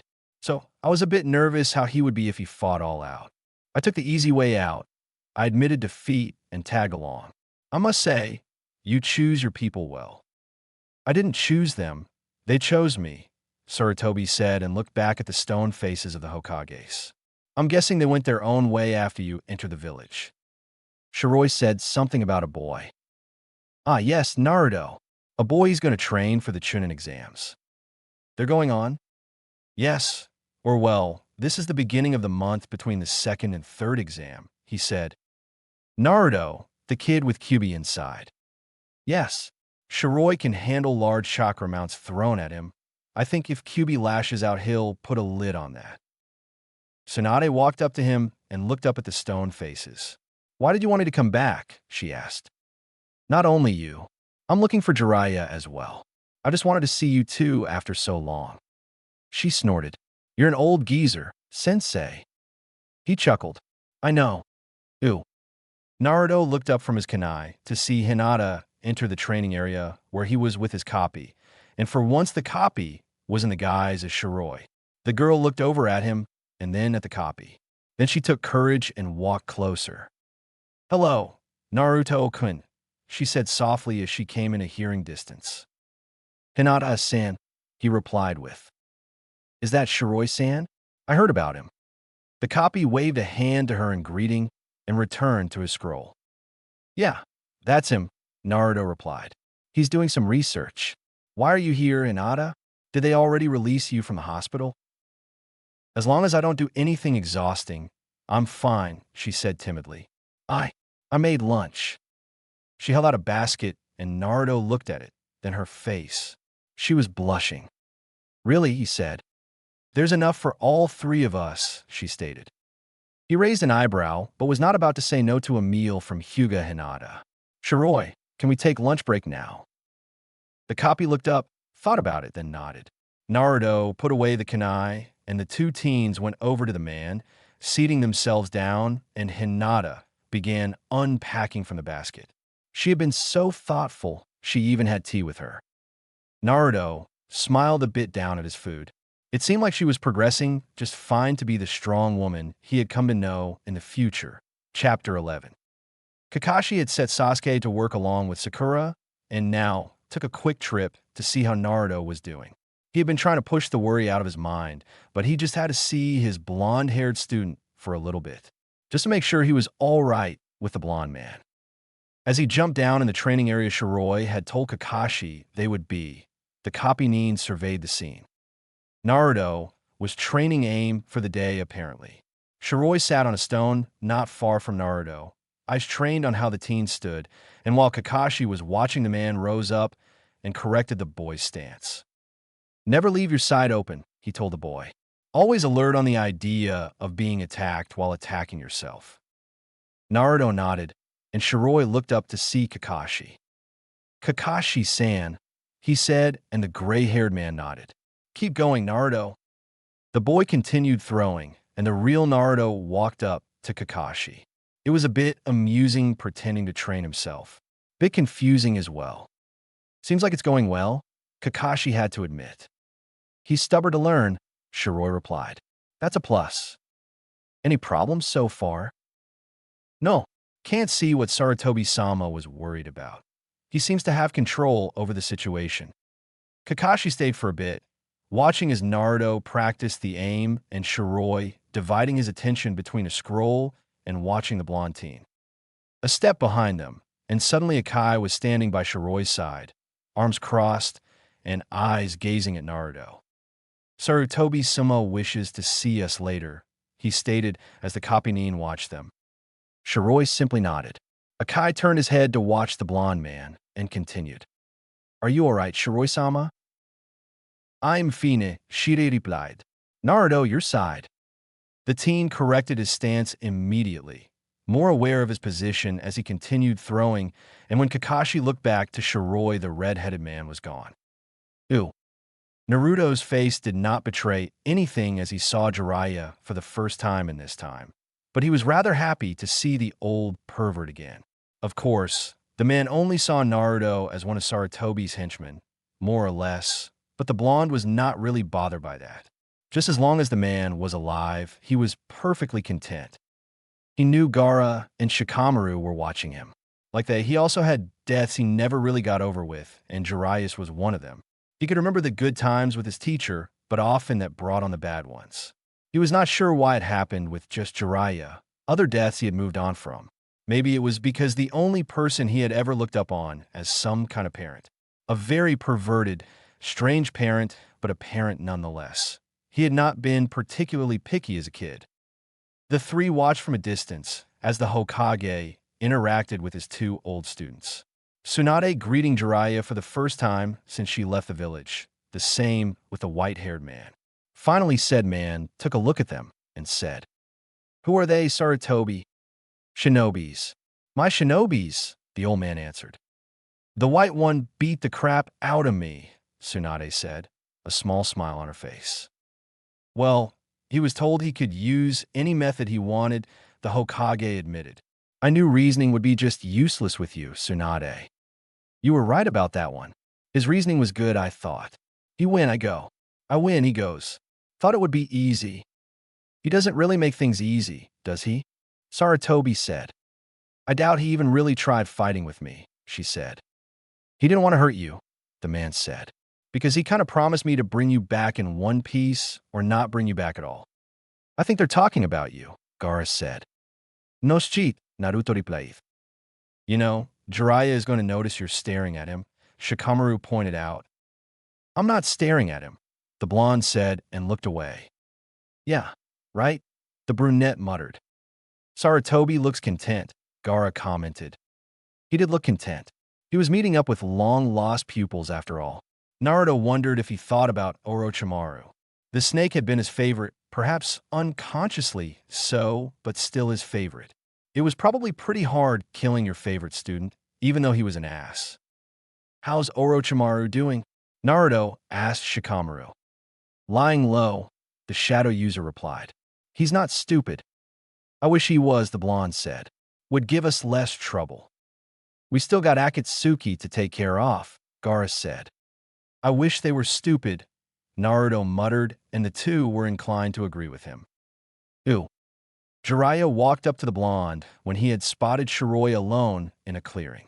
He had heard a bit about the man from Sarutobi, but there was something about him that Jiraiya could not put his finger on. Shiroi-san.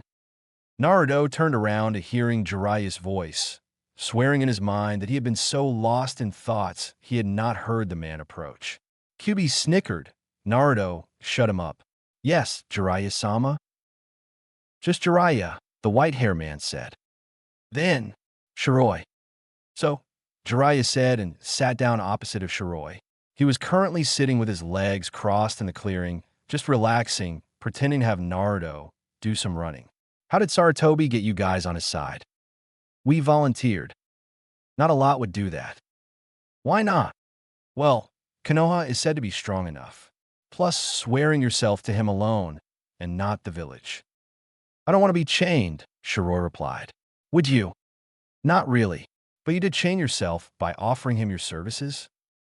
It's a difference between chained against your will and temporarily letting yourself be caught. If this Jiraiya had been the Jiraiya Naruto had trained with, he would have been surprised. Mostly because of his words, perhaps. Naruto had indeed grown up a lot. Many said so. He was so different they did not recognize him anymore. Same with Shikamaru and Gaara. Naruto never thought it would come a day when Gaara said something more than 5 words in a sentence, but he had been happily proved wrong. The redhead had started talking more, and while Shikamaru still complained a lot, he was a lot more focused in his speech. Naruto himself, apparently he sounded wise. He had almost laughed when hearing it the first time. Him wise? Sure, he could manage saying something that made sense and impress others, but mostly he thought he was just fooling himself. From time to time, though, came the real comments, almost unknowingly, and afterwards he wondered where the hell that came from. He blamed Kyuubi. Yeah, blame the poor, innocent fox. Shut up. There is not a cell in you that are innocent. Jiraiya looked more closely at him. Have we met before, he asked. No, not what I remember, Naruto said. He slowly stretched out his legs, flexing his hands, and then letting them rest on his knees that he brought up a bit, planting his feet flat to the ground. His pose was relaxed, yet ready for an attack, and Jiraiya had to praise that. Not many managed to adapt a look of relaxing while still being prepared. You look a bit familiar, though, the white-hair man muttered before he fell back on the grass, staring up at the sky. Naruto did not reply. Ooh. The Suna siblings stopped their training when they saw Naruto come as Shiroi. Not far behind him were Kurwa and Akai. Temari and Kankuro continued training while Gaara walked to them instead. What are you doing here? He asked. Just checking, Naruto replied. How's training going? I hope I won't do something drastic. Gaara knew he did not have complete control of Shikaku, and the demon could get his ideas if bold enough. Don't worry, Akai said. I'm sure if the guy dares to start make a mess, we'll be there to let him know who's in charge. Gaara knew they would help him, and therefore smiled. Ooh. Time went by swiftly, and suddenly Naruto stood in his disguise as his younger self, preparing to go out and have his match against Neji.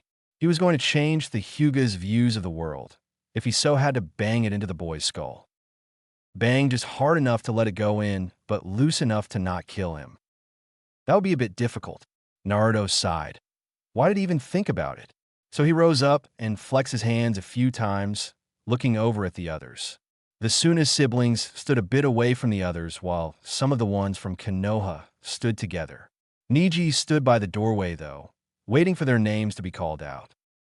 He had met Hinata earlier, and she had wished him good luck before going to where Kiba apparently was seated. She looked better this time than the last. Now she walked at normal speed, and her eyes was not as tired. Still, she had a bit until she had recovered. The crowd started to cheer, and a moment later their names were called out. Naruto rose up, glanced over at the others, and was rather glad Kakashi had finished training with Sasuke, so the boy was there on time. Before anyone to look at him, Naruto was on his way down to the field. The match would not be a hard part. Looking around, though, he was a bit worried that Orochimaru might attack, slipping through their fingers as it was only so long two people could watch him constantly. Something was bound to go wrong, and the blonde knew that. So while he was preparing to beat some sense into Neji, he was also preparing for an attack on the village. Neji started towards him the moment they were allowed to begin. Naruto did not move as the boy closed in on him, only vanished at the last moment. He saw Neji activate the Byakugan and grinned. Fighting a Hyuga was always fun and challenging. While this Neji was a bit young, he would still be able to see some of Naruto's moves and perhaps prevent them. Where are you hiding? You can't escape your fate. Naruto jumped. Neji looked up as he already knew the blonde was coming from above, but suddenly another appeared at the side. Then one more, two from the back and two at the front, all charging at him. He could not see which ones were fake. He launched his newest technique, but Naruto was prepared for that and made all withdraw. They now stood in a ring around Neji, who had stopped spinning. Fate is what you make it, the blonde said to the boy, wishing Neji would quit trying to be so stoic and serious. He was much fun to be with when he lay off the high attitude. So, you were listening to me? Neji asked. Why not? It's rude not to. Here he shrugged a bit and got out a kunai. But we aren't supposed to talk, we're supposed to fight. That's what the people expect. That's all they came for. To see some bloodshed. While he had loved to sit down and have a talk with Neji, that was not going to work at this moment. So he charged instead, and Neji's eyes widened a fraction before the wind started, and the technique was in full blast. Naruto grinned, gripped the kunai, and cut right through it, getting inside the supposedly safe sphere. The Hyuga's eyes widened some more. Naruto shot out with his unarmed hand and clocked him once in the jaw, making him stagger backwards, and brought up his leg to Neji's side, forcing him to the side and hit the ground yards away with a crash. Neji got up on his feet soon enough, only encounter Naruto, kicking him in the side again, this time chakra enforced. The boy let out a short yelp as the pain raged in his midsection. Naruto fell backwards now, caught himself on his hand, and made a volt until he got back to his feet, charging again. There was a bit of blood coming down Neji's chin, but that injury must have been him biting his tongue, because the blonde was careful to let any real harm be done to the Hyuga. This time Neji caught his fist, twisting it until Naruto could hear his own bones creaking. But unfortunately, that only had the effect to make him smile, and Neji seemed to not believe what he saw. Naruto broke his hand free from Neji's grip, and also felt one of the bones snap. The sharp, short pain was grounding him to here and now, and he relished in it. It had been some time ago since Naruto let himself feel pain, and the pain of a broken wrist was just a pleasure. Kyuubi grumbled about self-harming stupid brats, meaning Naruto, and refused to heal the bone. Fine with me, Naruto stated to the fox. Okay, you're fucking unbelievable. I know, I'm awesome. I didn't mean it as a compliment. Naruto knew that, but for the moment, he only heard what he wanted to hear. Kyuubi's continued rampage was tuned out, and he focused on the fight again. Neji had recovered from the shock and attacked. Naruto should have been at a disadvantage, having a limb broken, but seeing as he was not a child, an injury this minor was easy to ignore in the heat of a battle. Well, this was not actually a battle, but he could ignore the injury anyway. Who cared about details? Naruto hit Neji with the arm that was injured and managed to lay force behind it, enough to knock the Hyuga back. He was getting tired already, Naruto noted, the way it took him a slight second longer to get up on his feet again. The blonde and Neji stared at each other for a long minute. Naruto's hits and kicks had apparently sunk in better than the conversation they had had the first time around. Neji looked uncertain of himself, uncertain of the words he had used and the beliefs he had had. Was it this easy? Man, I should have knocked some sense into him from the beginning. In the beginning, you were an idiot. Kyuubi, always the compliment giver. I'm telling you, Brad, I don't give compliments, Kyuubi shouted in what sounded like his right ear, and thank you, now my ear's ringing. Serve you fucking right. Naruto ignored that, and ready to last kick that would leave Niji on the ground. The Hyuga never knew what hit him. Or, technically, he knew that. A kick, from a leg, attached to a blonde, he thought he knew the limits off. The brat had let his own wrist break. He had done so with a grin. He fought viciously, not using one single technique. Speed and chakra force strength. Never caring what hits Niji got on him. Just continuing with that grin on his face and that look in his eyes. Fearing nothing. Winner, Uzumaki Naruto. That guy was a monster. Ooh. Naruto walked up where the others were, and soon enough Temari and Shikamaru would be called out. He called out a good luck to Shikamaru before going over to the Suna siblings. If anyone disliked him being so friendly with them, they could go screw themselves. He hurt you, Gaara said. He broke your arm. He looked ready to kill something. Nah, that was kind of my fault, Naruto said, placing a calming hand on Gaara's shoulder. Not the broken one, because he wasn't really going to test moving it too much. It was beginning to hurt again. I'll be fine. Good luck to all of you, okay? You're going to watch from the stands? Kankuro asked. Yeah, better view from there, Naruto said. And someone to take care of your arm, Temari said. Probably, the blonde admitted. See you guys later. He waved to Sasuke, made thumbs up to Shino before vanishing up to the stands.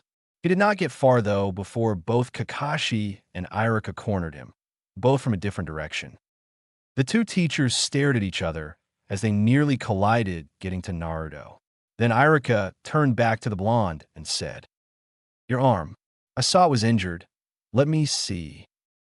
The deeply hidden mother hen inside of Iruka seemed to have taken its chance to get out for a moment, and not wanting to get on the man's angry side, Naruto obediently stuck out his arm for both of them to see.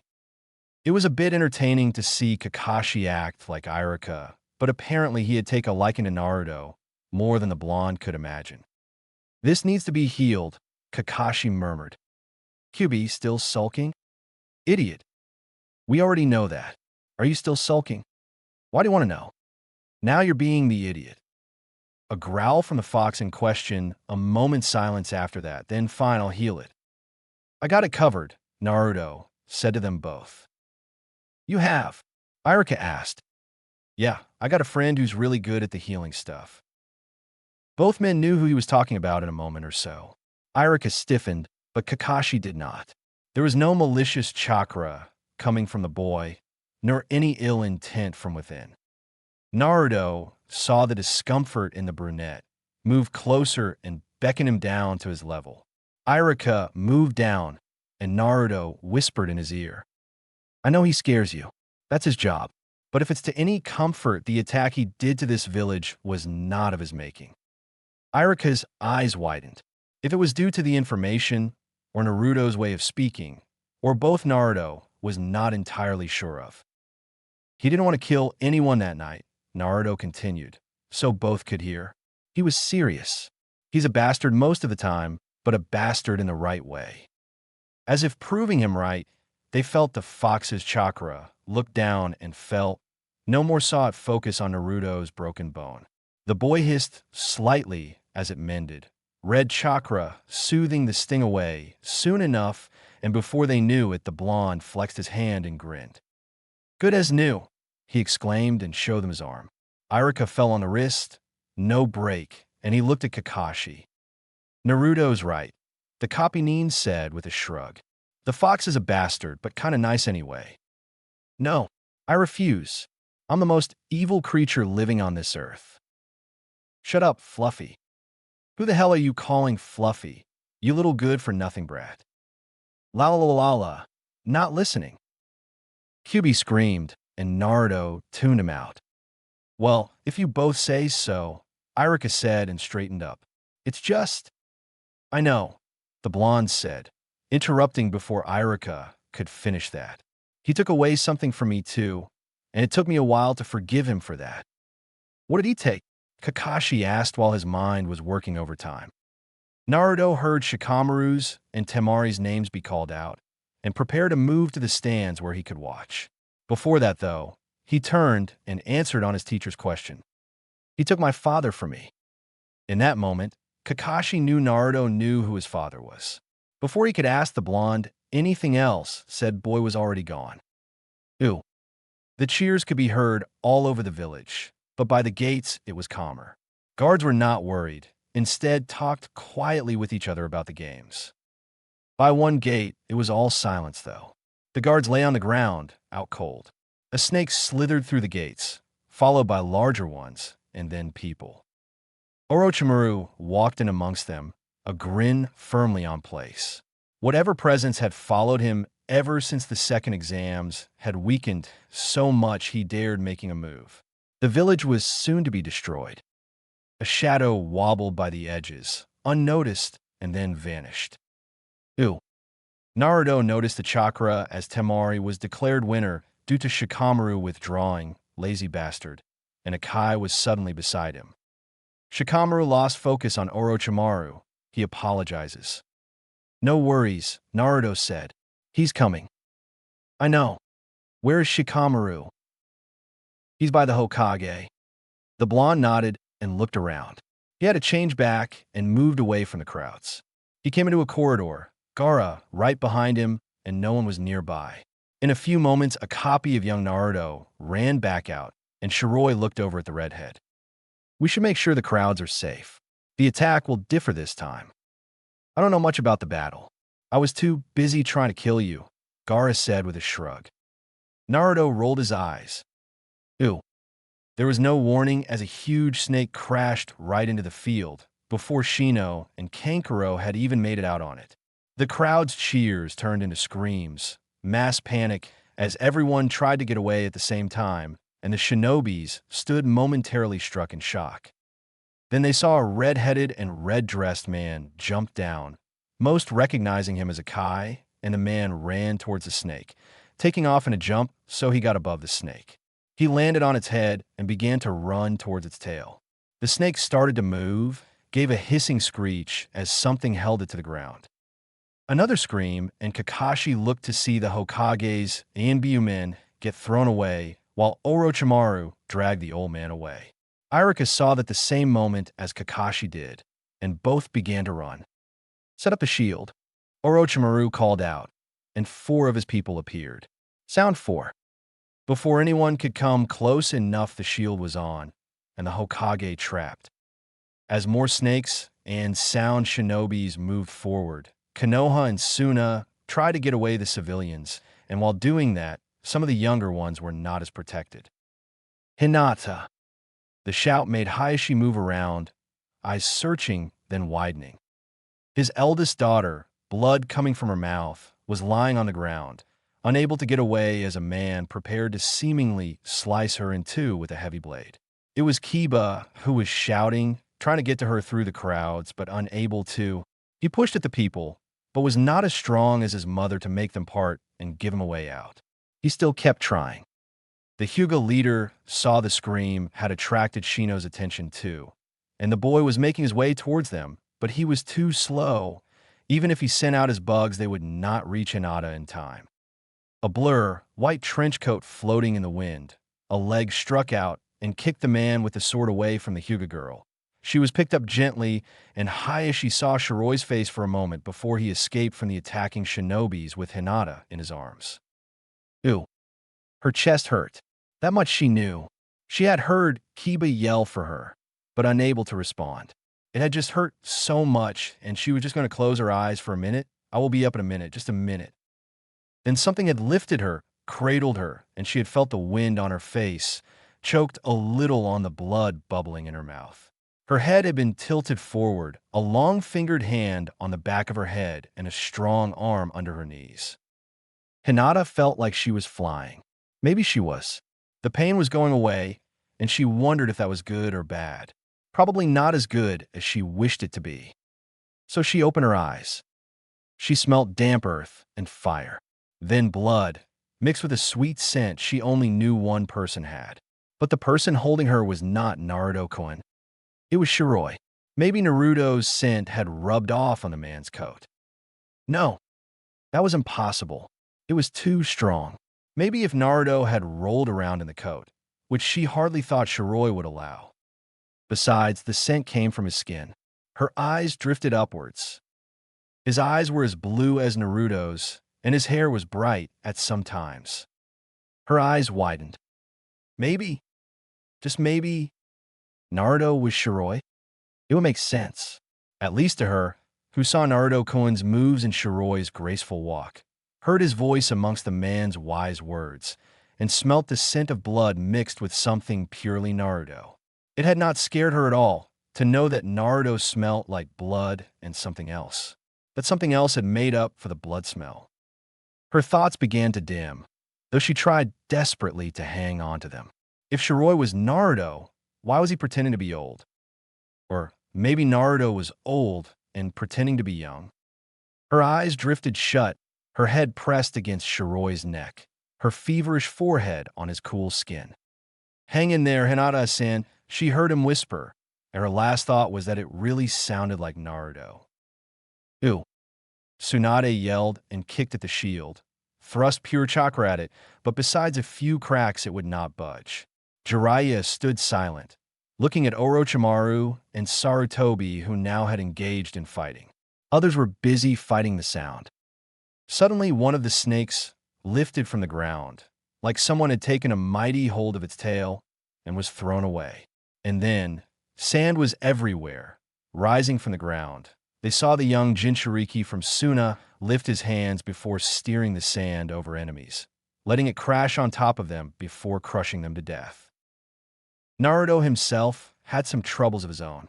Hinata was still unconscious, and he was afraid she would get injured if he let her down somewhere. So he kept her with him, which now reduced his fighting to his legs and perhaps one arm when he had the right grip on the girl. She had not moved at all on her own, which worried him a bit. He had, after all, not gotten a chance to see why she was bleeding. It could be from the wounds Niji had given her, or that she had been struck in the chaos. Another sound approaching, and the blonde kicked him away with a chakran force foot. The gasp told him it was pretty painful, and the next moment Gaara appeared and accidentally cracked the shinobi's neck. "Orochimaru has a Sarutobi," the redhead explained. "Can Shikamaru breach the shield?" Naruto asked. "He can, and you should take care of Orochimaru. I can take her." Naruto unloaded Hinata into Gaara's arms and said, "Check her for me, okay? She may be internally injured." "Don't worry, she'll be fine," the redhead said. "Go and kick the snake's ass. More like rip him to pieces. That'll work just as good." "Ew. Can't someone break this shield down?" Tsunade raged. "I'll fucking rip his head off." Jiraiya had now started to lose his patience, seeing as Orochimaru was toying with Sarutobi and the Hokage was losing more strength as time went by. Korwa landed on the roof between them, but before either of them could say anything, he raised his fist with a grin and happily exclaimed, "Shield Exploder." His fist hit the shield, shadows broke out through the other side and crawling all across the surface. An ominous crack, and then the shield seemed to shudder. Korwa prepared his other fist and brought it to the cracking surface with a shout, and with one last, great crack that sounded like an explosion in itself, the shield broke apart. "We're through," he called out, pumping his fist in the air, and in the next moment Shiroi was on his way to the two fighting. "Hey, wait for me, Shiroi-sama." "You're too slow," Shiroi shouted over his shoulder. And in the next moment, he had Orochimaru thrown away from Sarutobi, like he had flung away a kunai. Easy and uncomplicated. Easy and uncomplicated, he had thrown away a man the same size and weight as himself. "Show off," Korwa cried out at the sight. Shiroi had time to roll his eyes before setting out after Orochimaru. The black-haired man helped Sarutobi up and vanished. Now Sound 4 was free from holding the shield. They all prepared to attack. Before they could, though, there was a powerful wind, making even Tsunade and Jiraiya rear back a bit. Once it was gone, Temari, Kankuro, and Gaara were on the roof. Temari with her fan ready, Kankuro having his puppet out, and Gaara with his arms crossed, sand hovering around them in the air. "Let's kick their asses," Temari said with a grin. Agreed. This was from Kankuro, and his grin matched his sister's. Short, but to the point, that was Gaara in a nutshell. He sent his sand to attack.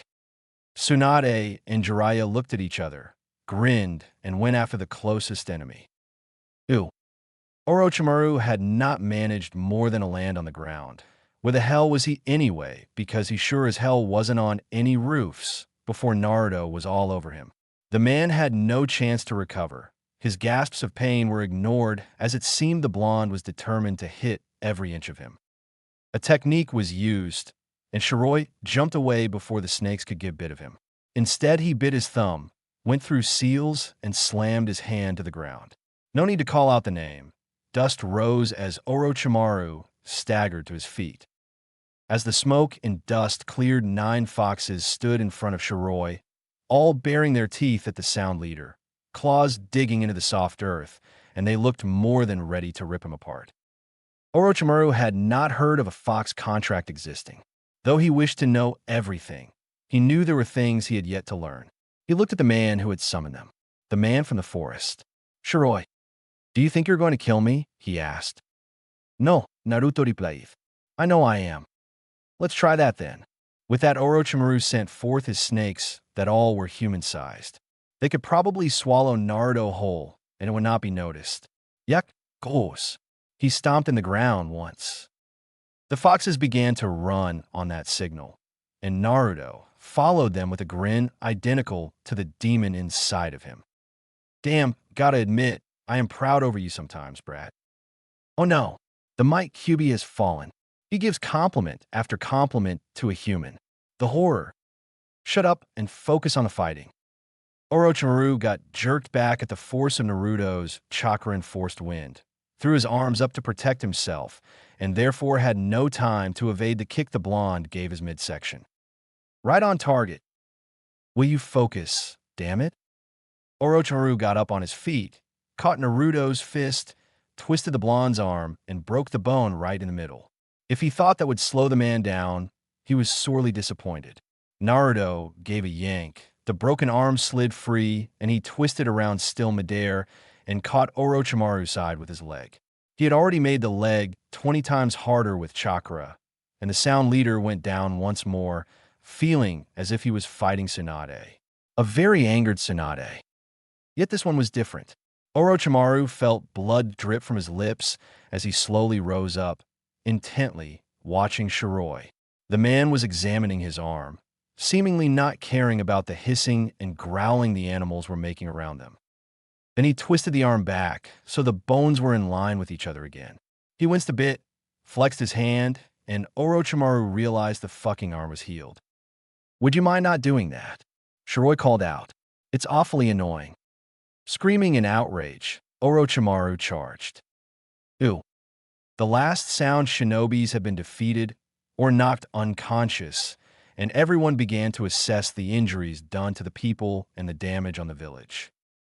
Tsunade was by the hospital, taking care of the injured along with the hospital staff, and it was here Sarutobi soon was installed. Kurwa remained by his side. Impressive, the way you broke through the shield, she commented to the black-haired man as she checked her former teacher over. We couldn't have that snake bastard destroy the day now, could we? Kurwa said with a smile. I'm fine, Tsunade.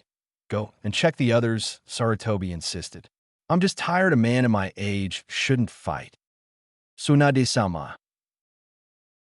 She turned and saw Hayashi. He seemed tense. Yes. Have you seen my daughter? My Hinata. He did not seem to be aware he had just said, my Hinata, which was a phrase no one had ever heard before. Back to the subject, had the girl been seen by them or not? Tsunade realized that she had not, and she shook her head. I saw your man grab her, Hayashi said to the Hokage. This? Shiroi. Where is he? Not here, a deep voice said. I have her child, though, and she is safe. Hayashi turned and saw Akai, with Hinata resting in his arms. There was a little dried blood in the corners of her mouth, but she looked to be sleeping peacefully. I sedated her, Akai said, and settled her down on a free bed after getting permission from the blonde woman. She has some internal injuries. I stopped, but she was in pain, and I didn't have any painkillers. She seems fine, Tsunade said, and moved over to the girl. Where's Shiroi-san? Kurwa and Akai looked at each other, both confused. The redhead raised an eyebrow. Kurwa held up his hands. I thought he was with you, he objected. He told me to keep her safe and went off. Akai quieted down. Went off where? Sarutobi demanded to know. To fight Orochimaru, Akai finished softly. But shouldn't he be done already?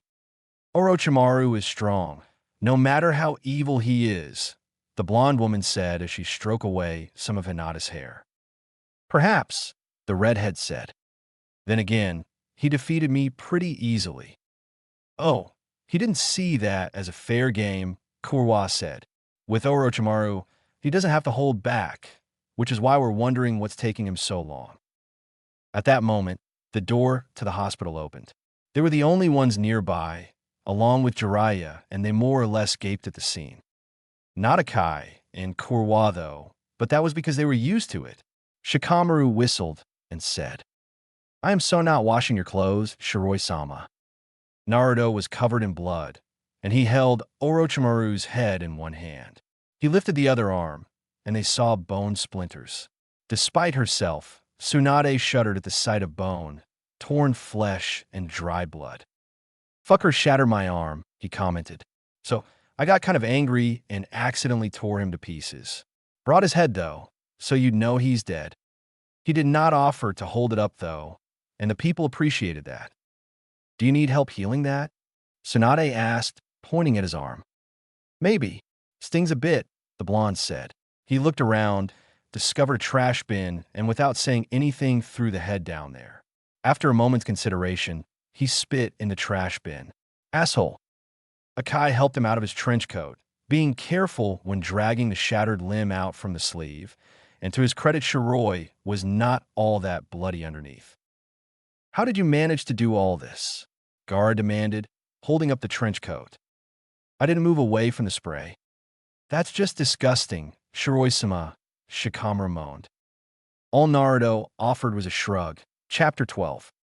Naruto's arm was splinted in 15 minutes, and by then, he had managed to get away most of the blood on his skin. His pants, though, were in for some heavy washing ahead. Rising up from the chair, Sarutobi looked over at them from his chair. You go ahead and take some rest, he said. You've done well. And Shiroi. The blonde looked at him. You did what I couldn't do, Sarutobi stated.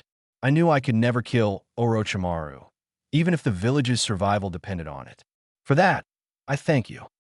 No big deal, Naruto said with a shrug. He was an enemy. How's the girl, Tsunade Heim? She's fine, Tsunade said. I'm going to send her to an observation room. She should be fit to go home tomorrow. The latter part she spoke to Hayashi, who for once seemed to have thrown away all the walls, and they all saw he was really worried about his daughter. Shiroi smiled as he left along with Akai and Kurwa. Ew. Gaara took it upon himself to check on Naruto, so that the man really went and rested. The arm would heal under the next few hours if Kyuubi felt generous, and Naruto should spend those hours sleeping. Shikamaru had waved them off before continuing trying to beat the blood out of their clothes, Naruto's being by far the worst. It was strange to see the lazy man wash clothes, but the redhead had gotten used to have a surprise now and then. Although the brunette had said he was not going to wash Naruto's clothes, he did not seem to mind doing it now. Gently sliding up the door to one of the bedrooms, he peeked inside, and a small smile snuck onto his face without his permission. Naruto laid facing away from the door, but his deep breathing and occasional stir told Gaara everything he needed to know. He closed the door behind him and let Naruto sleep in peace. Going back to the room where Shikamaru was doing his best at washing, the redhead watched the brunette dunk Naruto's pants under the water that by now was not really clean. Shouldn't you change that? Gaara asked. I'm on my way, Shikamaru muttered and dragged the pants back up. I've already changed it once. Did you expect it would come right off? I think he nearly bathed in the entrails, Gaara said. By mistake or on purpose? The brunette asked curiously as he went to dump the red-colored water. Who knows? Ew. Hinata woke up to see the roof of a hospital room and blinked a few times. It was night already, and her body did not ache anymore. She felt fine. Her eyes roamed over the room. The clock told her it was 3 in the morning, and the hard chair on her bedside explained why Hayashi would be so stiff when he woke up. His head leaning heavily forward, the man rested his arms on his lap and seemed not to notice his body was probably screaming at him. Hinata could not remember when he last stayed by her side for this long. She turned her eyes to the roof again, gazed at the moonlight for a while, and then closed them. She was certain it had been Naruto's scent, but it was Shiroi who had carried her. There was no way Naruto could have disguised himself as that man. Why should he? She could have been mistaken about the scent, too. After all, she only got one chance to smell it. Normally, she wouldn't like when someone pushed her, so she bumped into another person, but as that other person had been the blonde, she did not have heart to complain. It happened during training. She had been pushed to the side a little and ended up with her face buried into Naruto's shoulder. Her eyes opened again, brow furrowing. There was no way Shiroi and Naruto would have the same scent. She realized she was obsessing about it. She should definitely go to sleep. It would all make more sense in the morning. She nodded faintly and closed her eyes again, willing all thoughts away from anything that might keep her awake. Ew. Tsunade always knew Sarutobi enjoyed seeing others suffer. That had to be it. Why else would he call for a meeting 6 in the morning, barely letting anyone have any rest? Even Shiroi, Akai, and Korwa looked to be annoyed with the time. She looked around. No one seemed to know the truth about this meeting. Only she, Sarutobi, and Jiraiya knew at this point, but in a few minutes the rest would know. "Why have you called us?" Narashikaku said and yawned. "There is something I need to tell you," the aged man said and looked at them all in turn. "In a short while, I will no longer be the Hokage." That sure woke them up. Well, most of them. Korwa stared at him as if saying, "That's all you had to say?" Shiroi had the nerve to yawn, although he hid it behind his hand. Akai's face didn't change. It was rare moments when it did. Then, Danzo looked at him across the room, then up at Tsunade and Jiraiya by his side, then back. "Who have you chosen as your successor?" "Tsunade." Naruto looked at Danzo and got some sick pleasure at the sight of him clenching his fists until his knuckles turned white. Like that creep would ever become Hokage. And if he by any slim chance did, well, the blonde was sure he could take the fucker off the planet. Killing that man would probably be worth becoming an enemy to Konoha. "Is that so?" Danzo finally said, managing to keep his voice an even level. His eye darted over to the 3 standing nearby, Sarutobi, and continued, "What of them? Shall they kneel to the new Hokage?" "Like I'll ever kneel to anyone," Korwa muttered. "Don't," Shiroi said, tilting his head slightly towards the black-haired man, who grunted and turned away. "They swore to me," Sarutobi said. "That means they should be under the Hokage's control," Danzo stated. If they were just under Tsunade's control, he was sure he could make them do things for him. "You don't understand," the aged man said. "They didn't swear themselves to the village, to the people, to the shinobis, not to the Hokage. They swore to me. Only I can give them orders. Only I can force them upon their knees. They are my shinobi, not this village's." "You mean that when Tsunade-sama steps up to become Hokage, she will have no control of the 3? Inuzuka Tsum said. "That is correct. If I simply handed them over to her and the village, I'd break their trust, and I would never violate that trust they have in me." Danzo objected, and Naruto kept his face neutral while all he wanted to do was smile, arguing like children and also ignoring the fact they were still in the room. "Why are they talking like we're pieces of equipment?" Korwa asked. "Because that's what some think we are," Akai replied, although his eyes rested more on Danzo than Sarutobi. "I want to sleep," Shiroi groaned. "It feels like my head's going to explode." "Your head," Shikamaru said. "He's not doing anything stupid, right? He's behaving. My headache isn't." His fingers twitched, longing to take out a weapon and make them all shut up. How come they started to argue about himself, Gaara, and Shikamaru? Sarutobi had said quite clearly there was nothing to argue about it. It must be their favorite pastime or something. As the noise grew louder, The more violent Naruto's eyebrow twitched. Danzo demanded to have the control over the three in the hands of the Hokage with the response from Sarutobi he would never do that. Gaara and Shikamaru glanced over at the blonde who had begun to shift on the spot uncomfortably. They're noisy. That they are. Can't you shut them up or something? Why? They're giving you a headache as well. Well, there's nothing to argue about. Might as well do everyone good to state it out loud again. Phoenix. The table they were sitting by was cleaved in two, making everyone shut up in shock. Shiro-sama. Kurwa sweat dropped. Gaara sighed. Please don't be unreasonable, Shiroi-sama. Naruto plucked up the weapon he had used, and they all stared at the scythe, wondering where the hell he got that one from.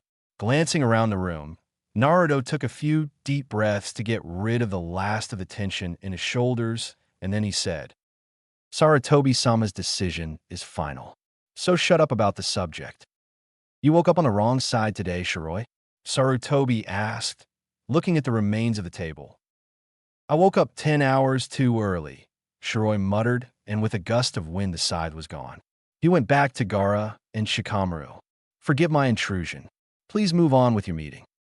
Shikamaru rolled his eyes, and Gaara shook his head. Ew. Kakashi wondered where to find his team. They probably were at their separate places, and even though knowing they were fine, he just wanted to check. He was getting paranoid, or parent-like. He didn't know which was worse. Finding Sasuke was easy enough. The boy was sitting in the garden of his home and reading as it was a free day. Kanai's embedded in a tree a bit away told the Jounin his student had been training. Before the Uchiha could discover him, Kakashi jumped away, moving towards the direction of where Sakura lived.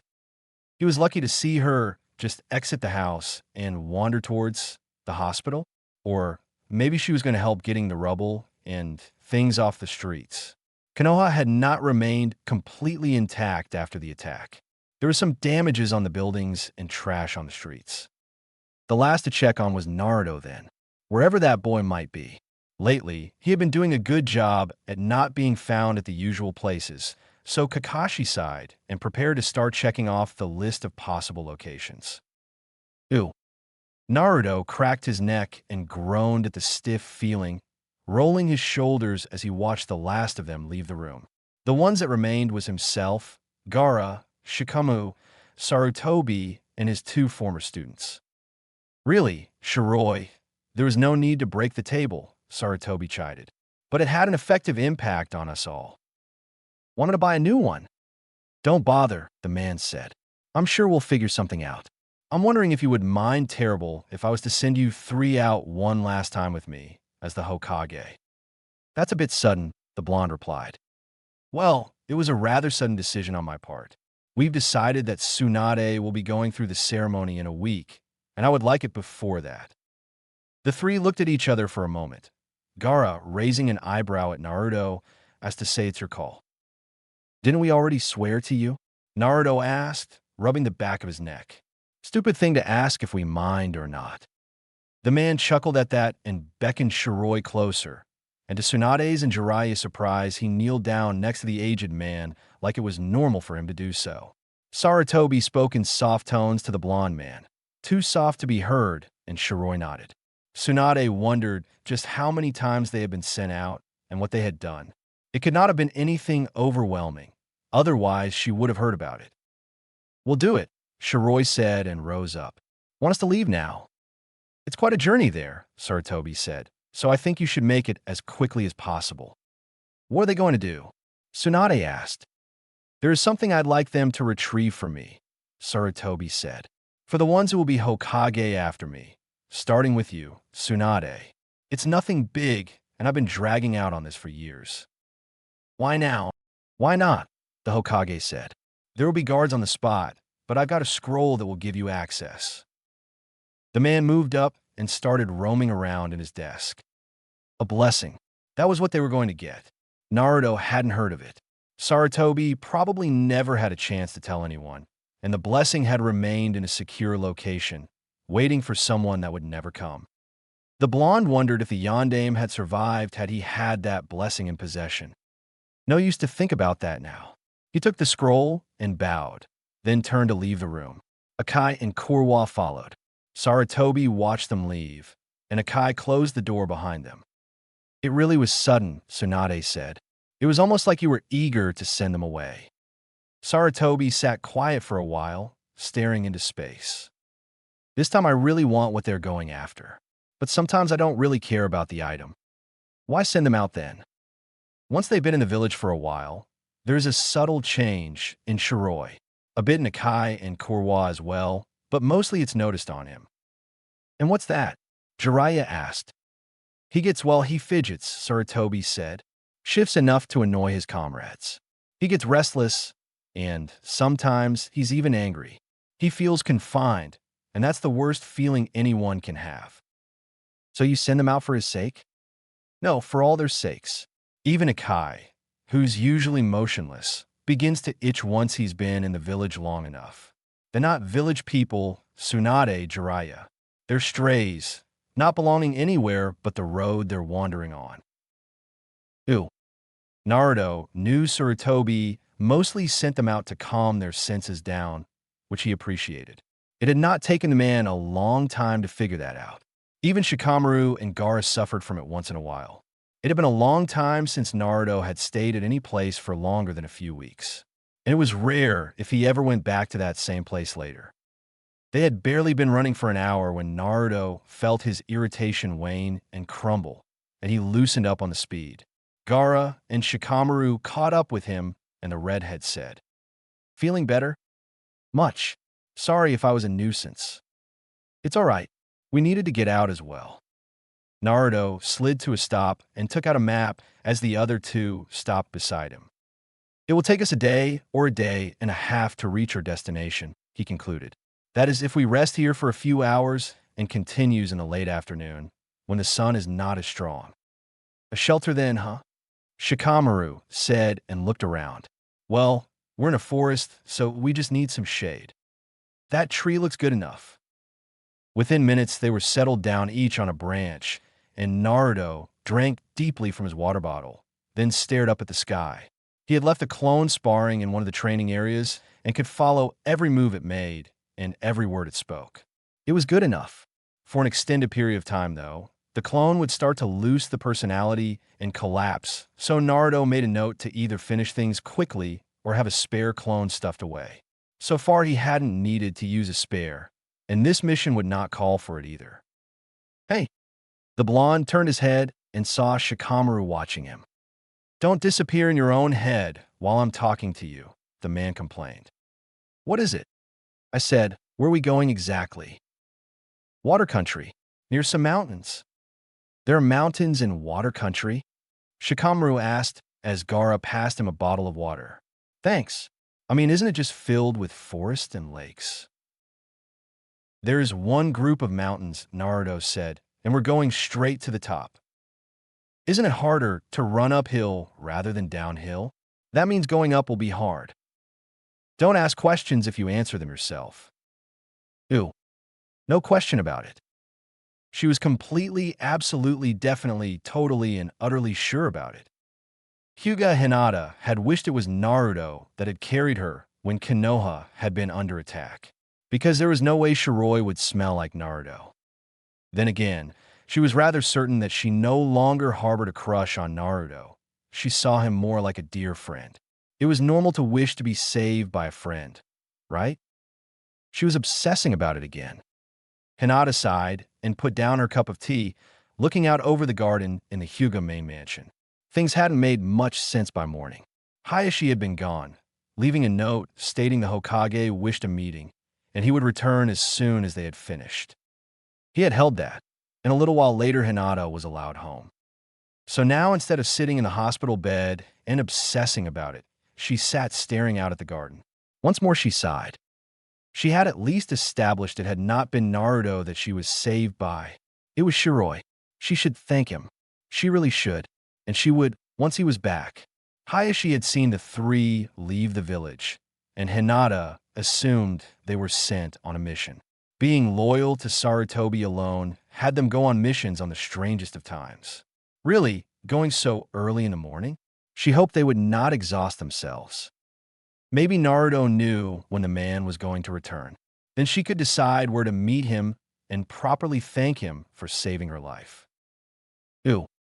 The air was cooler and the sun was on its way down by the time all three roused from their resting.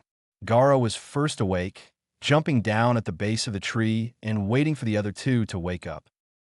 So when the two jumped down as well, they wasted no time in beginning to run towards water country, hoping they would not encounter any problems on their journey there. Or back. Naruto cursed softly that he knew nothing about this blessing, in whatever form it might be in. It could be so that others knew and was waiting for someone to collect it. As they had been given a scroll, the place was probably heavily guarded by someone or something that would not try to use the blessing for themselves. Or so he hoped. If the blessing was gone, that would be rather annoying. They ran past any villages they spotted, clearly showing the guards they had no interest, and kept a quick pace until the sun was well gone and the stars and the moon had been shining down on them for quite a while. When they stopped, all were a bit out of breath. "Anyone hungry?" Naruto asked. "Starving," Shikamaru said and collapsed against a tree. "No, up," Gaara said. "We're not staying on the ground." The brunette groaned and heaved himself up before jumping up on a branch, the two Jinchurikis following. The blonde passed out ration bars that Shikamaru grimaced at before eating. A couple of mouthfuls of water helped them swallow it all down. "I hate these things. Why can't they make them tastier?" Shikamaru asked. "Because they want us to suffer," Naruto replied. "If so, they sure succeed." Ew. The temple lay high on a mountain within a ring of mountains. No one beside the Watchers could access further than the first bridge without the scroll given personally by the third Hokage. They had guarded the blessing for many years and wondered for how much longer it would remain there with them. The blessing could mean many things, but what the Hokage wanted it most for was the well-being of his village and his people. He had sent for it earlier, by the time the fourth Hokage lived, but the people sent out had been unable to reach the temple, having been defeated by people wanting the blessing. Yet with the scroll given by the Hokage, they had not been able to enter. The one who had received the scroll was the one to open the gate to the temple, no one else. And so no one had opened the gate on the first bridge for years. The Watchers rarely ventured out, as they had everything they needed within the temple grounds. So when the signal went off that the first gate had opened, they all rushed to see if the person was sent by the Hokage. What they saw were three men in the colors of night, blood, and snow. The man in white held the scroll and now rolled it up. "I see my worries were unneeded," he said, gazing at the many men and women standing nearby. "I presume you all are here to protect the blessing?" "Yes," one said and stepped forward. It was a middle-aged woman, tall, and her hair black with snowy white strings in it. "I'm Rinsei and the head of this temple. You were sent here by the third Hokage." "Correct," Naruto said. "He did not tell us what to expect, though. Come here. We shall now hand over the blessing to you." She didn't appear to be the one to waste time with talking. Ooh. The blessing was in fact a scroll, a small one that Rinsei handed over to Naruto. It seemed out of place in the large hall, such a small a thing in a grand room like this, with pillars supporting the roof and lights streaming from somewhere they could not see, and the scroll had been resting on a glittering pillow. Naruto wondered if it was the light that made the fabric appear so. "Take good care of it," she said as Naruto took the small scroll from her hands, "and bring it safely to your leader." "We will," he said, and sealed the blessing at an empty spot in one of the scrolls. Shikamaru and Gaara stood silently by his side. "I will warn you. There are people waiting for you to come out," Rinsei said. "We know," Naruto said. "We'll take care of them. They desire the blessing, and will step over corpses to steal it." "Yes, and we will step over corpses to hand it over to Tsurutobi-sama," he said. "We shall take our leave and bother you no more," Rinsei said.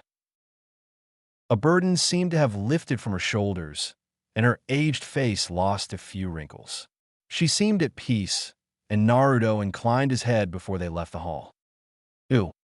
For days later, Sarutobi, The man looked up to see Tsunade and Jiraiya enter the room. He laid down the scroll he was reading and said, "Is there something wrong, Tsunade? I haven't seen your three men around lately. Aren't they supposed to be back?" They saw the slight shift in his eyes from friendly to guarded, a tiny bit of worry before being locked away. "Their mission is taking a little longer than I thought," he said and looked down at the scroll again.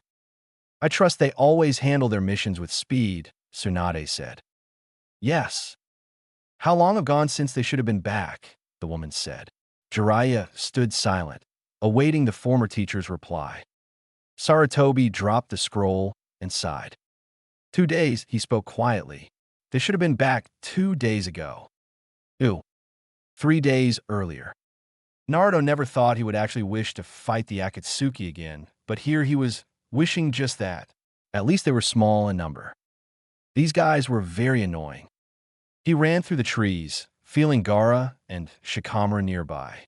They had been fighting nonstop since they came down from a mountain, and they were driven all over the place, unable to take a straight path back to Konoha. He hated the fact he didn't know how to teleport. They would not last forever. While new enemies poured in, they remained the same. Even Naruto and Gaara would be drained off chakra at this pace. There was only that much Kyuubi and Shikaku could give their hosts without starting to hurt their bodies physically. Naruto knew how that felt. He wasn't looking for a repeat of that. Blocking a kunai, he threw it back at its owner. A muffled sound told him it had hit the man, and a solid thud on the earthen floor confirmed it moments later. Gaara came up alongside of him. Sand filled the air, and Shikamaru ran up to them.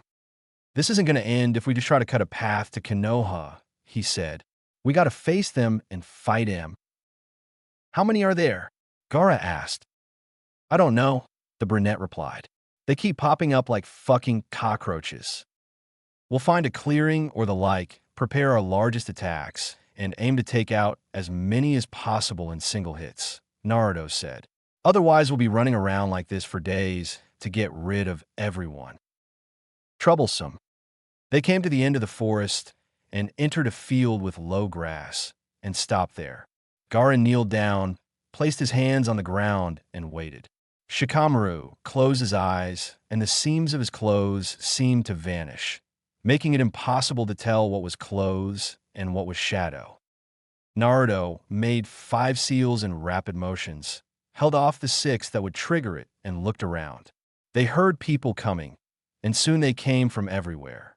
Some wore Hitayatesh, some didn't. All bore a weapon of some sort. All prepared to die for that little scroll. Naruto wished it hadn't been invented.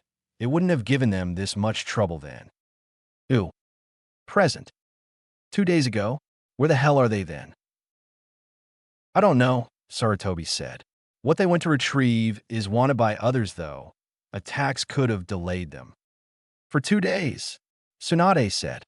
"It has to be a hell of a lot of people to be able to slow shinobis down for 2 days." Sarutobi looked outside. So far, they had normally returned before they had said they would. Now they were late, and he had not gotten a word as of why. Had something happened? Had they gotten into a trap? Had they been injured? Maybe even killed? No, he was underestimating them now. They were strong, much stronger than most people he knew. They would make it. They just had some troubles they would have to go through before coming back. Ew. 3 days earlier. Bodies littered on the ground, some intact, some split into half, some splattered apart to millions of pieces, and entrails and blood colored the ground. Naruto was breathing hard. He could handle strong people. He could handle small fry even better. But to handle small fries with a dose of a relatively strong one in this kind of number, it took a lot out of him. He hadn't counted how many, but where one fell, at least 3 more showed up. They didn't hesitate. They weren't scared of dying. They had a mission, just like Naruto, Shikamaru, and Gaara had, and they would let nothing stop them to finish that mission. Luckily, the 3 had appeared victorious of this one. Man, this is troublesome. He turned to look at Shikamaru, who had sweat pouring down his face. "You didn't fight with full power," he said. "Neither did you, jackass," Shikamaru panted and slowly stretched.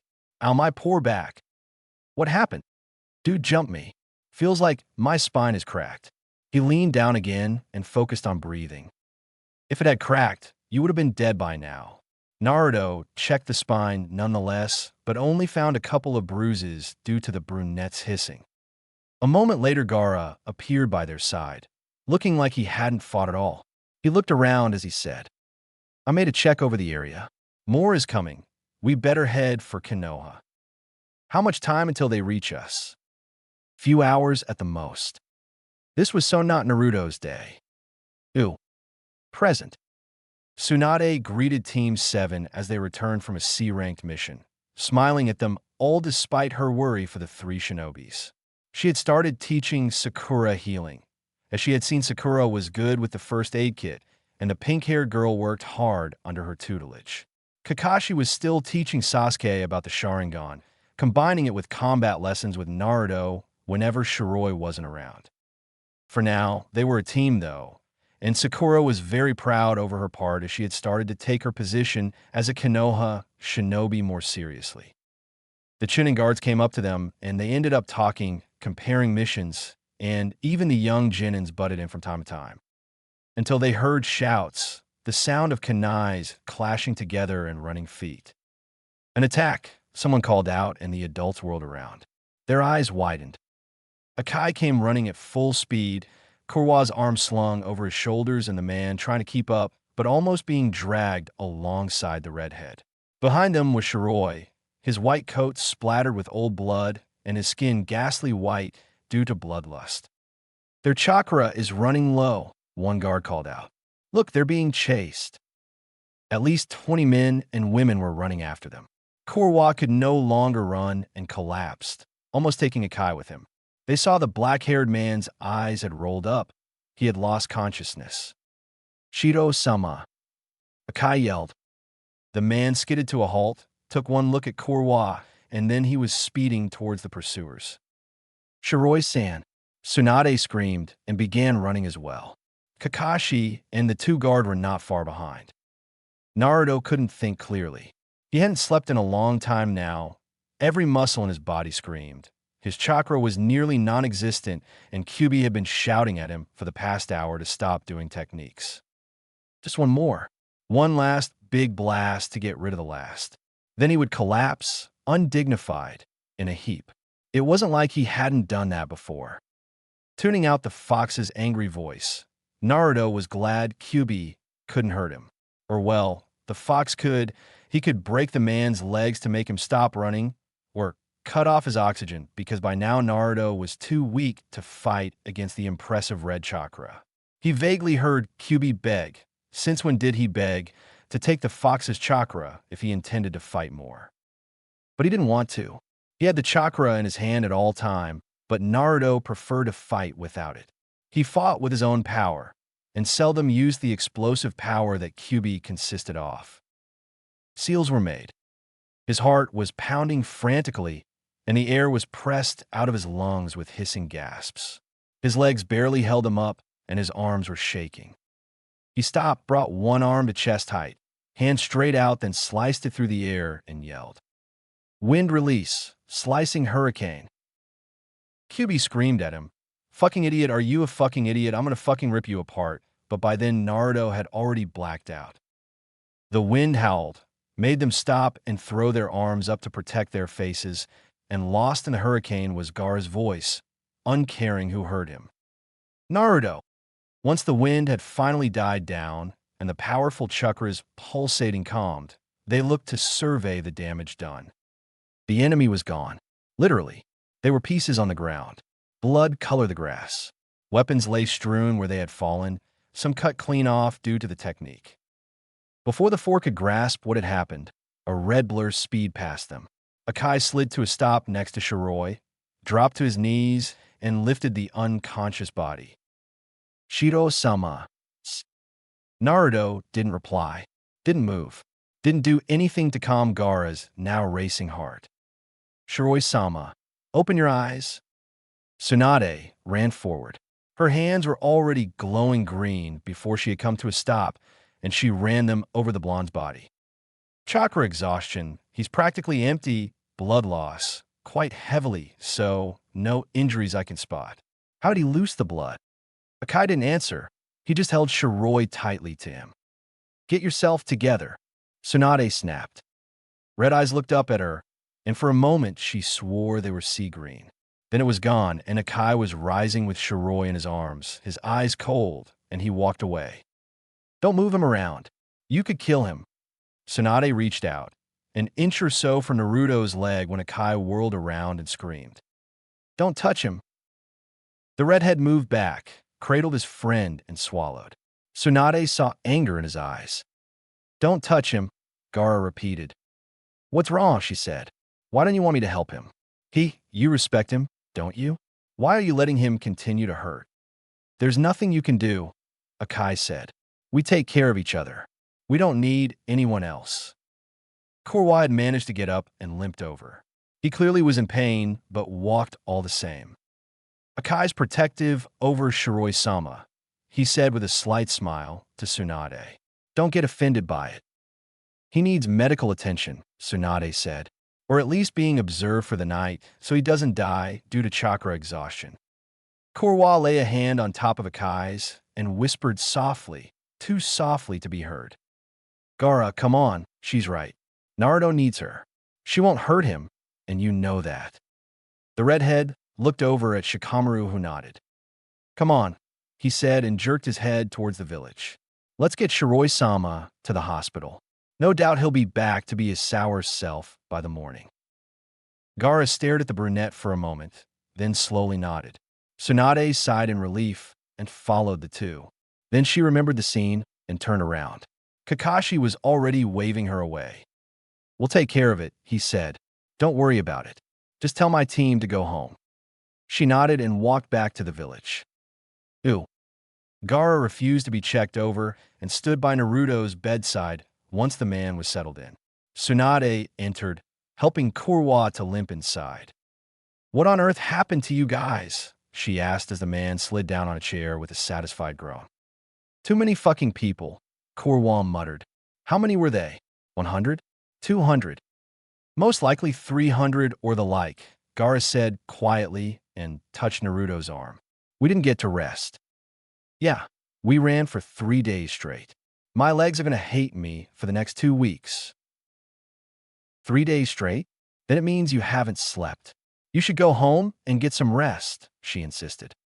We're staying with Shiroi-sama, Shikamaru said firmly.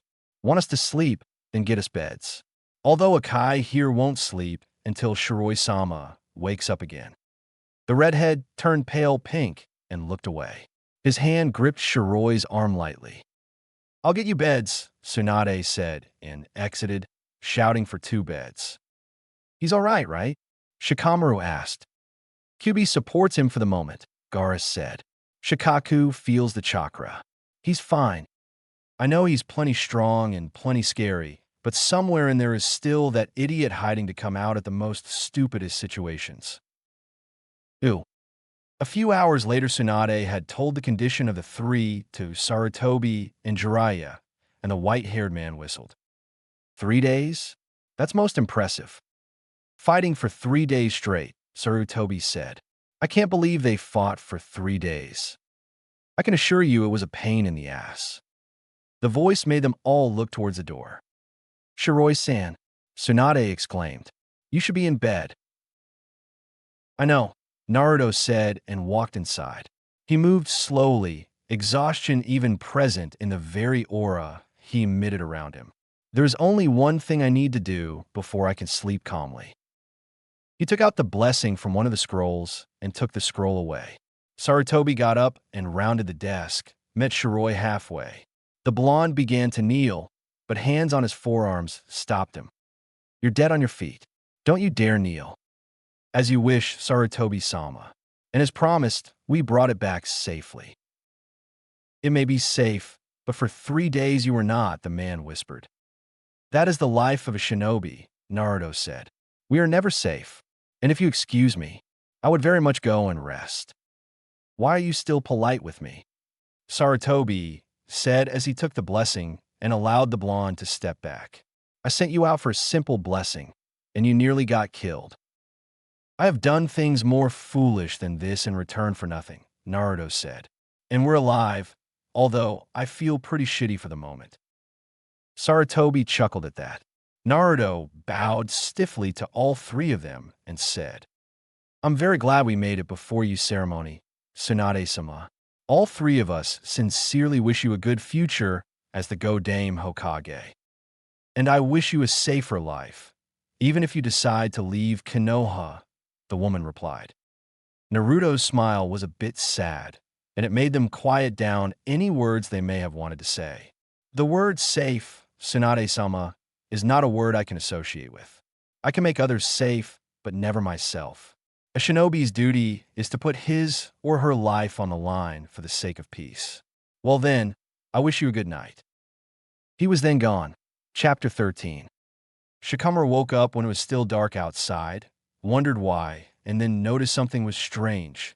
Not wrong or off, just a bit odd. He scratched his head and got up from the futon, walking out into the quiet hall of the house. He checked Gaara's room first and discovered it was empty. With a sigh, he turned to Naruto's room and slid the door open. The redhead turned his head to look at him. You know, he's not going to vanish just because you sleep a few hours, the brunette said with a yawn. Naruto himself was deep asleep, unaware he was being watched. Kyuubi's steady chakra told them the fox was slumbering as well. It was a rare chance to watch the blonde completely undone. His hand twitched a little, and he turned to his stomach, Gaara's eyes following every move. He did not answer Shikamaru, and the man sat down next to the redhead. Naruto's hair spilled out over the pillow, shining like silver in the moonlight. I wonder why no one came, Shikamaru said. What? When we closed into the village, there were no Yanbu coming, or guards. They weren't close enough to us, Gaara said. Really? I thought they were patrolling close to each gate. They do. Then why didn't they come and give us a hand? Assumed we could handle it ourselves perhaps, Gaara said with a shrug. I don't care. It's over now. Naruto turned again, the covers by his waist, his skin almost white. Shikamaru watched the redhead creep over and draw the covers up again. They both knew the blonde wouldn't be allowed to be cold, but Gaara did it anyway. You really worry too much about him sometimes, the brunette said. It's in the middle of the night, and we both need to sleep. I'll stay here. He'll be fine without you, Shikamaru said and tugged at Gaara's arm. Kyuubi does look after him. Kyuubi is asleep. Well, sometimes everyone needs sleep. Now come on. The redhead wouldn't budge. Shikamaru sighed, closed his eyes, and raised one hand. Don't make me do it, he warned. Gaara stood up and walked out. Shikamaru lowered the hand, grinned, and left the room, closing the door carefully behind him and leaving Naruto to his slumber. Ew. Naruto was lucky that the copy hadn't disappeared once he lost consciousness. Of course, he had made sure the copy wouldn't disappear when he goes to sleep or when he blacks out. It was a tricky design and modified to be used by him alone. He was not sure if anyone else could do it. Perhaps, but then it would be modified to their chakra and power. The copy should still be at the apartment, most likely asleep. It was not yet dawn. So why was he awake? He turned to his side again and stretched out his chakra that was still replenishing. It connected with Shikamaru's and Gaara's and told him both were asleep. That was good. They needed the rest. So did he, but he wasn't falling asleep. He curled up underneath the covers. It didn't help. He tossed and turned. Made him only annoyed. Laid straight on his back. God, how boring. Flipped over to his stomach. Ouch, sir ribs. Gentle turning next time. He was about to rise up when Kyuubi growled. For heaven's sake, settle down and sleep. You try do that when your mind run away with you. Kyuubi grumbled, and a wave of chakra washed over him, made him so heavy his head dropped down on the pillow, his eyes not able to keep themselves open anymore. He couldn't even move his fingers. Everything was slowly moving away, all sounds, all movements, all feelings. He was dead to the world minutes later. Ew. Naruto was up the next day and mock practicing with his copy. Kakashi had asked him to be able to train them as a team after that for a few weeks, and he didn't mind that. Mostly, it would be his copy there, but he was going to spend some time with Team 7 as well. Someone was closing in. He turned his head. Hinata stepped closer. "Shiroi-san," she said timidly. She was dressed in her normal clothes and was probably going to meet up with her team soon. "Yes," he said. She bowed to him and said, "I know this is late, but I wish to thank you for saving my life at the exams. I don't remember much, but father said you protected me. You are a member of this village, and a kunoichi, I have a feeling, will do many great deeds," Shiroi replied. "You need not to thank me." "I still do," Hinata said and straightened. Her gaze settled on the copy Naruto, who was practicing using chakra to make kunais and small shurikens hit the tree trunk with more force. "Naruto-kun is training hard."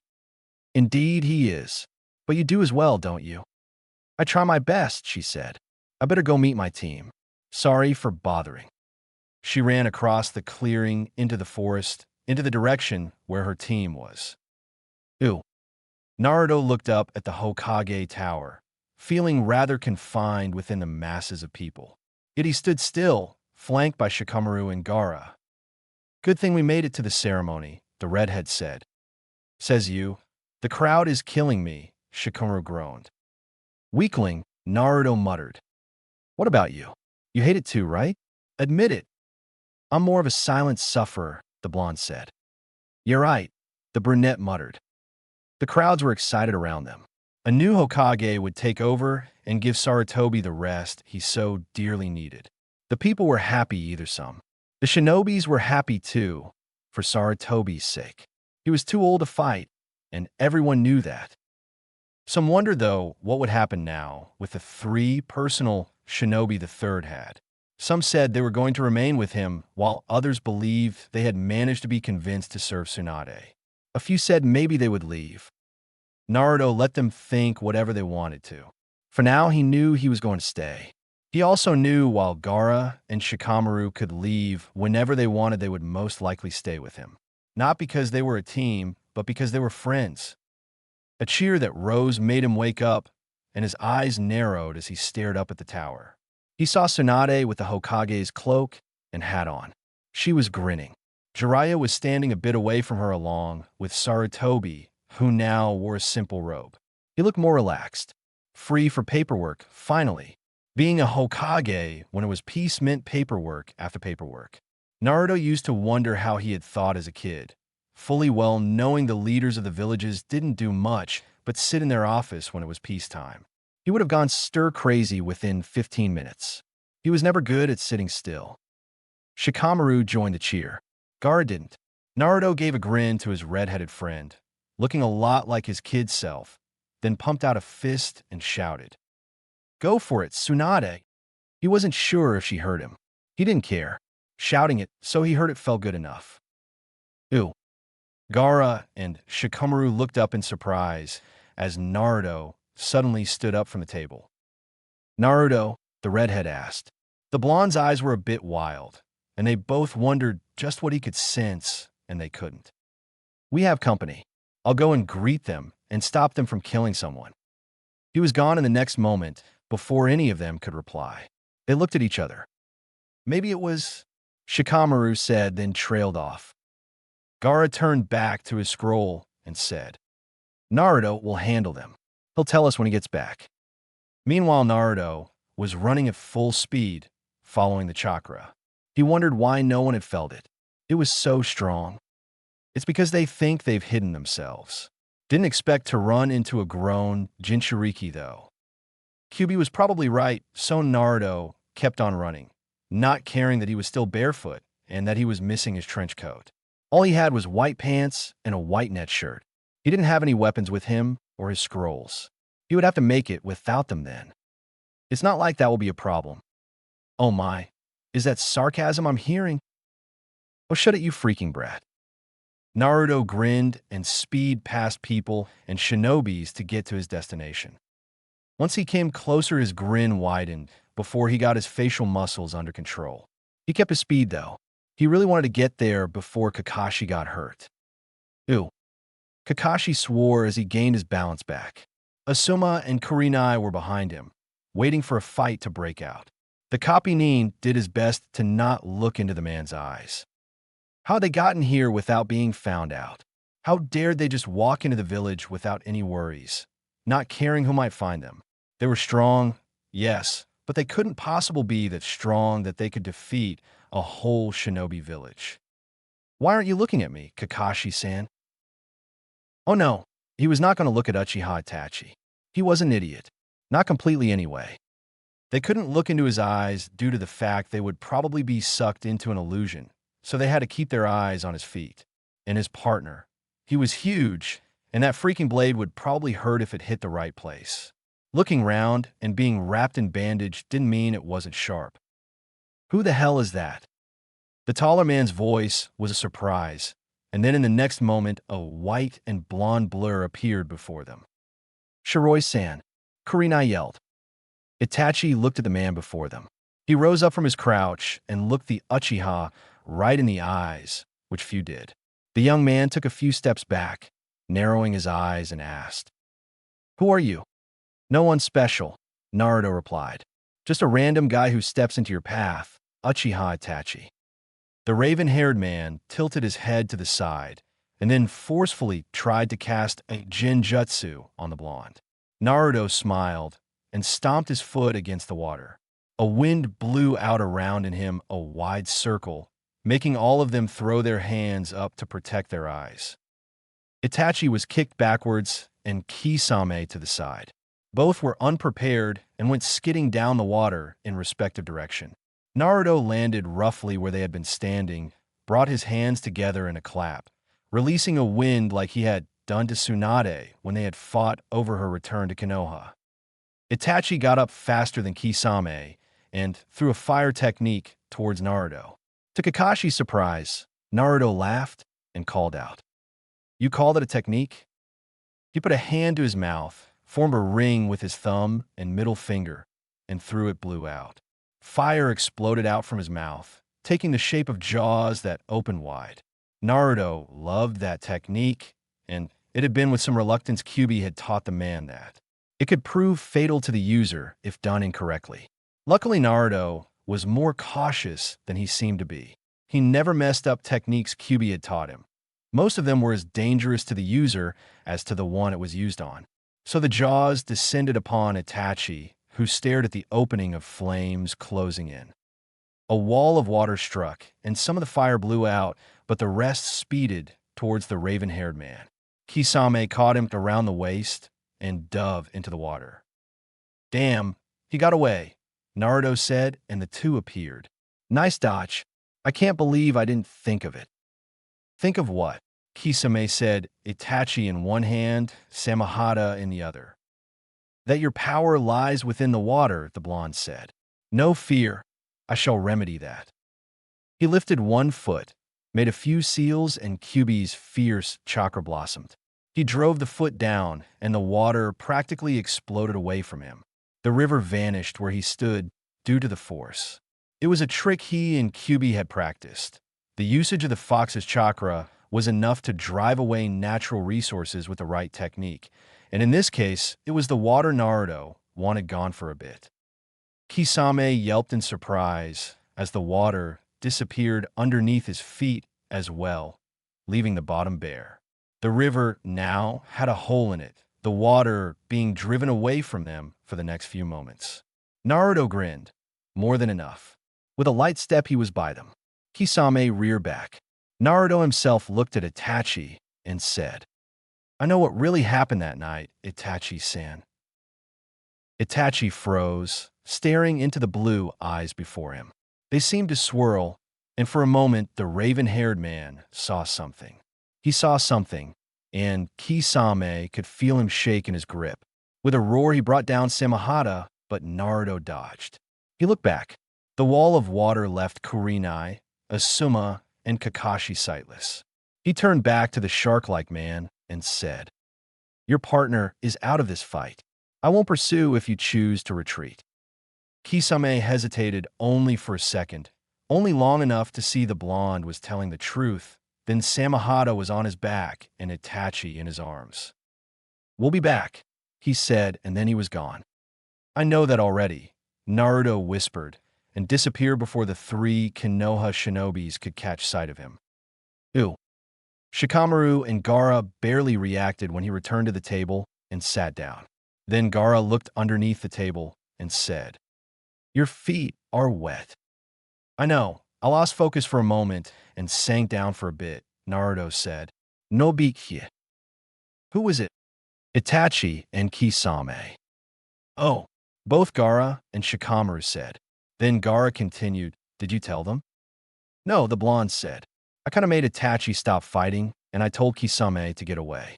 He actually listened." "Someone who saw you let them go?" "No, but Kurenai, Asuma, and Kakashi were there." "Will you tell them you let them go?" Naruto looked up at the redhead and shook his head. "They got away." "How is that supposed to work?" "You're faster than Kisame." "Lucky shot to my head or something." "With what?" Shikamaru asked. "Samahata." "Ugh, that thing," the brunette said with a shudder. "It's fucking scary." "Shouldn't you have a mark for that later?" Gaara asked. "You can make one on me if you'd like." "Great, brat. You just asked Sabaka no Gaara to hurt you. I'm so not going to heal you. It's just a hit to the head." "Have you ever heard if he knows the word limit?" "I sure haven't." "Stop complaining, it's my body." "Yeah, and I live in it too, idiot." "Don't be so picky." "Ew." Naruto tilted his head to the side. Sasuke was getting really good at kunai throwing. He was precise and hated missing the mark. But what Kakashi hadn't introduced yet was to hit the target dead on while fighting someone or avoiding someone. The blonde guessed that was the blonde's mission today: annoy Sasuke as much as possible when he tried to hit the target. "Naruto, you ready?" He jumped up and nodded. Sasuke knew what was coming and plucked out the kunais from the tree trunk. Sakura wasn't with them today. She was with Tsunade to get her first lesson in healing. She had started interesting herself for that when Tsunade first arrived. The woman was widely known for her healing skills. It was good Tsunade had taken Sakura under her wings. For all annoyance she had been when she was young, it had grown away from her the older Sakura got, and she ended up being rather nice. Naruto guessed he and Shikamaru just like holding a grudge against her. "You're acting like a brat." Naruto did not answer the fox, and instead got ready to start. Sasuke did as well. Kakashi looked between the two and then called out, "Start." While the two boys sparred with each other, with Sasuke trying to hit the tree trunk as well, Kakashi sat down and watched the two. It had been a while since he had the chance to train all on his team. They had had Sakura with them the day before, but from now on, she would be rather busy with Tsunade's teaching, and Sasuke still needed to learn more of the Sharingan. That left Naruto. Kakashi had no idea how long Shiroi would remain in the village, but he hoped he would stay as long as Naruto needed him. He was good at what he was doing. Sasuke hit the ground, and Naruto jumped away. The raven-haired had managed to hit the trunk 4 times, but there was a lot of kunai that had missed it. He rose up, spit out some blood, and felt his cheek where Naruto had kicked him. "Sorry," the blonde called from where he was seated on a branch. "It's okay," Sasuke called back. "I'm out of kunai. I'm going to get the ones I missed with." "Sure." The spar briefly stopped as the boy collected the kunai and Naruto watching him from above. The blonde had been keeping him pretty busy. No doubt both would be sore by evening. Ew. When Sarutobi saw Shiroi, he tilted his head to the side and said, "I heard you fought 2 Akatsuka members." "Yes, I did. They got away." "That's unusual. I might have underestimated Hashigaki Kisame's sword." "I can see that," the older man said and looked at the nearly black bruise by Naruto's temple. "Looks to hurt. A bit. I'm lucky he didn't decide to actually cut me or anything. This was just a normal hit." "Damn, Gaara hits hard." "Told you." "Who said you could speak?" "I say so." "Fuck you." "Always so pleasant, brat." "How was it to be retired?" the blonde asked. "Well, I get to relax a lot more," Sarutobi said, "and not have so many papers to read. I can smoke as much as I want." "That is a good thing, I suppose," Naruto said and sat down. "Are you 3 enjoying yourselves?" "I haven't given you much to do." "We find ways to make the time pass," the blonde said. Are you thinking of leaving? Sarutobi said. You are a lot more restless than Akai and Korwa. I go nowhere without them. Is that the same for them too? I guess. I don't know. A year ago, I was used to be alone. Now I would find it boring to be the only company to myself. You got me. That sounded kind of sweet. You just said that it pissed me off. Of course I did. Ew. The Shinobi Library was a foreign place for Naruto. At least Konoha's Shinobi Library. He treaded on dangerous mark. Or something. He was just looking for a scroll, but didn't feel very comfortable. It didn't help the librarian had glared at him. He was not going to burn the library down, no matter what she thought, but with that glare, she might spare him the trouble and just do it herself. She was pissed. Yeah, and it's because of you. I don't mind that. You like to be pissed, and you like to piss people. What's wrong with you? I'm a demon. Well, Naruto did not really have an answer for that, so he kept going. And so he stumbled over Sakura where she sat and studied a thick scroll. Probably Tsunade, who sent her down. He saw something medical on the script and prepared to move on. Naruto. He looked back at her. You looked busy, didn't want to interrupt you. It's okay, she said. Even my brain need a break from this thing. She gestured to the scroll. It's tough, he asked and looked down. He never bothered to learn healing chakra. If he really needed to heal someone, Kyuubi would aid him. The demon wouldn't like it, but he would help. Although at some times, by the time Naruto was there, it was already too late. He pushed that away and looked up at the pink-haired girl. It's rather hard, yes, she said. You need to focus a lot in your chakra to be stable. Why are you here, by the way? I was looking for something. Yeah, some basic taijutsu scrolls, he half-lied. It was about taijutsu, but it wasn't exactly the basic. Inja wanted to read some. Your friend? Yeah, he wanted to know a little. Half-lie again. It was indeed to Shikamaru, but he wasn't going to learn a little. Naruto hoped the librarian wouldn't start chasing him while in here. Then he would never be able to get them this day. Then he had to come back as Shiroi and scare her a little. Maybe you should have done that from the beginning. A little late for that now. Hey, Naruto. He looked at her again. She fidgeted a little on the spot and glanced to the side. She was nervous. I know I've been a complete bitch to you in the past, Sakura finally said and looked at him. Bitch is an understatement, he said dryly, and she laughed a little. Yeah, you can say that, she responded. I know I can't make the years go away, but I'm sorry for being that complete bitch I was. You're sorry. Yeah, I am. She was speaking the truth. He saw that on her. I'm going to try not to become that bitch again. Except when you and Ino argue about Sasuke, Naruto said and raised an eyebrow. She laughed at that, then quieted down in case the librarian would hear. Well, I'm trying to tone down on that too. When he walked to find the scrolls later, he had to admit he was a bit impressed. She was genuine. That she was. You tolerate her a bit more, then? Just a tiny bit more. That's a progress.